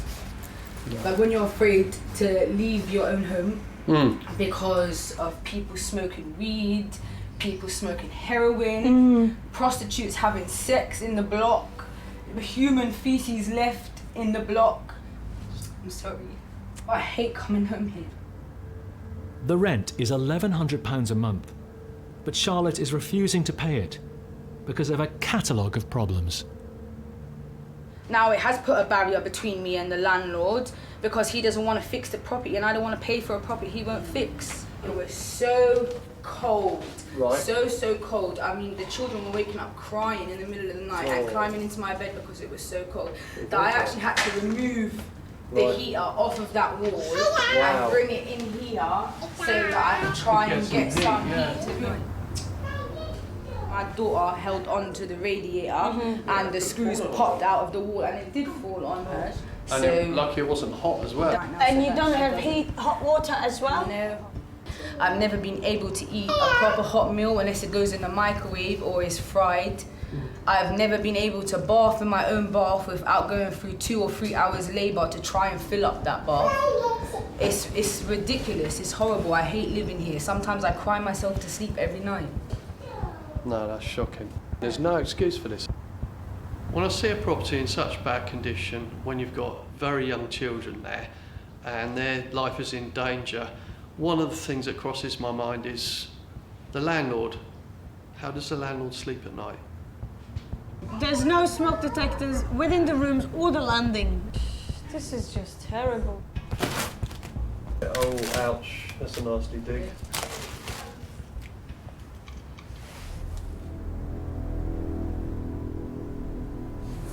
I've just seen the most ridiculous looking electrical consumer unit here. It's so ancient, it's older than me. Apparently the electrician told her not to touch it. No, because it's dangerous. Yeah, I can see that. The electrics aren't just out of date, they have a missing fuse. It raises alarm bells with Ozzy. Looking at the electric switch, it kind of quite got me worried how a competent electrician would have left that out. So I was a bit suspicious of who could have done this. So I don't want to blame anyone, but who knows? I mean, I don't know both sides of the story, but no one should be living in these conditions, no matter what their excuse is. He needs to fix this property. It's his responsibility, and we'll be definitely talking to him because no one should be allowed to live like this. This is unacceptable. So basically, most probably we're gonna prohibit the property simply because there's no hot water, there's no heating, and it's very unsafe conditions. But I promise you, we will tackle it, I promise you. The enforcement officers will prepare a prohibition order. And if he doesn't comply, the landlord could face prosecution. In Harrow, Housing Enforcement Officer Ozzy has tracked down the landlord of Charlotte's flat. He and his managing agents have been served with a civil protection notice for having an unlicensed property, and the landlord has been ordered to carry out urgent repairs. We've just prepared a prohibition order under Section 20 that gives the landlord 28 days to carry out the works, and if he doesn't, then obviously we'll need to take it further and see what other options we have. The moment I serve him these notices, he will contact me. I know that. And then we can see what he has to offer.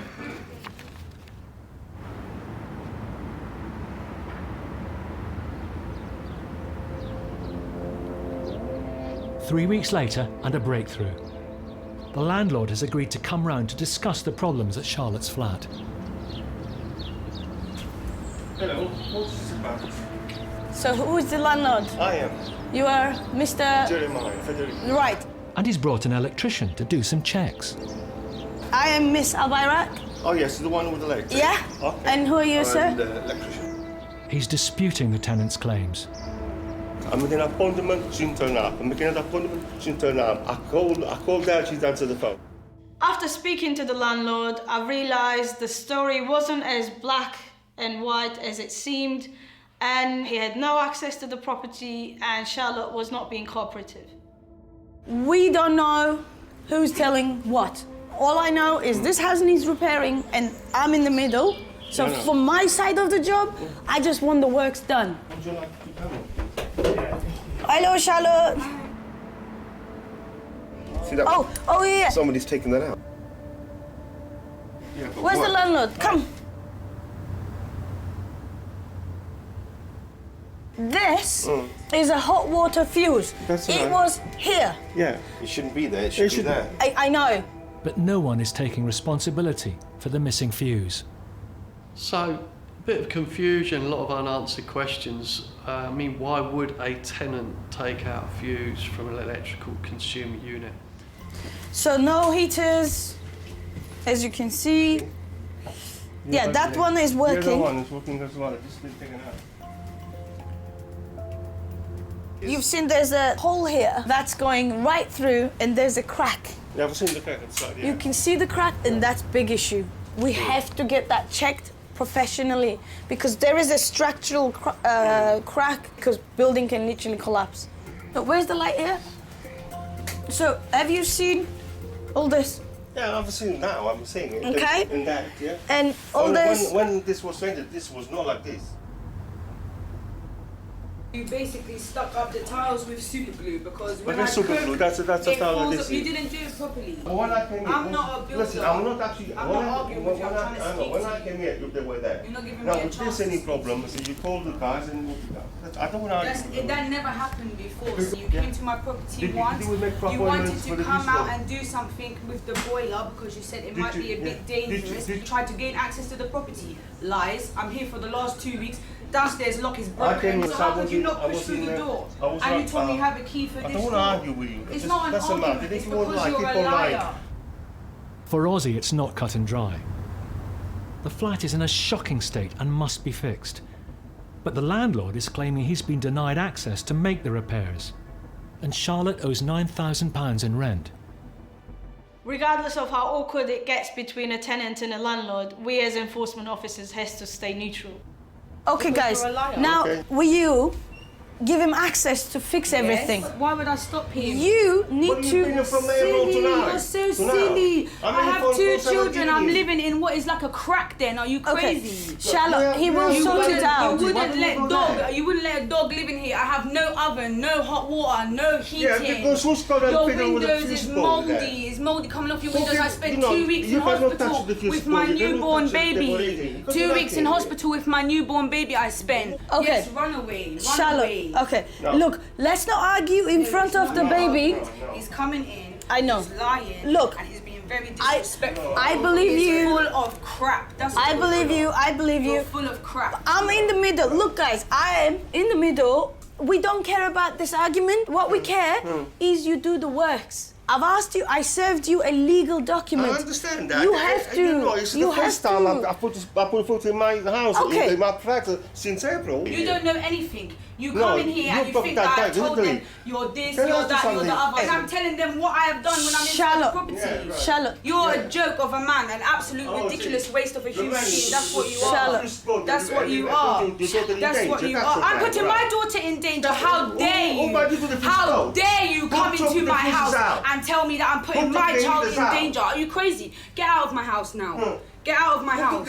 Get out of my house. Get out of my house. Get out of my house. For as long as my name is on the paper, it's my house. Okay. If you want it back, you can take me to court. Get out of my house. Go, please, go. Go. It's time for you to go. Bye-bye. I'm going. Goodbye. It will happen. Goodbye. No, Goodbye. let- Leave. Leave. Let them have the keys and I'll come back Yeah, later. leave. Bye. Goodbye. You did have me access for a year. Goodbye. Goodbye. Okay. Tell them your lies outside. Right. Charlotte, I know you're very upset, but I'm really trying to help you here, my darling. You know I'm trying. Look, I've served a notice. Absolutely ridiculous. I know. Look, you don't get yourself upset. I'm not gonna have a man come into my house and tell me I put my child in danger. I spent 2 weeks in the hospital with my son because of this house. I understand. No, you don't understand because this is where I live. Okay, we will help you. There's a liar every single night. I'm going to sleep and I wish I wasn't even here because of the house that I live in and the way my children have to live. Absolutely ridiculous. Okay, let's not get more upset. He can swap places with me. Tell him to come and live here and I will live in his house. And in the space of 2 weeks, let me ask him how does he feel that he's not able to cook a meal or he was not able to have a bath. At the end of the day, if he wasn't, then why wouldn't he make it his obligation to come out here and have these things fixed? Ozzy needs to get the landlord side of the story, as he's unhappy about being £9,000 out of pocket. I've always been a good landlord. I've been begging backwards for these people here, for her. How many people will wait for so long with no payments? Would you have done it? Would you have done it? Is that good or is it bad? No, she comes to me, she calls me a lie. How would I feel over there? Of course my temperature is up.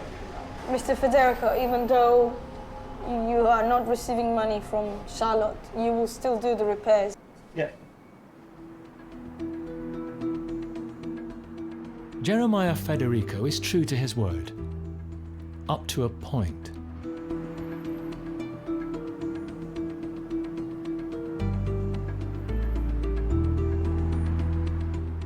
It's 3 weeks since landlord Jeremiah Federico was served a prohibition notice by Harrow Council, forcing him to make urgent repairs or risk being banned from renting out his flat.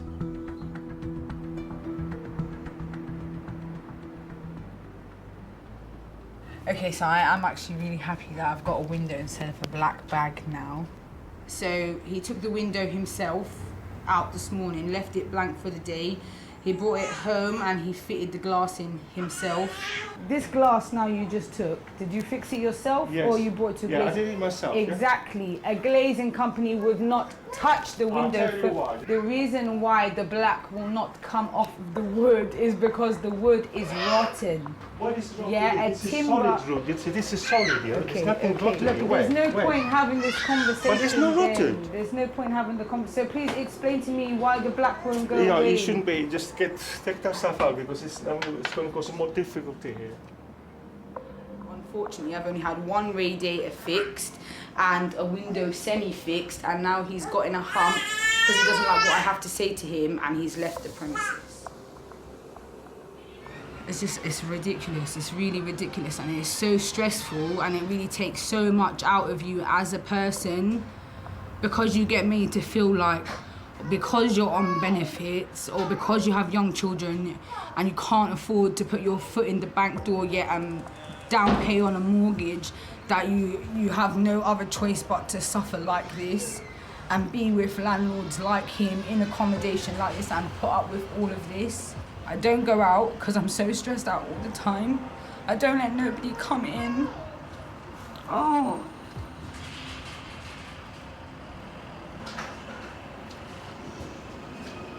I'm literally so fucking depressed all the time.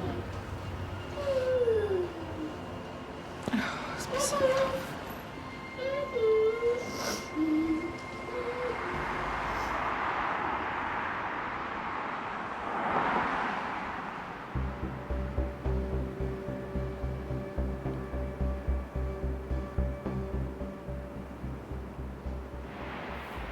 Three days have passed since John Bartram gave his tenant another warning about stealing electricity, and today he is due to leave. I'm expecting him to still be there. I don't know whether he'll be volatile, I don't know whether he'll be aggressive. We know there's been some substance abuse, so I don't know what we're going to face.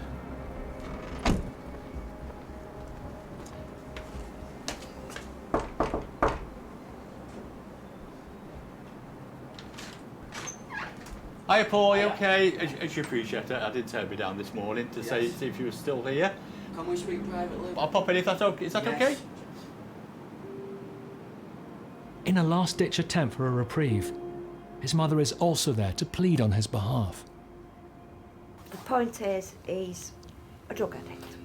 Yeah. You know, and you don't think. Yeah. Are you still on it, Paul, or are you on methadone or? No, I'm not on the heroin. I'm not on the heroin. I will never touch that. Yeah. I don't inject, I don't intake that brown, nasty brown stuff. Yeah. I'm on crack cocaine. Talking between us, how do you afford it? He doesn't, because he cons me, lies to me, saying, lost his keys, he needs 50 quid.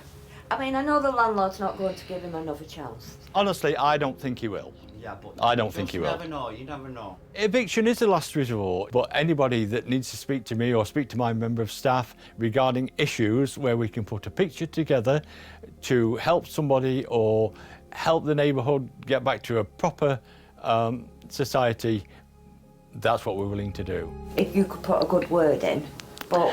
I couldn't do that because I'd be putting my neck on the block, wouldn't I? Yeah, you would. Yeah, sweetheart. yeah. And I'm sorry for asking you. No, it's fine. It's fine. Okay. So, good to speak to you. Thanks for being sociable, Paul. Today was the day when he should have been gone, of course. We have to go down these lines before we go to the next stage of instructing bailiffs. I will explain to the landlord that his mum is now involved, trying to give him extra support. Good of him, he's openly admitted that he has got or had a severe drug problem, but although we will be speaking to the landlord, I would still make recommendation that we go for the bailiffs and start again. Owing to the coronavirus national lockdown, the tenant has been spared a visit from the bailiffs and for now remains at the property.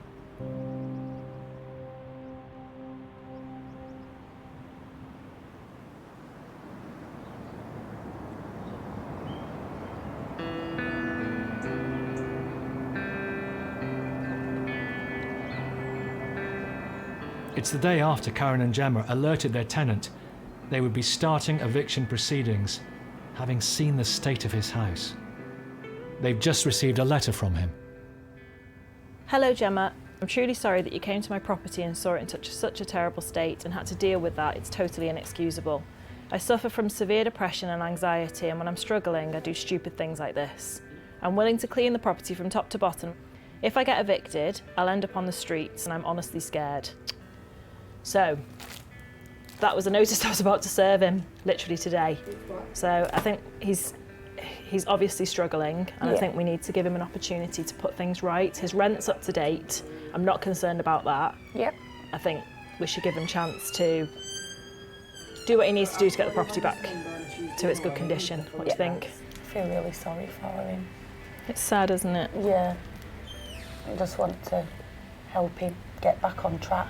I think under these circumstances, it's important to have some understanding and compassion and empathise, because not everything is black and white. He suffers with mental health, and it was severe depression. He was alone. He was really finding it hard to deal with. He was feeling really lonely, and it just made him thoroughly depressed, and he needed someone's help. Perhaps highlight that there's people he can talk to. Samaritans are really good. Put a contact number on for them and suggest that he gives them a call. Right, okay. Okay, thanks.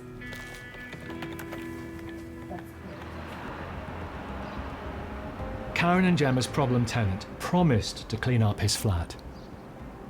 He's told me that he's done the clearing of all the rubbish. Great. They're on their way to see for themselves. It still needs a full deep clean. Right. Which he said he's on to. He's paid the rent for this month as well, so yeah, the rent's in. The rent's actually come in early, 3 days before it was due. Okay, let's go and have a look then.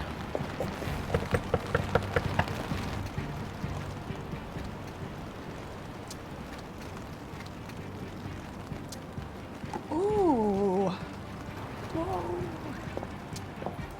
Much improved. We were delighted to find that the tenant had completely cleared the living room. It was a proper living room. You could actually get in and out of the room without standing on any furniture.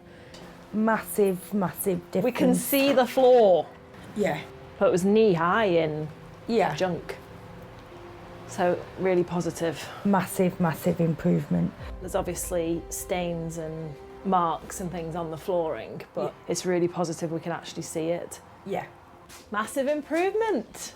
I didn't even know what colour the carpet was last time we came. No. Let me just check the fridge. That stinks. Yeah, he's not got round to doing that. Shut the fridge. That's horrible. It is. Is my mascara on? Yeah, a little bit. I don't have a good gag reflex. No, you don't.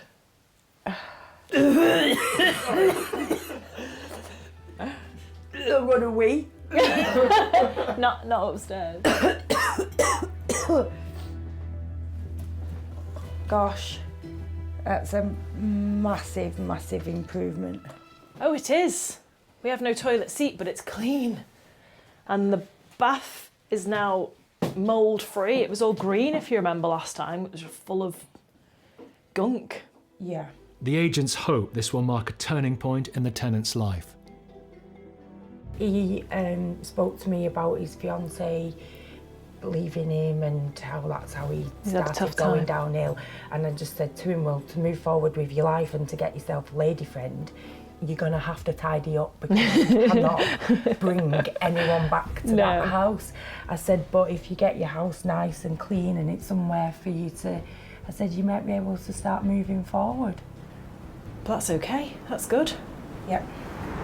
We've worked with him, we've given him the opportunity to put things right. I will email him when I get back to the office and give him a pat on the back. Good. It was looking into people's manky fridges. Yeah, it's put me off food for life. Off food for life.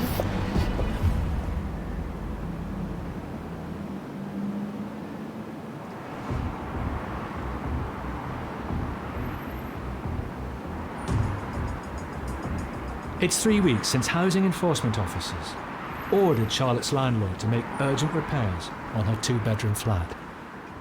This morning, they're checking whether he's been good to his word. Good morning, sir. How are you doing? Very well, thank you. Good morning, Mr. Jeremiah. How are you? You've done everything we've asked you. Yeah, what do you think is the Everything. I can still see the crack, Mr. Jeremiah. If the repairs haven't been carried out properly, the landlord could lose his right to rent the property and his income. Hello. Yeah, go on. Right, sir. Good morning. How are you? Right. Here we go. We're going in. Thank you. Yeah, so this is the new heater. Yes. It's all working? Yeah. Good. Just going to test this for me. Andrew, use your pen. Oh. Wow. There goes Yeah. the tinnitus. So window fixed? Yes. So I got like a lot of condensation still, but at least the window is fixed. I told you, it's single glazed windows, darling. No, I need to change them, but it's not With specifically. You keep on pushing. I tell you that I'm going to do all of this, okay? Mm-hmm. Now, if I could borrow 10 grand and I'll pay you in 2 years' time, no, I'll do it now. Well, But I can't, with the kids over here, I don't want to start and do papering, wrapping, paint stuff. yeah. I promise you, I will be in touch with you with this.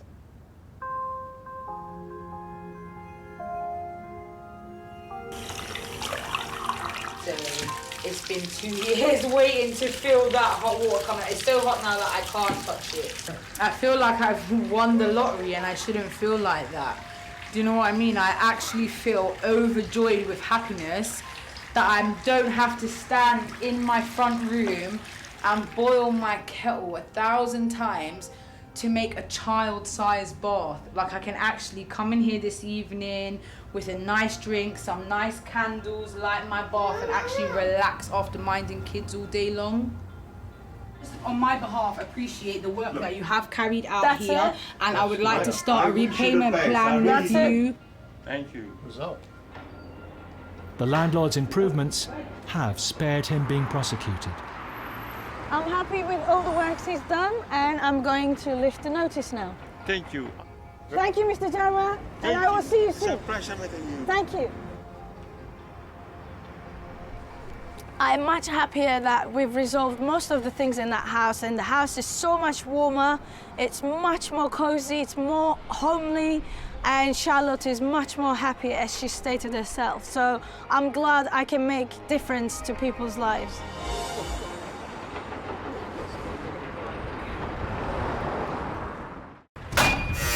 Next time, squatters get busted. You being here cost them a fortune. It's got to end today. Look here with that camera. I swear it'll be smashed to bits. Letting agents on the receiving end of abuse What, you keep following? Nothing to do.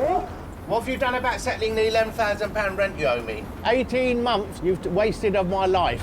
and a landlord is pushed to the brink. You can't go around doing this to people. You still have to kill a person.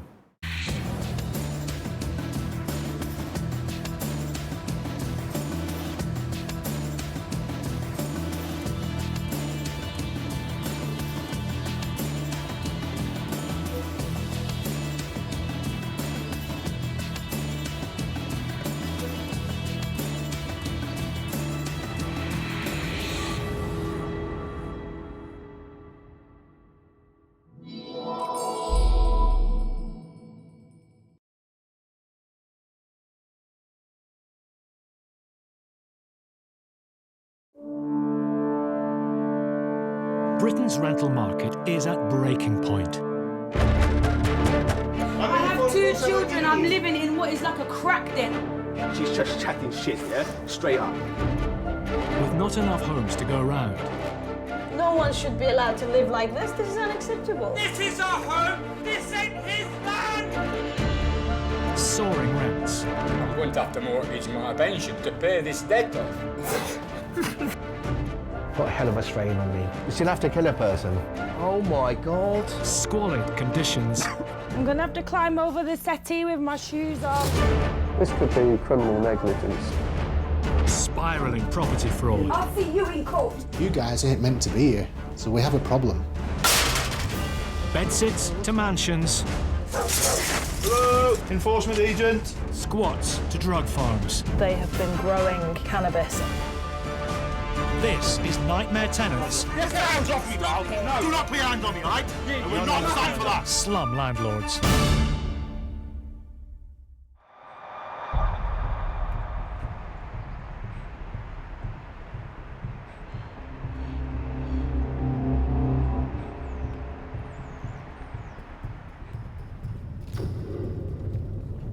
I once had a house that they were lifting the manhole and sweeping the dog poo out of the yard into it. Oh, gross. Letting agents Karen O'Connor and Gemma Painter from Lobster Lettings are about to carry out an urgent inspection. I'm really quite nervous about the state of this property. A few days ago, their tenant Laura alerted them to a plumbing issue at her 3-bed home. She reported that both her toilets weren't working. I managed to get a drains company to attend, and then yesterday when we spoke to the drains company, he said that he didn't want to speak out of turn, but he suggested we go round and he'd never step foot in the property again. Oh my gosh.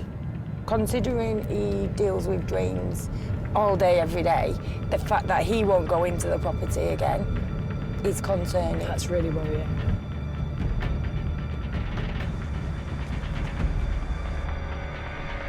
Let's go.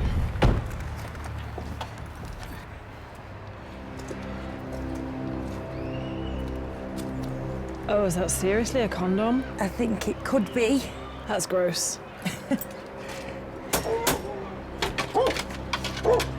She's got a dog. 2 dogs. It's not good, is it? Hello?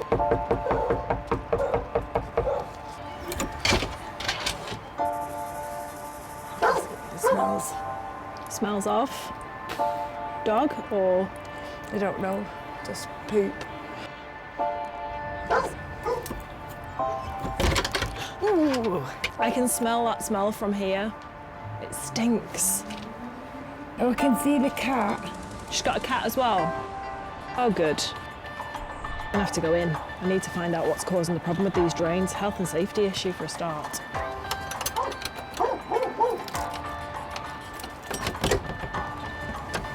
There's a bolt on. They put something there to stop us getting in. There's alarm bells ringing left, right Massively. and centre here. That's really weird. Unless they're in. When we're out together, it's safer for both of us. Someone's here. Oh, good. We don't know what we're going to find behind the door. We're there to tell them that the property isn't being maintained and kept in the condition that it should be. So those aren't conversations that are going to be welcomed, and we don't know how that tenant's going to respond. Hello? Hi, all right? No, I'm not well at all. You just woke me up again. All right. Are we all right to come in? We've sent you a letter. I haven't seen no letter, but what's it We for? hand-delivered it yesterday. Don't come through then. Can you tell what's happened with the drains? What's caused this issue? Well, we don't know. That's what I'm waiting for you for. I've had no working toilet for nearly a week.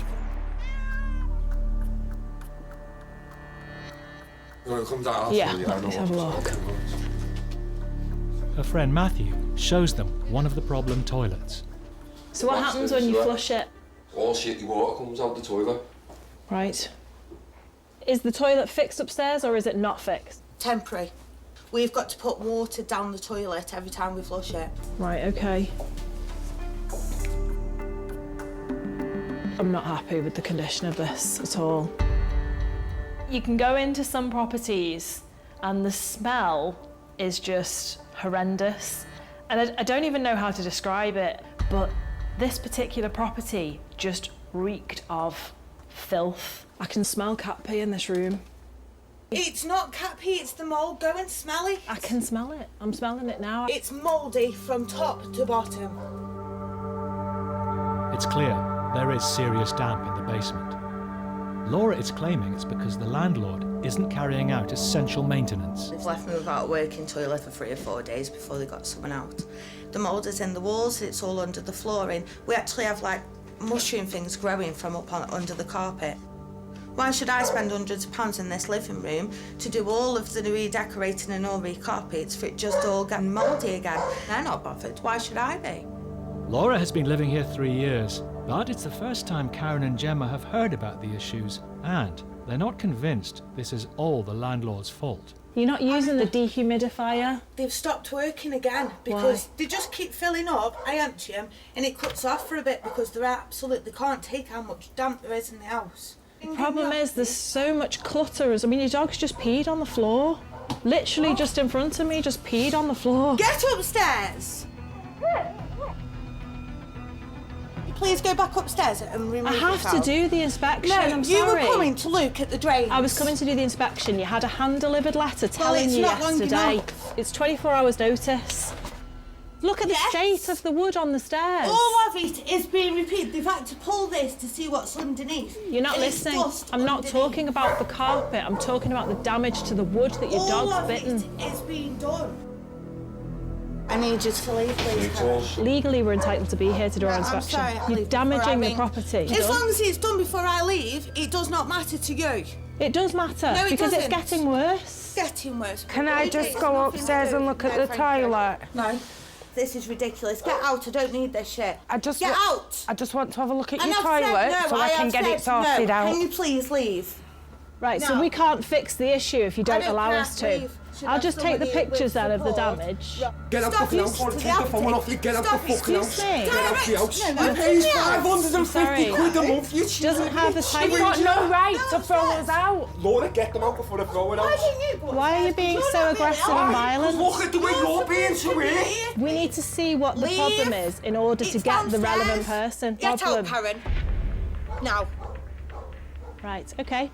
We'll come back. Well, don't bother. I legally have entitlement to come here and inspect. You do not We've need given to you well, notice. please, can you not bring her? I do not want her in this property. Sorry.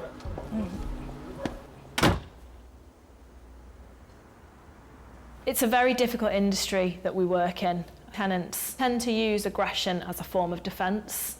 When they know that they're doing something wrong, they will try and intimidate you so that you back off. That's how the house was. It was pristine. It's now wrecked. It's going to be heartbreaking for the landlord. They're going to have to spend thousands on getting this property to the condition that it once was. And it's not fair, it's not right, it's shocking. I'm going to be recommending to the landlord that we serve notice and evict because The property is being damaged. She's literally just forced us to leave, despite us having legal rights to be there to do the inspection. Her own dog peed on the floor in front of me. It's just horrendous. We need to make her leave.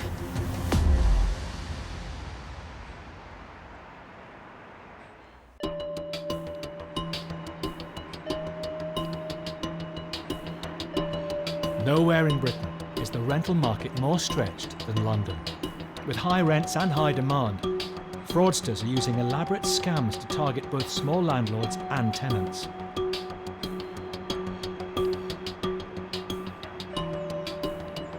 Landlord Juliet Elderton is evicting the tenants who live in her property, although she doesn't actually know who they are.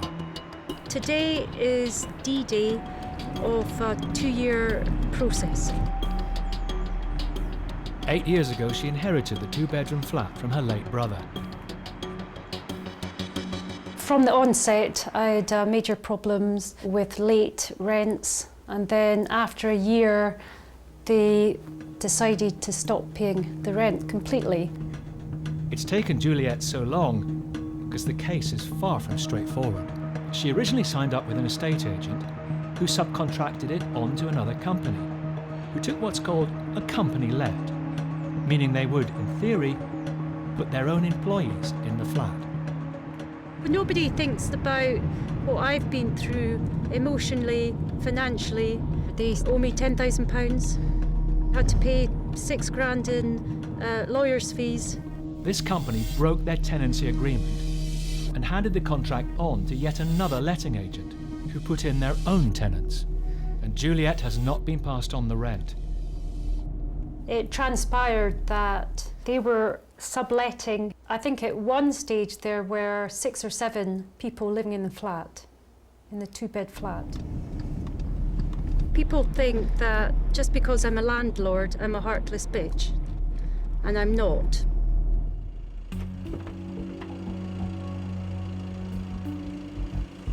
Juliet is meeting Paul Champlina from Landlord Action, who's been working on this complicated case. Juliet, good morning. Hello there. A part of me was nervous, apprehensive, but then another part of me was feeling empowered because I had the support behind me. Leading the eviction is High Court Enforcement Officer Scott Hines. We don't know if they speak English or if there's children or No. anything like that. Okay. We don't know a lot, unfortunately, but we do know she's 10 grand out of pocket. How these subletting scams work is they will try and make out they're a legitimate company. Once they get the property, they're supposed to pay the rent to the landlord. A lot of the time they don't pay the rent. And then they will sublet the rooms and maximise as much money as possible over a long, lengthy period.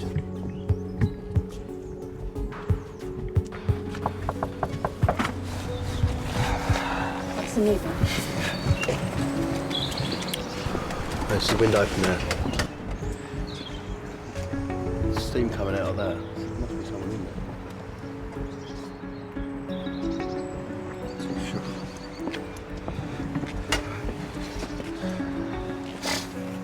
Hello. Oh, hello there. Hi there. Right, my name's Mr. Hines. I'm a bailiff. That's my ID.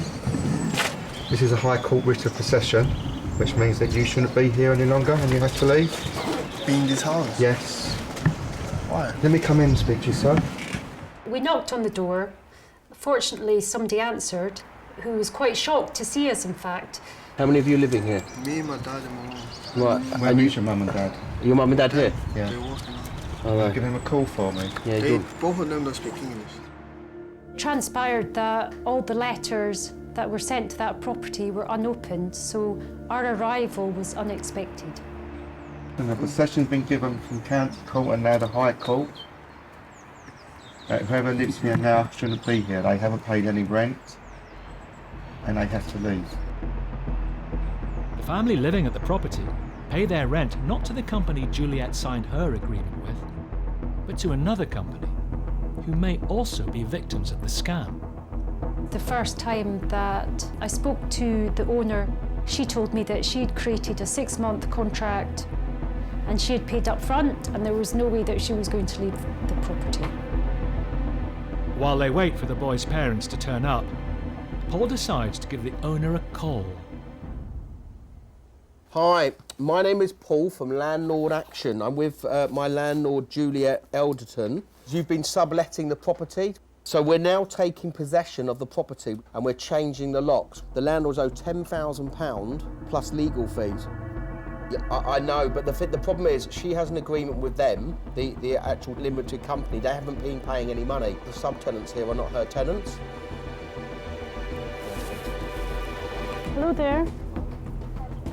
And I've told you already that that I wanted you out, and you wouldn't leave because you told me I had to take you to court. Okay, so you have done that. I've done everything, and now I'm back here, like as if it's unusual. I told you that I was the landlord, and this is my property, and I've gone, so I can't wait any longer now. We're taking possession now. I'm taking possession of the property this morning. Okay? I've given you 5 months to sort this out, right? Okay, I can't help you any longer because I've gone through the right channels, okay? We're taking possession now. We have to, she might want to speak to the subtenants. Right, here's the boy. tenant. Yeah, the subtenant, here. I'm a complete mug. This is ridiculous. She's been told 5 months ago that I'm in a situation where we're in a complete scam. Yeah. And she's talking like as if it's new news. It's layer and layer and layer of scams. Everyone pleads dumb insolence, okay? And the one that loses that is the landlord and the subtenants. When you turn up early in the morning, you know, you just think, well, we paid our money. And this is the reality of rising rents in London. Right. You know what I mean? All right, what did she say to you? She said that she was paying the company, but the company wasn't paying you back. You know, how much are you guys paying the people? Paying for the house? Yeah. How much do you pay a month? That's around £1,000, 560. 1560. Yeah. 1560. And you're supposed to be getting £1,100 a month. While Juliet is over 10 grand out of pocket, the subtenants are just hours away from being made homeless. It looks like they're both victims. Is that company going to sort you out and get you another place? You need to start screaming and shouting at them. She's taking a piss. What happens is, you have a landlord that's a victim that never gets past his rent, and you get subtenants that are paying their rent on time, working hard, can't afford to save, paying it to a subletting company, and they're having to be evicted because they know nothing about it. I mean, it's just nuts, isn't it? If people say something to me, I expect it to be true. That's what I have. That's the way I work. I conduct my life. As the locks are changed, the boy's mum. Hello. I know it must be a surprise for you. And dad arrive home. Okay, I'll speak to your son and you can translate, yeah? And they're not keen on leaving. Imagine if you put everything out like you guys want to, right? And then the girl doesn't answer him anymore. Like, we will be fucked. No, understand. Yeah. So he's not worried about your stuff, you're worried about where you're going to sleep tonight, aren't you? A part of me felt bad that, you know, they were being evicted because they didn't realise what was going on. But then I had to be forthright and just stick to my guns. I'm going to be blunt. There isn't anyone's problem here apart from yours. So you're not staying here. You can't stay here. Okay. Yeah, but, so we need to get to the bottom of this, and we need to be blunt. Okay. They left work. No, I understand. It's stressful. I totally understand. Tell your dad. We feel very, very sorry for you and your family. We're just gonna need to go and sleep on the streets tonight. No, you can't sleep. You might have to go to a hotel or whatever. Não fala nada, não fala nada. Se não for o que eu queira, eu quero saber o que está acontecendo. We knew this was going to happen. The people that are earning the money are these subletting companies. They don't care. They're messing about people's lives. No, understand. Let's go. Understand, my friend. You're not staying here. This is always going to happen. No, I know. Okay? He's not a doctor, but he's No. Right, Well, listen, everyone needs to be quiet and let me explain, okay? So you explain to your dad. This is the woman. Look, this woman. You don't understand, my friend. Sorry, man. You're not staying. No, you can't stay. No. No, You are I not. understand, my friend. Tell your dad he's not staying here. Understand. You understand? Father, he was very upset and frustrated. Nearly 3 hours into the eviction, Scott gives the tenants just 1 more hour to leave. It's never nice doing this, you know, it's not nice doing this. This is the last resort.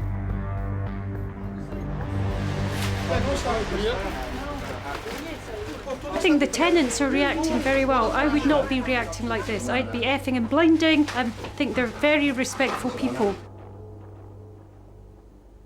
Tenants can really be taken advantage of, especially if you've got tenants that are moving over. They really don't understand the laws. There's a language barrier. She's gonna pull me and my parents to live in another house that she has. Yeah, good. Remarkably, the letting agent had organised a van and a place for them to move to. So that was good because, of course, they could have been homeless. They could have been on the street. Just pull this out here for you, yeah? Thanks. After 4 months of legal battles and 10 months without rent, the subtenants are gone and Juliet finally has her property back.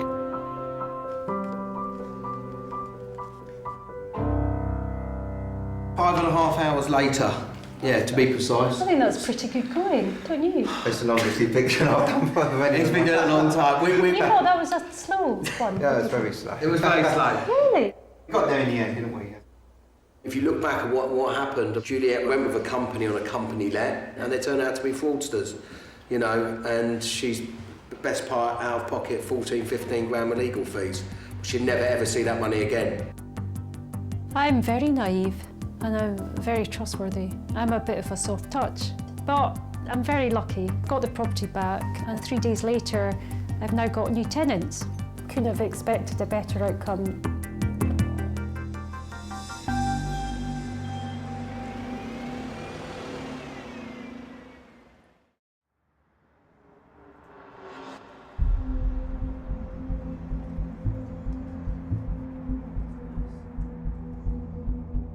Letting agents Karen and Gemma are returning to the property where 2 months ago an emergency inspection turned sour.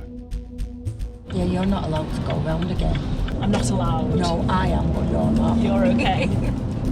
Since then, the tenant Laura has stopped paying her rent and is now £1,100 in arrears. It would be nice if just one time a tenant turned around and said, you know what, I was out of order. You were right, and this is what I've done to put things right. Oh, and here's my rent. It's Look at that. You know, It's a flying pig. Flying pig. More chance of that happening. More chance. I'm not going to go in because she was so angry at me last time for telling her how it is. She told me I'm not welcome to come back again, so I don't want to antagonise the situation. Yeah. Gemma wants to complete the inspection so she can work out how much of the disrepair is down to the tenant's negligence and is her responsibility, and in turn, what needs to be fixed by the landlord. A good tenant treats their house like their home, pays the rent on time, reports maintenance properly. But the average tenant is nothing like that. Hiya. You all right? Right, let me come and have a look then. It's all like damp. It's actually wet through that. Yeah. I don't know what it is, to be honest. We'll get someone to come and have a look underneath. It's definitely wet through. My knees are wet. All right. Sometimes tenants don't necessarily think to report maintenance issues unless it's affecting them. So if the oven breaks, for example, they'll report it straight away. Mould and damp spots, they won't report that until it becomes a big problem. Right. So, do you want to stay? I don't want to end up with nowhere to live. Right. So, Landlady's just concerned because you'd promised to do the carpet, and then the carpet wasn't done, and now you've not paid your rent. I asked for permission to decorate all the house, but I haven't got the money to keep paying out when the house is falling apart around me. I might as well not bother. You know what I mean? If we can get the issues sorted downstairs, what time frame do you think you'd be able to get flooring done? It'll all depend on once everything else is done. Gemma agrees to fix the damp issues. In return, Laura will need to fix the carpet and any other damage. But there's still the matter of unpaid rent. When do you think you're going to have the arrears paid off by? By the end of next week. In full? In full. All right, OK. I don't necessarily want to live in these conditions, but I can't end up with nowhere when I haven't got anyone to turn to. Do you know what I mean? From our point of view, if we can get these jobs done, this is paid off. Yep. In an ideal world, would you want to stay? Yeah. Yeah. Despite their agreement, Gemma serves the tenant with a formal eviction notice, which means if Laura doesn't keep to her word, she faces losing her home. I'll have to give you this anyway. Yep. That's the notice based on the arrears, which hopefully be out of anyway. Yep. Thank you for letting me in. No problem. We're not in the habit of evicting tenants. All right, thank you. We will do our best to make sure that they can stay in the property. How was that? She was a lot more calm than she was last time. Downstairs, there is a lot of water on the floor. I've knelt in it, so I will soon ascertain if it's dog pee or not, because it'll smell. Oh, no. She says she's going to repay the arrears in full. Right. And the month's rent. OK. Did you serve the notice anyway? Yes. Great. Yeah, that's a good result then.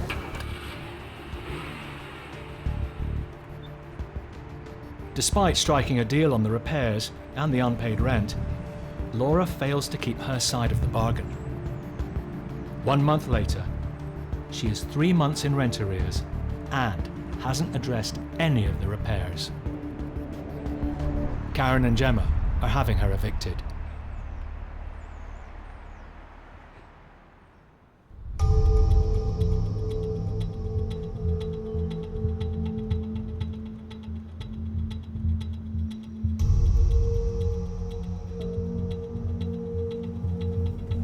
Letting agent Paul Ainsworth-Lord has had a tip-off that one of his tenants has done a runner.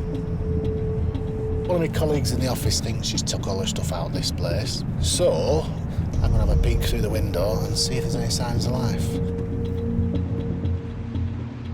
Paul let the commercial property 18 months ago. The tenant, Michelle, runs a wedding business, Love Rosie, but has got seriously behind with the rent.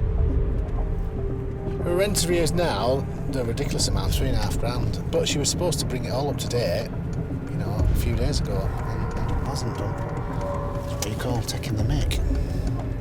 With the tenant refusing to answer his calls, Paul wants to check on the state of the property himself.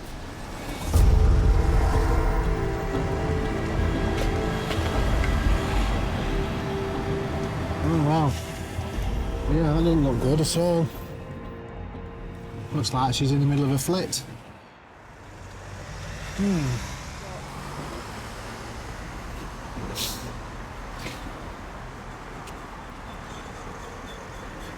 Doesn't give me a good feeling when I can see cans of cider knocking about. Right bloody mess.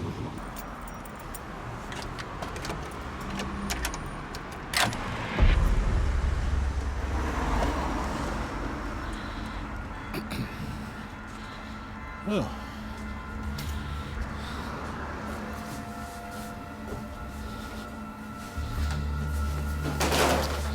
Not a lot happening. Yeah, I really don't like the feeling I'm getting. In time for the party. This lady rents this premises to store equipment that she uses on wedding events. So they've got a lot of weddings on. Or she's done a flit. My gut's telling me it's the latter. I don't like it. got somebody renting a place who's not using it and not paying rent. It's not a good mix.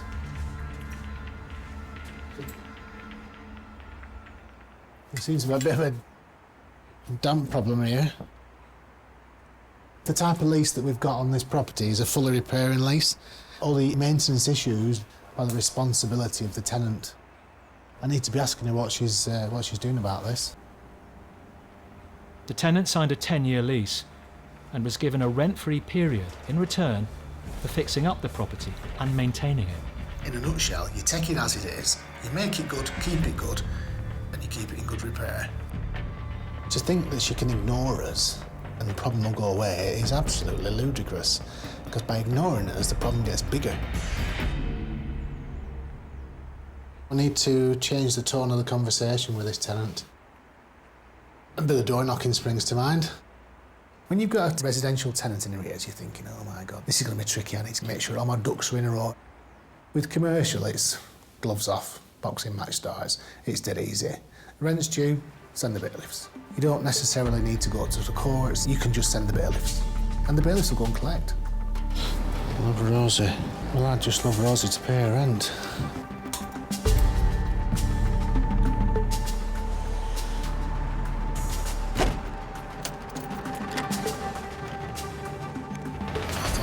I think you're going to get away with this.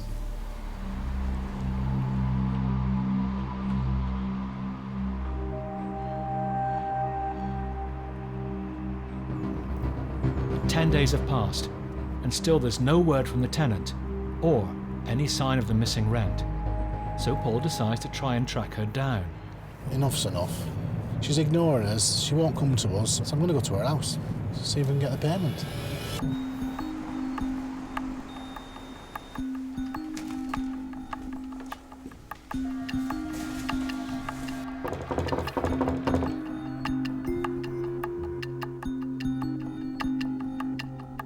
There was nobody home, or at least she never answered the door. I think she'll get a shock when this is delivered under her door when she comes home tonight.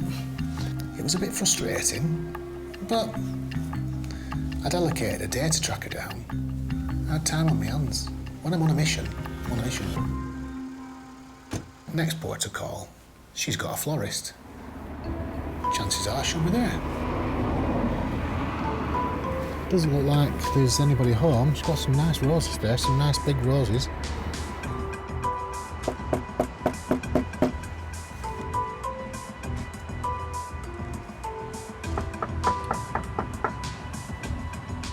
Oh, that's disappointing.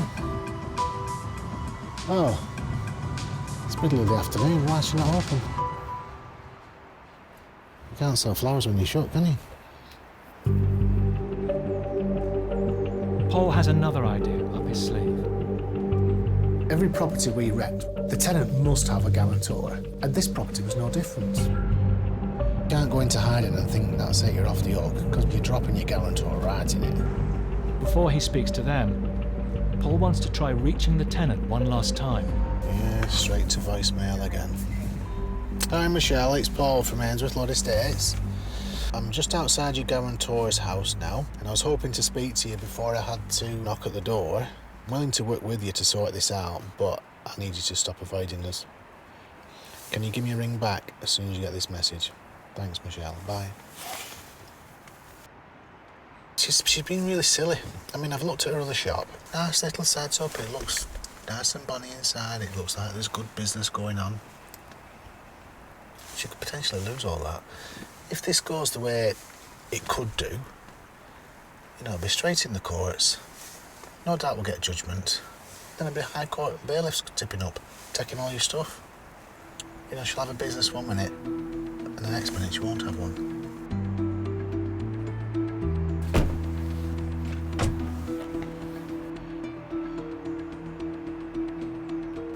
Sad day, really, for the guarantor. Don't like it one bit.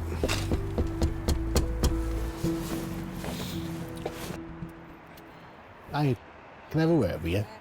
Yeah. Basically, you know Michelle. Wait, she's totally avoiding us. Thing is,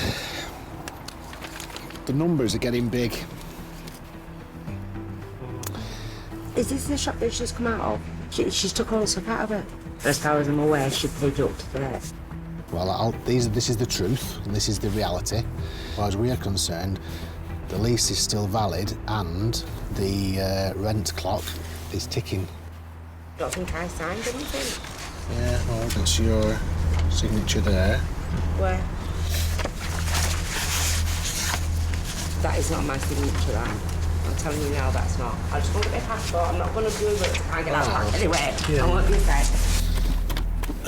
Well, this is taking a bit of a turn. He's trying to say that's not my signature. Now, if that is the case, and somebody's forged her signature, then this becomes a police matter and it's a fraud. It's an excuse we hear often, you know. It's one that guarantors like to chuck in the ring, you know. I never signed nothing, but most of the time they're telling lies. The guarantor returns with her passport to prove it's not her signature on the lease. I've got my bank card. I have not signed that paperwork. So this becomes a police matter because this is fraud. What's your relationship with Michelle? She's my mate, best friend. She's your best friend? Yeah. If you're a best friend, as far as your signature, she's committed an offence. This becomes a big mess. So are you going to help me with getting the money off Michelle? What do you want me to do? You go and rob her? I'm safe to say I have not flipping signed that. What about ringing Michelle then? See what she has to say. I've got that guy at the door. I haven't signed this paperwork, and what they're saying is that obviously they need to recover this money. Yeah. Michelle's telling me to tell you to ring her. She's able to speak to you now. Okay. Right, okay. I'll get into ring you. She's clarifying to me that I've not signed it. Thank you. All right, love. problem. Speak to you again. See ya. I was not expecting that at all. But this Michelle, she's a slippery bar of soap. And I'm gonna grip it. Not good.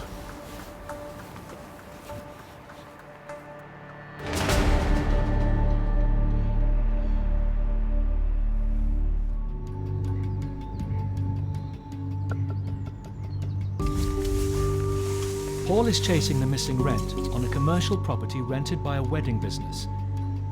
Finally, he reaches the tenant, Michelle. Hello?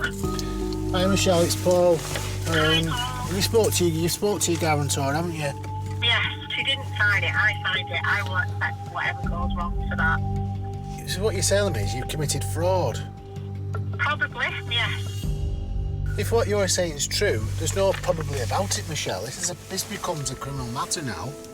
It's fine. I'll take responsibility for that. What do you mean it's fine? You've obtained a property by deception. This is serious stuff.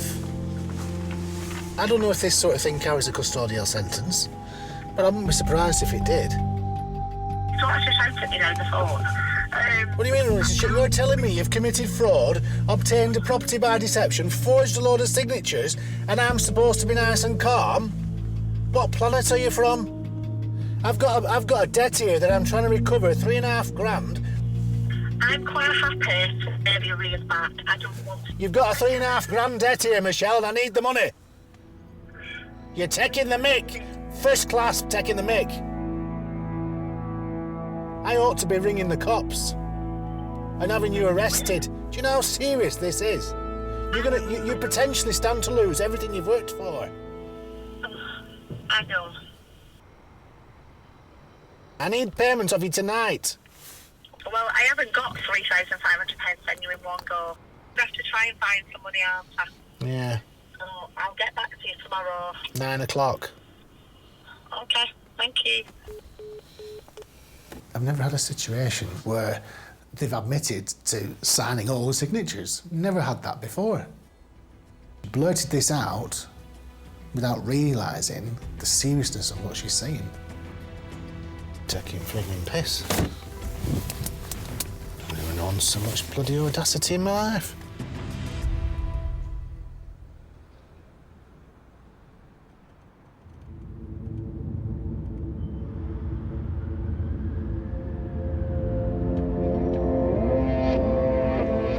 Just bringing it down, please. Thanks. 2 days later, the tenant agrees to come into the office to discuss the arrears. So I'm just waiting for the tenant from the shop to come in. She's got an appointment at 10:30 to discuss her arrears, and she's promised to make a payment, so fingers crossed, all being well, she'll tip up today. What we're dealing with now is forgery, or somebody who's deceptive. Yeah. Somebody perhaps who can't be trusted.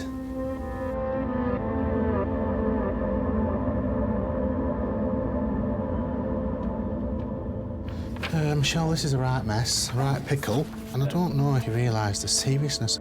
This could completely ruin your life and your future. She didn't seem to be bothered in the slightest that what she was admitting to was fraudulent. She didn't seem to care. She was happy to take the wrath. Michelle claims she didn't realise that she would be responsible for carrying out any maintenance work. The lease you've got, all the maintenance and jobs and everything are down to you. There was no stipulation that the landlord would make anything good. You read through your lease and you signed it, and that's it. Michelle wants to know, how can she escape a 10-year lease? It's no good running away. All you have to do is say to us, look, I want to come out. You instruct us to find a replacement tenant for you. When they start paying, you're off the hook. She comes up with another option. She dissolves her company, and the landlord gets nothing. She was trying to get me over a barrel, trying to blackmail me, if you like. Grasp me up and you'll get out. Let's not be under any illusion. This landlord you've got is quite litigious. He will just sue until the end. And I think in this case he would force for prosecution on the counts of fraud. Michelle reluctantly agrees to set up a payment plan, paying the £600 rent and £200 extra towards the arrears, and instructing Paul to find a new tenant.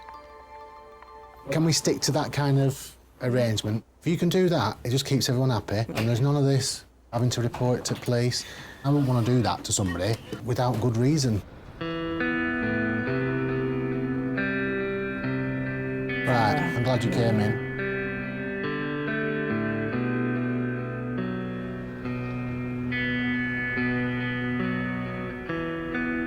Main thing, I got some money off her, so that's progress. She showed no remorse. She knew you'd been trying to get hold of her. She then went on to say, if you pursue this, I will wind my business up and you'll get nothing. Well, she was Now, sadly what sort of mistaken. person? Her perception of what's going on here is skewed. She's got no idea the seriousness of the mess she's in. And it's down to us whether we report this to the police and the landlord prosecutes.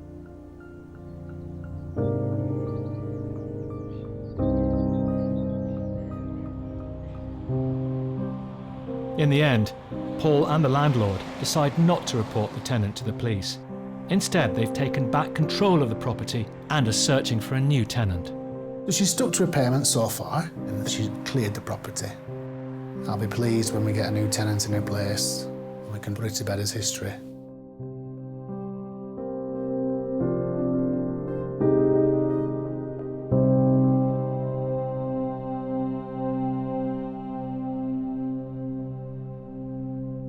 They are everywhere. Next time, Bed bugs in there. a tenant under attack. You can see the bugs crawling on them in their sleep. My concern is, you guys ain't meant to be here. A letting agent investigates a potential subletting scam. Who was it that said you could live here? Allah. Allah, the landlord? Yeah, not the landlord. No, he's not the landlord, he's a tenant. We don't want to speak to you. Well, we've given you none. And a tenant with something to hide. It stinks of weed. There's a bag full. Oh, is there? Yeah.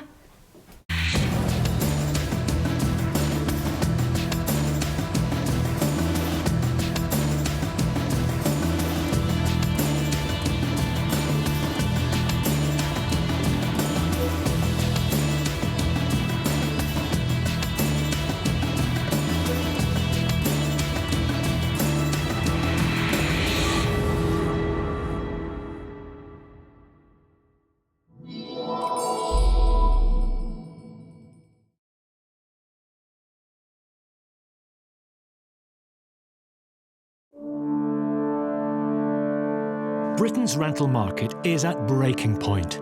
I have 2 children. I'm living in what is like a crack den. She's just chatting shit, yeah? Straight up. With not enough homes to go round, No one should be allowed to live like this. This is unacceptable. This is our home. This ain't his land. soaring rents, I'm going to have to mortgage my pension to pay this debt off. What a hell of a strain on me. You still have to kill a person. Oh my God. squalid conditions, I'm gonna have to climb over the settee with my shoes on. This could be criminal negligence. spiralling property fraud, I'll see you in court. You guys ain't meant to be here, so we have a problem. bedsits to mansions, Hello, enforcement agent. squats to drug farms. They have been growing cannabis. This is Nightmare Tenants, Get the hands off me, dog. No. Do not put your hands on me, right? I will not stand for that. slum landlords.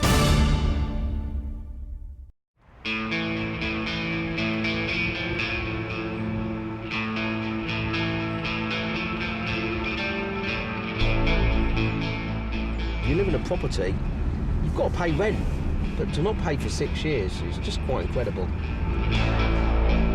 Eviction expert Paul Champlina is working on a case where the landlord is owed over £35,000 in rent. I've reassured him I'm going to get his property back. I mean, I want to try and collect his £35,000, but I'm not Superman. He's meeting the landlord, Duncan, near the property to start eviction proceedings. Duncan's not a bad landlord. Duncan! Good to How see are you you? again. Clearly, in this case, the tenant took total advantage of him. She hadn't had a penny since she moved in. This is what happens when you try and help people out. It comes back and bites you, really, so... Duncan met his tenant through a friend. At the time, she was homeless. I did feel sorry for her. She explained that she didn't have any money at the moment, but she was, you know, getting sorted, and once she got sorted, then she'd be able to, you know, pay the rent, etc. But that wasn't the case. Well, look, show me where it is, and let's just go and see if we can get her in. Yeah, great. So it's up here, is it? Yeah. Sometimes you fall in hard times and things happen. But you know what? 6 years? Ridiculous. Is it this one in the corner? Yeah. Hope we get her in.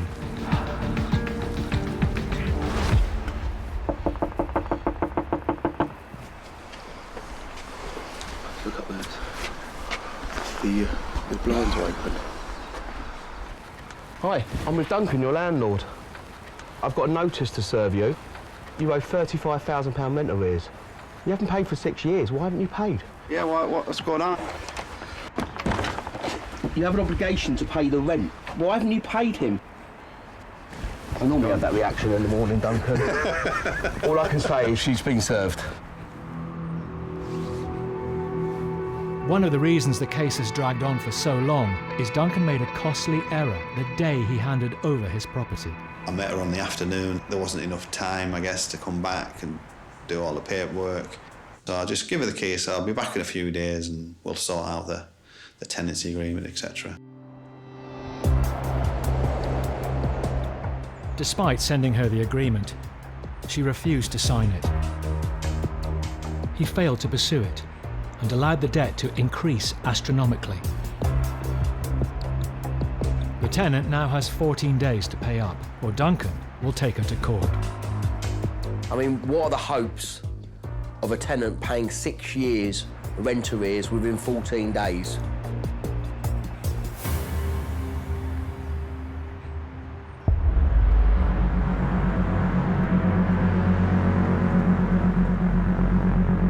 So today it's a case of seeing if she's actually moved out. It's 2 weeks since the notice was served, and Duncan is returning to the property. I think she'll dig her heels in and she'll hold out as long as possible. I think her behaviour is just brazen, totally brazen. She's obviously that type of person where she's quite happy to ask for handouts and no intention of ever paying anybody back.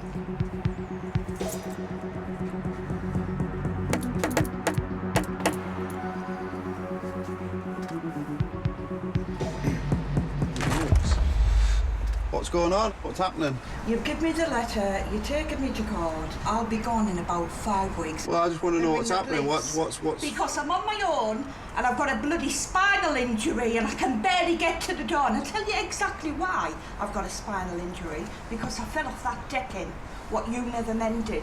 So you didn't want to pay any rent, but then you wanted me to come round and fix your decking? Listen, come at a reasonable hour and I'll talk to you, because I can't be asked. Well, it's been 6 years. I'm not arguing with you on the front.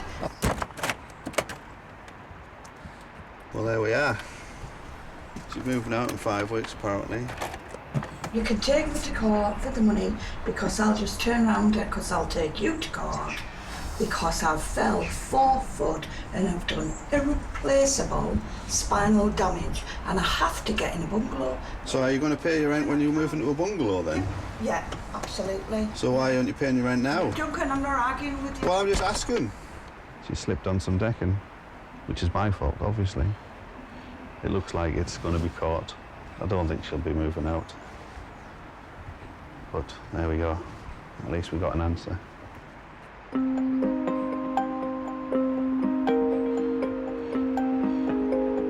She's still making excuses after owing over £30,000 in rent arrears. What does that tell you about this woman? She wasn't going to leave and wasn't going to pay the rent. Duncan now has no option but to take his tenant to court.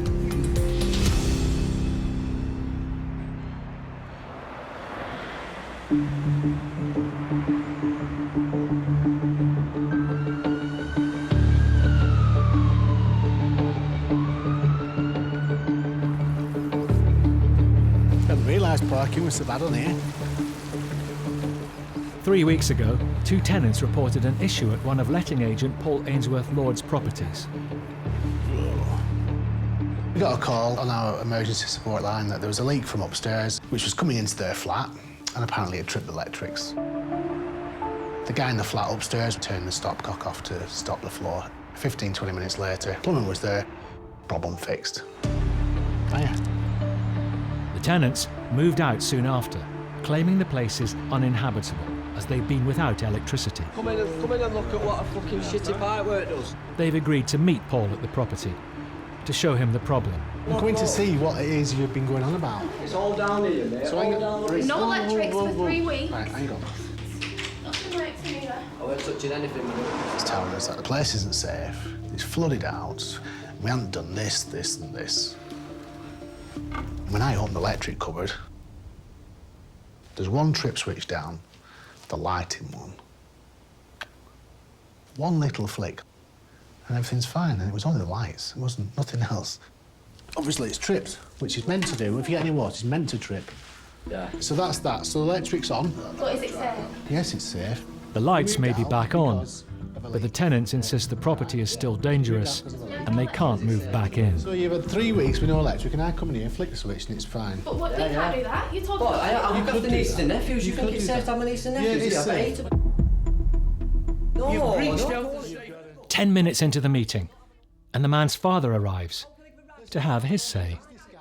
You breached health and Who safety. are you? Who are you? He's the father. Yeah. He's the father of mine. Of yours? Yeah, yeah. So you're not party to this agreement?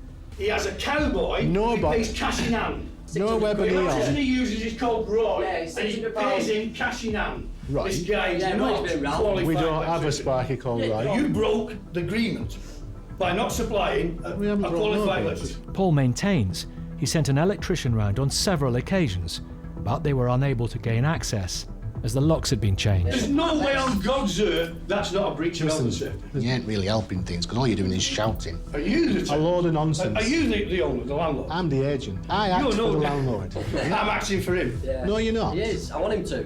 I wasn't going up to have a row, but they sure as hell wanted to have a row with me. All our Tell me now, furniture's shall we? wrecked. So first of all, the electric's on. Letting agent Paul Ainsworth-Lord is meeting 2 tenants who abandoned their home after a leak tripped the electrics. You breached health and We safety. have not. Yeah. These things happen. The tenants owe £900 in rent and believe they have grounds to end the tenancy agreement. This Syndicate league. Agreement's terminated. Health and safety. We're not Terminated. finished yet. Whoa, we're not finished You yet. are finished. Oi, we're not finished yet. Go. You're not finished yet because You're finished now. Go.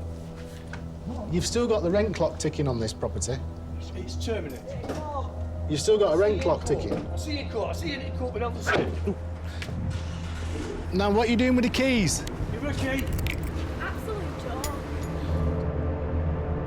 Your tenancy can't terminate until you give notice properly. Trust me, health and safety is terminated. You just need to be quiet. You're just aggravating the situation. All you're doing is just making a lot of noise.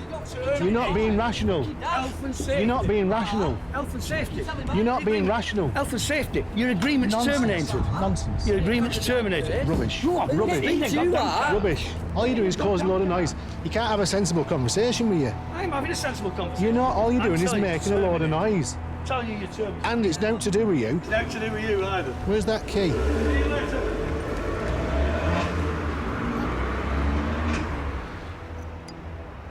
Yeah, plenty to say him. Bloody gobshite. Just, you couldn't have a rational conversation when he was just shouting a load of nonsense. You think you can chuck a key at you and that's the end of the tenancy? Well, it doesn't work like that. There's a process. Tenancies are in place to protect the tenant and the landlord. I'm not particularly happy with how they've left it, to be honest. I mean, you can see the state of the carpet. It's bloody filthy. Now, when they moved in, this was absolutely beautiful. Absolutely beautiful. The arrears is only half the picture because there's another half yet to come at the cost of making this place right again. Look at the state of the kitchen. Bloody filthy, this. It's absolutely minging. This was all brand new. I suppose the leak's to blame for this as well, eh? Would you come for Sunday dinner? Yeah, I'd be busy that day. The story seems a bit weak to me. Guy turned the water off straight away, so it wasn't even a continual leak, it was just a leak. End of the day, you're the rent. I want the rent. Make sure all the lights are off. It's not just the rent arrears the tenants owe. According to their agreement, they're liable for the rent until their tenancy ends and to pay for any damage they cause. Oh, and by the way, we're making place right again, and you're getting the bill.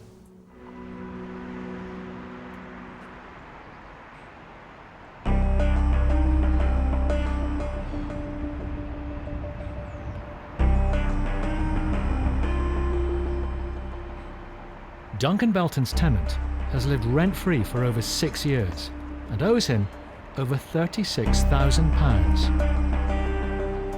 I can't turn back time, I can't change anything, so you've just got to be pragmatic about it, and hopefully we'll get a good result today and get the property back. Just got to make sure that the next tenant pays the rent. 10 weeks have passed since he served her with an eviction notice, and the case is due to be heard in court. Advocate Stephen is overseeing today's court proceedings. Mr. Belton, hi. How are you? I'm here to get possession of the property, which I think is long overdue, and to seek recovery of the arrears, which I think are quite significant. Yeah, lovely.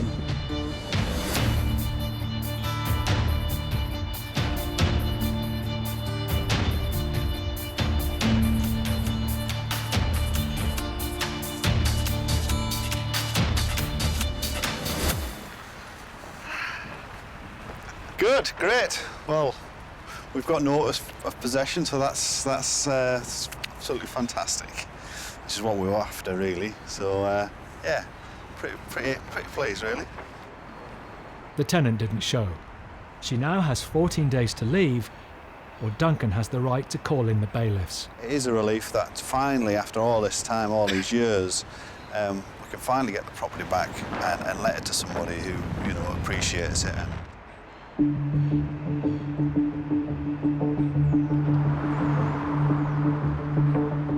2 weeks is up today, so it'll be interesting to see if she has actually left. Well, here we are.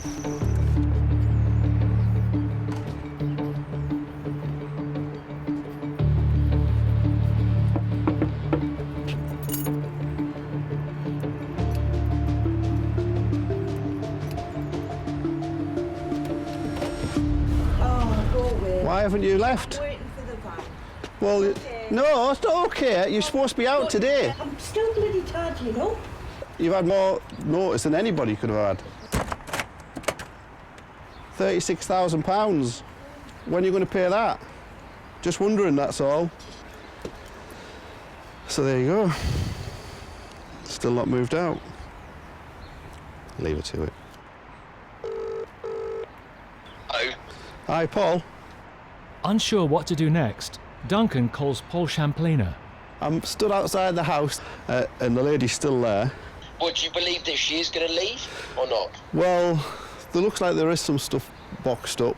Knock on the door again, Yeah. okay, and say, look, can you please text me to confirm that I'm getting the keys back and that you have vacated, so I don't have to incur extra expense in instructing the county court bailiffs. All right, thanks, Paul. Take care. All right, Cheers. cheers, bye. I don't understand people like this, that they expect to live rent-free, basically. I've always been brought up that what you get in life is what you work for. Will you let me know that you've moved out later today? Will you email me or text me? And then I won't need to instruct the bailiffs. Okay? She's not engaging. The problem we've got is that we don't know whether she's going to leave or she's not going to leave. If she's still here tomorrow, then it's the bailiffs. I can't change things, so I'll just have to just wait a bit longer.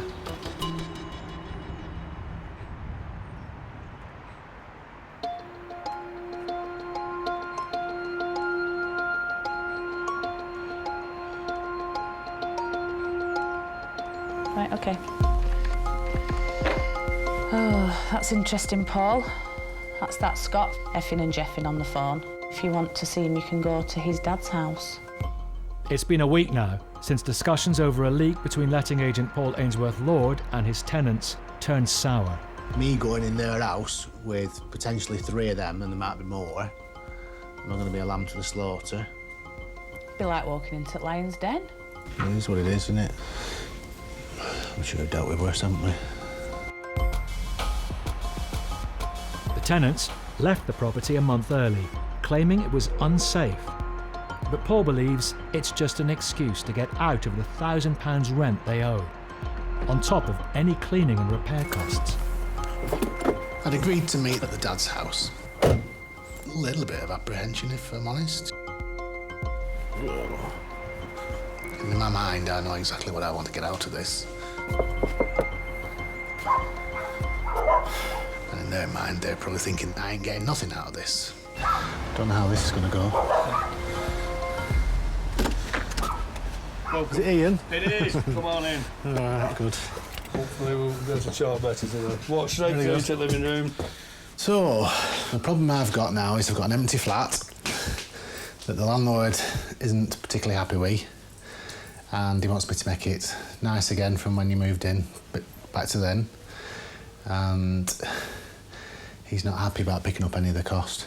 I have to say I'm disappointed with what I've found. What found? The carpets are going to have to come out, not due to the leak. The bedroom, for example, there was no leak in the bedroom, and that carpet's goosed. Not really good. How is it And so's the corridor. Roughly speaking, that's £500–600 because it's not a cheap carpet. I brought the pictures. That's the property when you moved in. So Yeah, I know it's going to be nice, mate. I'd have give it half a do when I'd have gone like, but I'm having no electric right now. Well, I shampooed the carpets and they're grey, they're going to get dirty, aren't they, mate? to say clean carpets, I'd ask for my money back whoever did that for you. No, I do it, mate. I've got a wet back. It was all brand new when they moved in, and when they moved out, it's like they'd been living in it for 5 years. It wouldn't have been half like that if I'd have moved out like a normal tenant. Fact is, I had no choice. It's shocking to have your children destitute and worried. You're laying it on fake now, man. They weren't destitute. Destitute? My experience of dealing with tenants in arrears is always somebody else's fault.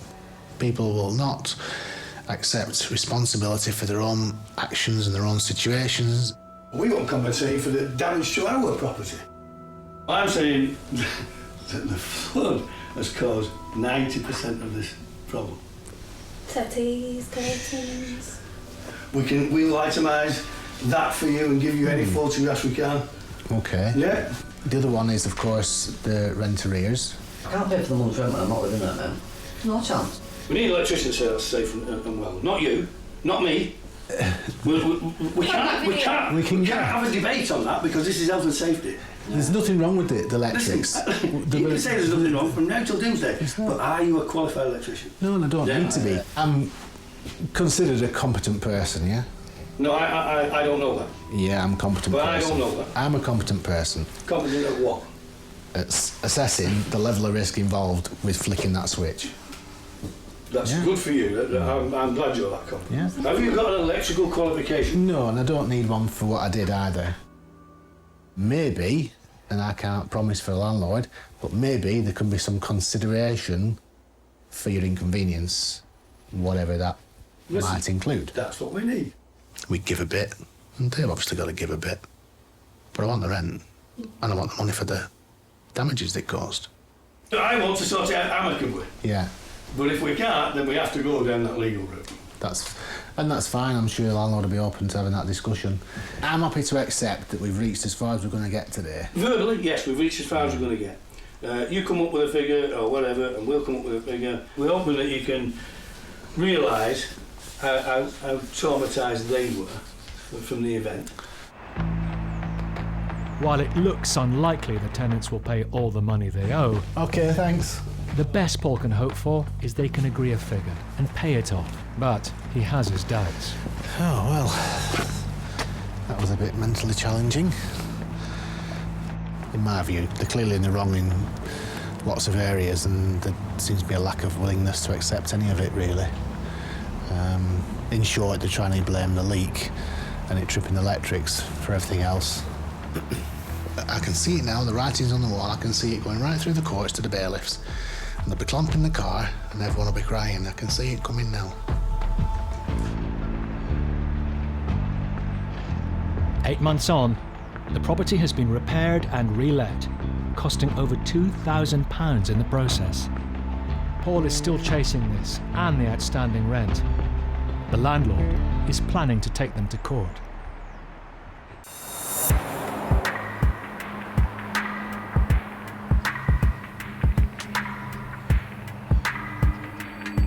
Landlord Duncan Belton has been trying to get his house back for nearly 4 months. Last night, he received the news he'd been waiting for.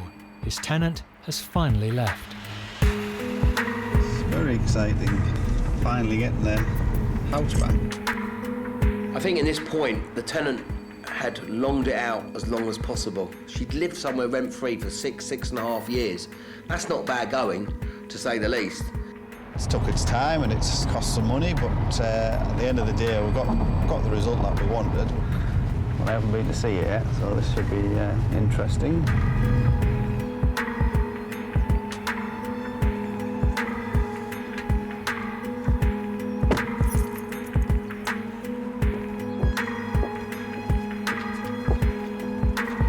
Key works. Great. Oh.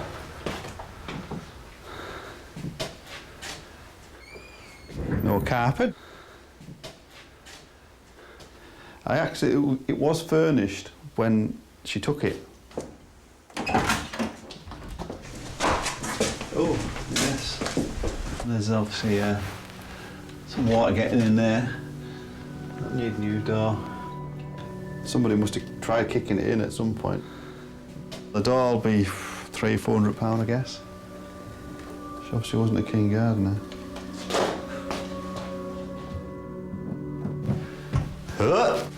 Very minging.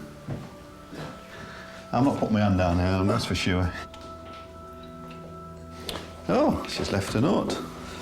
The water's partially turned off so pipes won't freeze as your unsafe boiler's been condemned, so don't turn it on. Your lead pipes need to be replaced, as does your roof. If she'd paid her rent, we'd have fixed all these problems, but because she never paid anything, she never contacted us. So none of those issues got sorted, because we didn't know about them.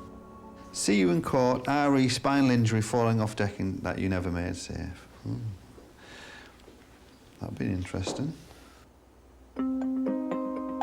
After 6 years and more than £50,000 in unpaid rent and legal costs, Duncan finally has his property back. Am I annoyed with myself that I allowed to get this far? Yes, I'm annoyed, but I put it down to experience. hopefully never get a tenant like that again. Or if I do, they certainly won't be staying there for that length of time. To avoid further legal costs, Duncan decided not to pursue the tenant for the money owed. So she got away without paying any rent for 6 years. He now has new tenants.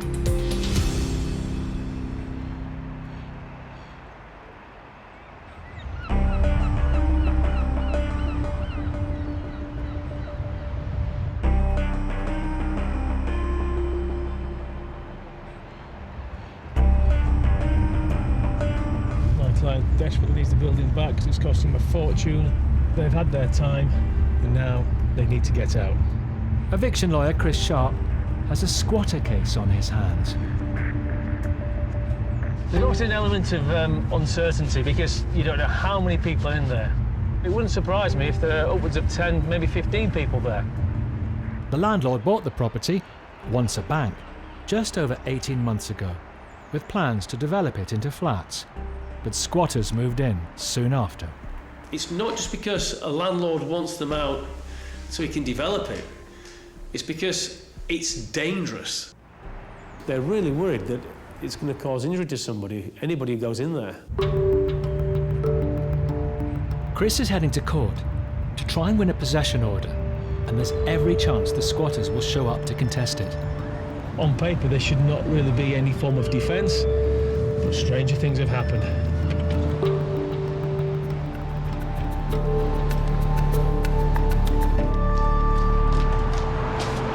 Result.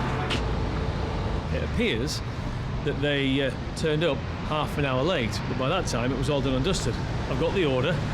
It's a very helpful court have drafted it for me, and we'll go over there now and deliver it.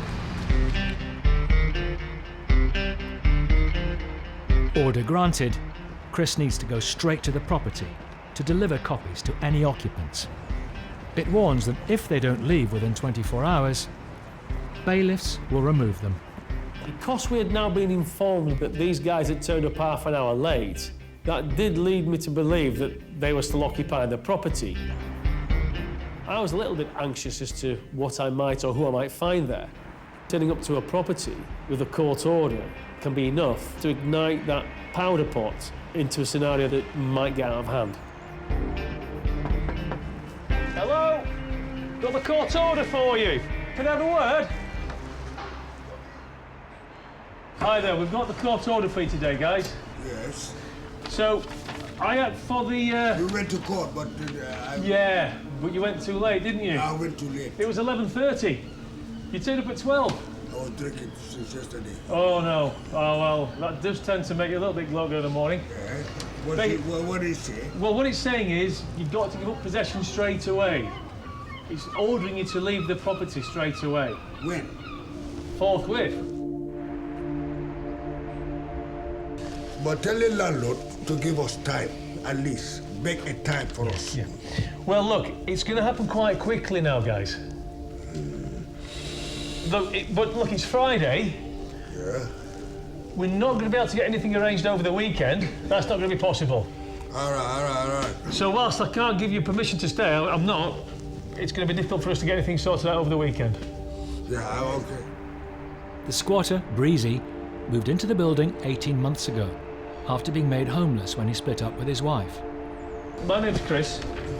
Pleased to meet you, Chris. Your name is? Breezy Man. Breezy Man. Hi, Breezy Man. With Breezy, I think you had a genuine guy who just wanted somewhere else. He just needed help. He fully appreciated that I was there just doing my job. If we gave us places to live, then we wouldn't have squats, sir, would we? Oh, who the fuck are you? If we gave the homeless places to live, sir, then we wouldn't have squats. If we had houses for the homeless, we wouldn't be having squats, would we, sir? We wouldn't have to do this, mate, would we? Why can't you take care of the You're homeless? happy to Why can't you take care of the homeless? Like you can Are you taking care of them and housing them after this? No. Are you just going to leave them on the street? No, they're not your enemy. Come on. They're just doing their job. They're just doing their job, sir. But there's a way to do the job, isn't there? And surely you should have a backup plan if you're doing a job like this. As such, to house the homeless, not just kick them out on the street with nowhere to go. My name is... I've been 3 years homeless in this town. And it's disgusting how you treat the homeless. OK, these other guys were trying to invoke a reaction. Help the animals, but you can't help the homeless. But homeless people and the humans are better than animals. Am I right or wrong? Anyway, look... You're right. Nobed.com. I don't want trouble. I need to get my job done. A, B, C, with nothing in between. Thanks ever so much for your time, OK? Yes. You know what we're doing here. This place isn't fit. This place isn't fit to live in. For me. It's not fit How for come you anyone. need it then? What's happening? Nothing. Do it. Nothing. They're leaving in a minute. Yeah. How the fuck are you OK. Listen, thank you very much indeed. All right, good. Cheers now, all the best. Thank you. I'll keep this door closed for you. Too close, yes. Thank you. Oh, there you go. it's raining! Look, it's raining! So there you go. Oh my dear God, no!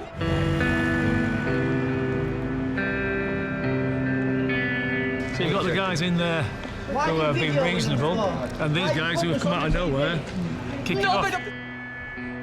Breezy intends to comply with the order and leave the squat peacefully, but he has nowhere else to go. Won't the local authority help you out? You don't help nobody unless you are a junkie or you're doing needles or you got mental issue. When I'm greeted by someone who is showing remorse or desperation, I have sympathy and I feel for these people. I really do. Can I call the local authority and ask them if they can get involved here? Would that help you? Can you do any help so they can house me again? I will gladly call the local authority. Please, do that. Breezy moved into emergency accommodation the week after, but more squatters soon took his place. With the restrictions on evictions due to COVID-19, the landlord is facing a lengthy and costly delay before he can get his property back.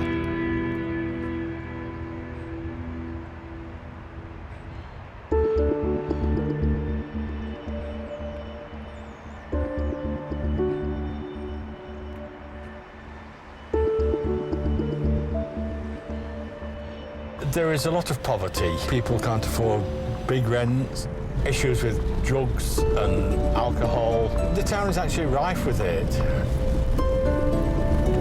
It's a never-ending cycle. It's continuous. John Bartram is carrying out routine inspections on some of the properties he manages in Blackpool. There's a hole at the back of the heater. Ensuring the property is in good condition is vital for both the tenant and the landlord. The hinge is actually broken on that window. Rubbish everywhere. Broken window. It's a typical property, how it's left. The last tenant on his list has been on his radar for a few months. The tenant's always been polite, but mixed in with the wrong crowds. We've told him, you know, you don't mix with these people, stop mixing with these people, they'll pull you down. Just having a general look about here, basically.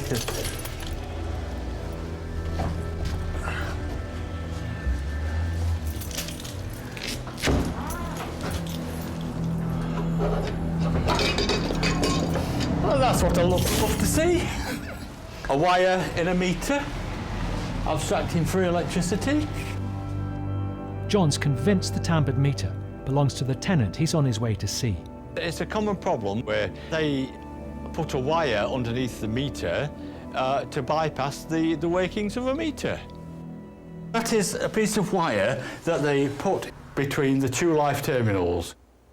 Looking here, I think this was possibly the live wire, which it is, where he's actually cut the cable from. The heat of electricity burns, and it burns the wires, which creates a fire hazard, putting other residents at risk. A man who lives on the floor below appears. If you're going that far, just please be careful. Where is he? Don't know. I've run the place, I've done everything else, right, but I'll just be careful when you step in that flat upstairs. You think, what the hell's happened here now?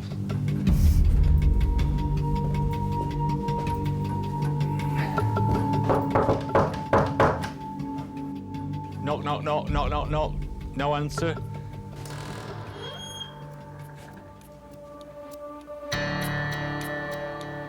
Bloody hell.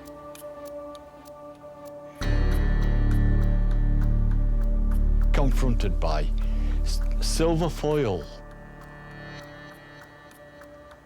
needles, Cutting boards for drugs. Think, oh, yeah, another one that we didn't know was on substance abuse. And this is how people live.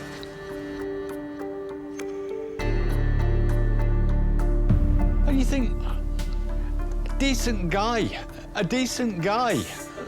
and somehow he's got onto this shit. With no sign of the tenant, John will need to return to give him his final warning. All you can do is make them aware of the obligations, the rights under the tenancy agreement, and yeah, they get their act together, or they'll be made homeless.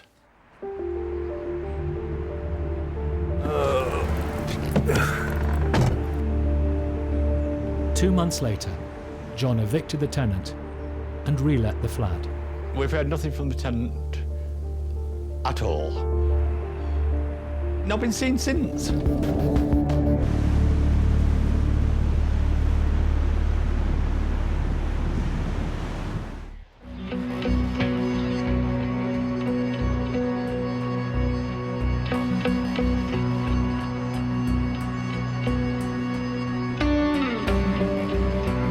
We're the largest letting agency in East Lancashire, and with that comes quite a kaleidoscope of characters.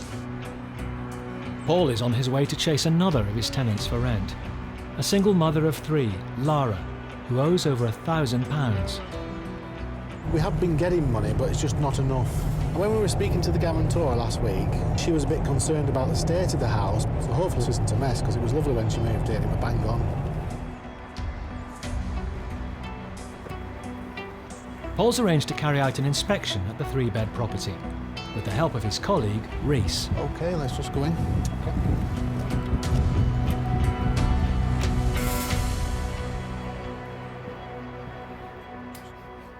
Hello? Yes. Hi, you all right? Yes, yes. It's a proper mess. Just do what you need to do and just go then. Is that OK, yeah? Yeah. Right, well, won't take long. These were all new carpets when she moved in. Oh. Yeah. Is it just the one? How many parrots have you got, love? 1. That's a big healthy bird, that, isn't it? Big piles of parrot shit in there. Yeah. One thing I do know about parrots is they can take a nasty bite out of you. Take your finger off without thinking twice about it. Well, this weren't like this when she moved in. This was all mint. So I've been chewing the woodwork. Laura, you know the door casing in here? Yeah. What's happened to it, love? The parrot did it. The parrot did it? Yeah. It ran out of some plaster and my granddad's doing it. So your granddad's going to sort it out, is he? Right, OK. So I'm looking back here because Guarantor says there's some rubbish accumulating. What's happened here then? It weren't like that when she moved in. Laura, what happened to the back wall? Weather. It fell down. What weather? It all fell down and then this pipe. Right, a pipe. This here. We'll busted out for ages and all. No one will come out and fix it. That looks like it's been hit with something at that wall. What weather? It got blown down. Concerned about the growing list of maintenance issues, Paul needs to ensure that Lara doesn't fall even further behind with the rent. Right, we've got a problem with your arrears. I know you have a big one. Yeah. So are you getting your universal credit? Yeah, I am, yeah, and it's, I'm struggling to knock us off with it, I'll be honest. So they're not taking the housing benefit out of it? No, I'm supposed to pay it. Lara has been on housing benefits since moving into the property a 1.5 years ago. But for the last few months, she's been slipping behind with the rent. I don't want to make things more difficult for you. Well, I know you don't, but it's my arrears. Can you make a payment to reduce... Oh, I can't afford no gas at the minute. I haven't got a penny to scratch my arse on. Oh dear. How many kids have you got? 3. All right. The more it gets into the conversation, the more I start to feel sorry for the lass. If people see you've got a soft spot or a nice side to you, they'll play on it and take advantage of it. We need him to come down, you see, Laura. Yeah, I know, but I don't get no money till 22nd. So How much do you I don't know what think? to do about that. And how much are you going to pay off then, do you think? Can we get? About 500. You can agree to pay 500 Yeah. off on Yeah. 22nd? Yeah. You sure, eh? Yes, I'm sure. Good. You can stick to that. I can sort of keep off your case, you know what I mean? Yeah. Lara agrees a payment plan to settle the arrears, and for future rent to be paid directly to the landlord. That parrot must cost a few bob. I'll never get rid of parrot. No, it's a big one, isn't it? Yeah, I've had a lot of years. To me, this job's black and white. We have to put nice people into nice houses and get the rent off them. Don't forget about this. I If you won't. keep these extra payments coming, it'll bring your balance down, then we won't have a problem. Yeah. It sounds dead simple, but it gets stuck sometimes in the process. The wheels get stuck, you know, you got to lubricate them and free the stuck wheel, you know, getting the money basically. So have you got money for gas? No. So are you going to get gas on? Well, we've soldiered it out, haven't I? Ride it out. But where are you going to get your money from for gas? My mum, probably. Will you get some money off for today? Probably a tenner, yeah. It's quite a while from now to when you get your next universal credit payment. 2 and a bit weeks. Mm. So how are you going to manage? I don't know. How are you going to do with food for kids? Don't know. Right, here, stick that on your gas. Aish, thank you. I really respect that. Sometimes you just got to do your bit to help folk. It's not all about chasing debt, arrears and kicking folk out, you know. There's sometimes more to the job than that. A background in social work is probably a must-have these days. I'll leave you to it. Bye. Parrot shouting you. Does it talk? Sometimes. You need to teach it to say, Yeah. don't forget to pay the rent. Thank you. Right, love. See you soon. Bye. Oh, it's lovely, is that? I've never done that before with a tenant, to give them money. She's clearly struggling. Yeah, 20 quid in it. Might buy me some goodwill with her as well. You know, so she might be my friend now.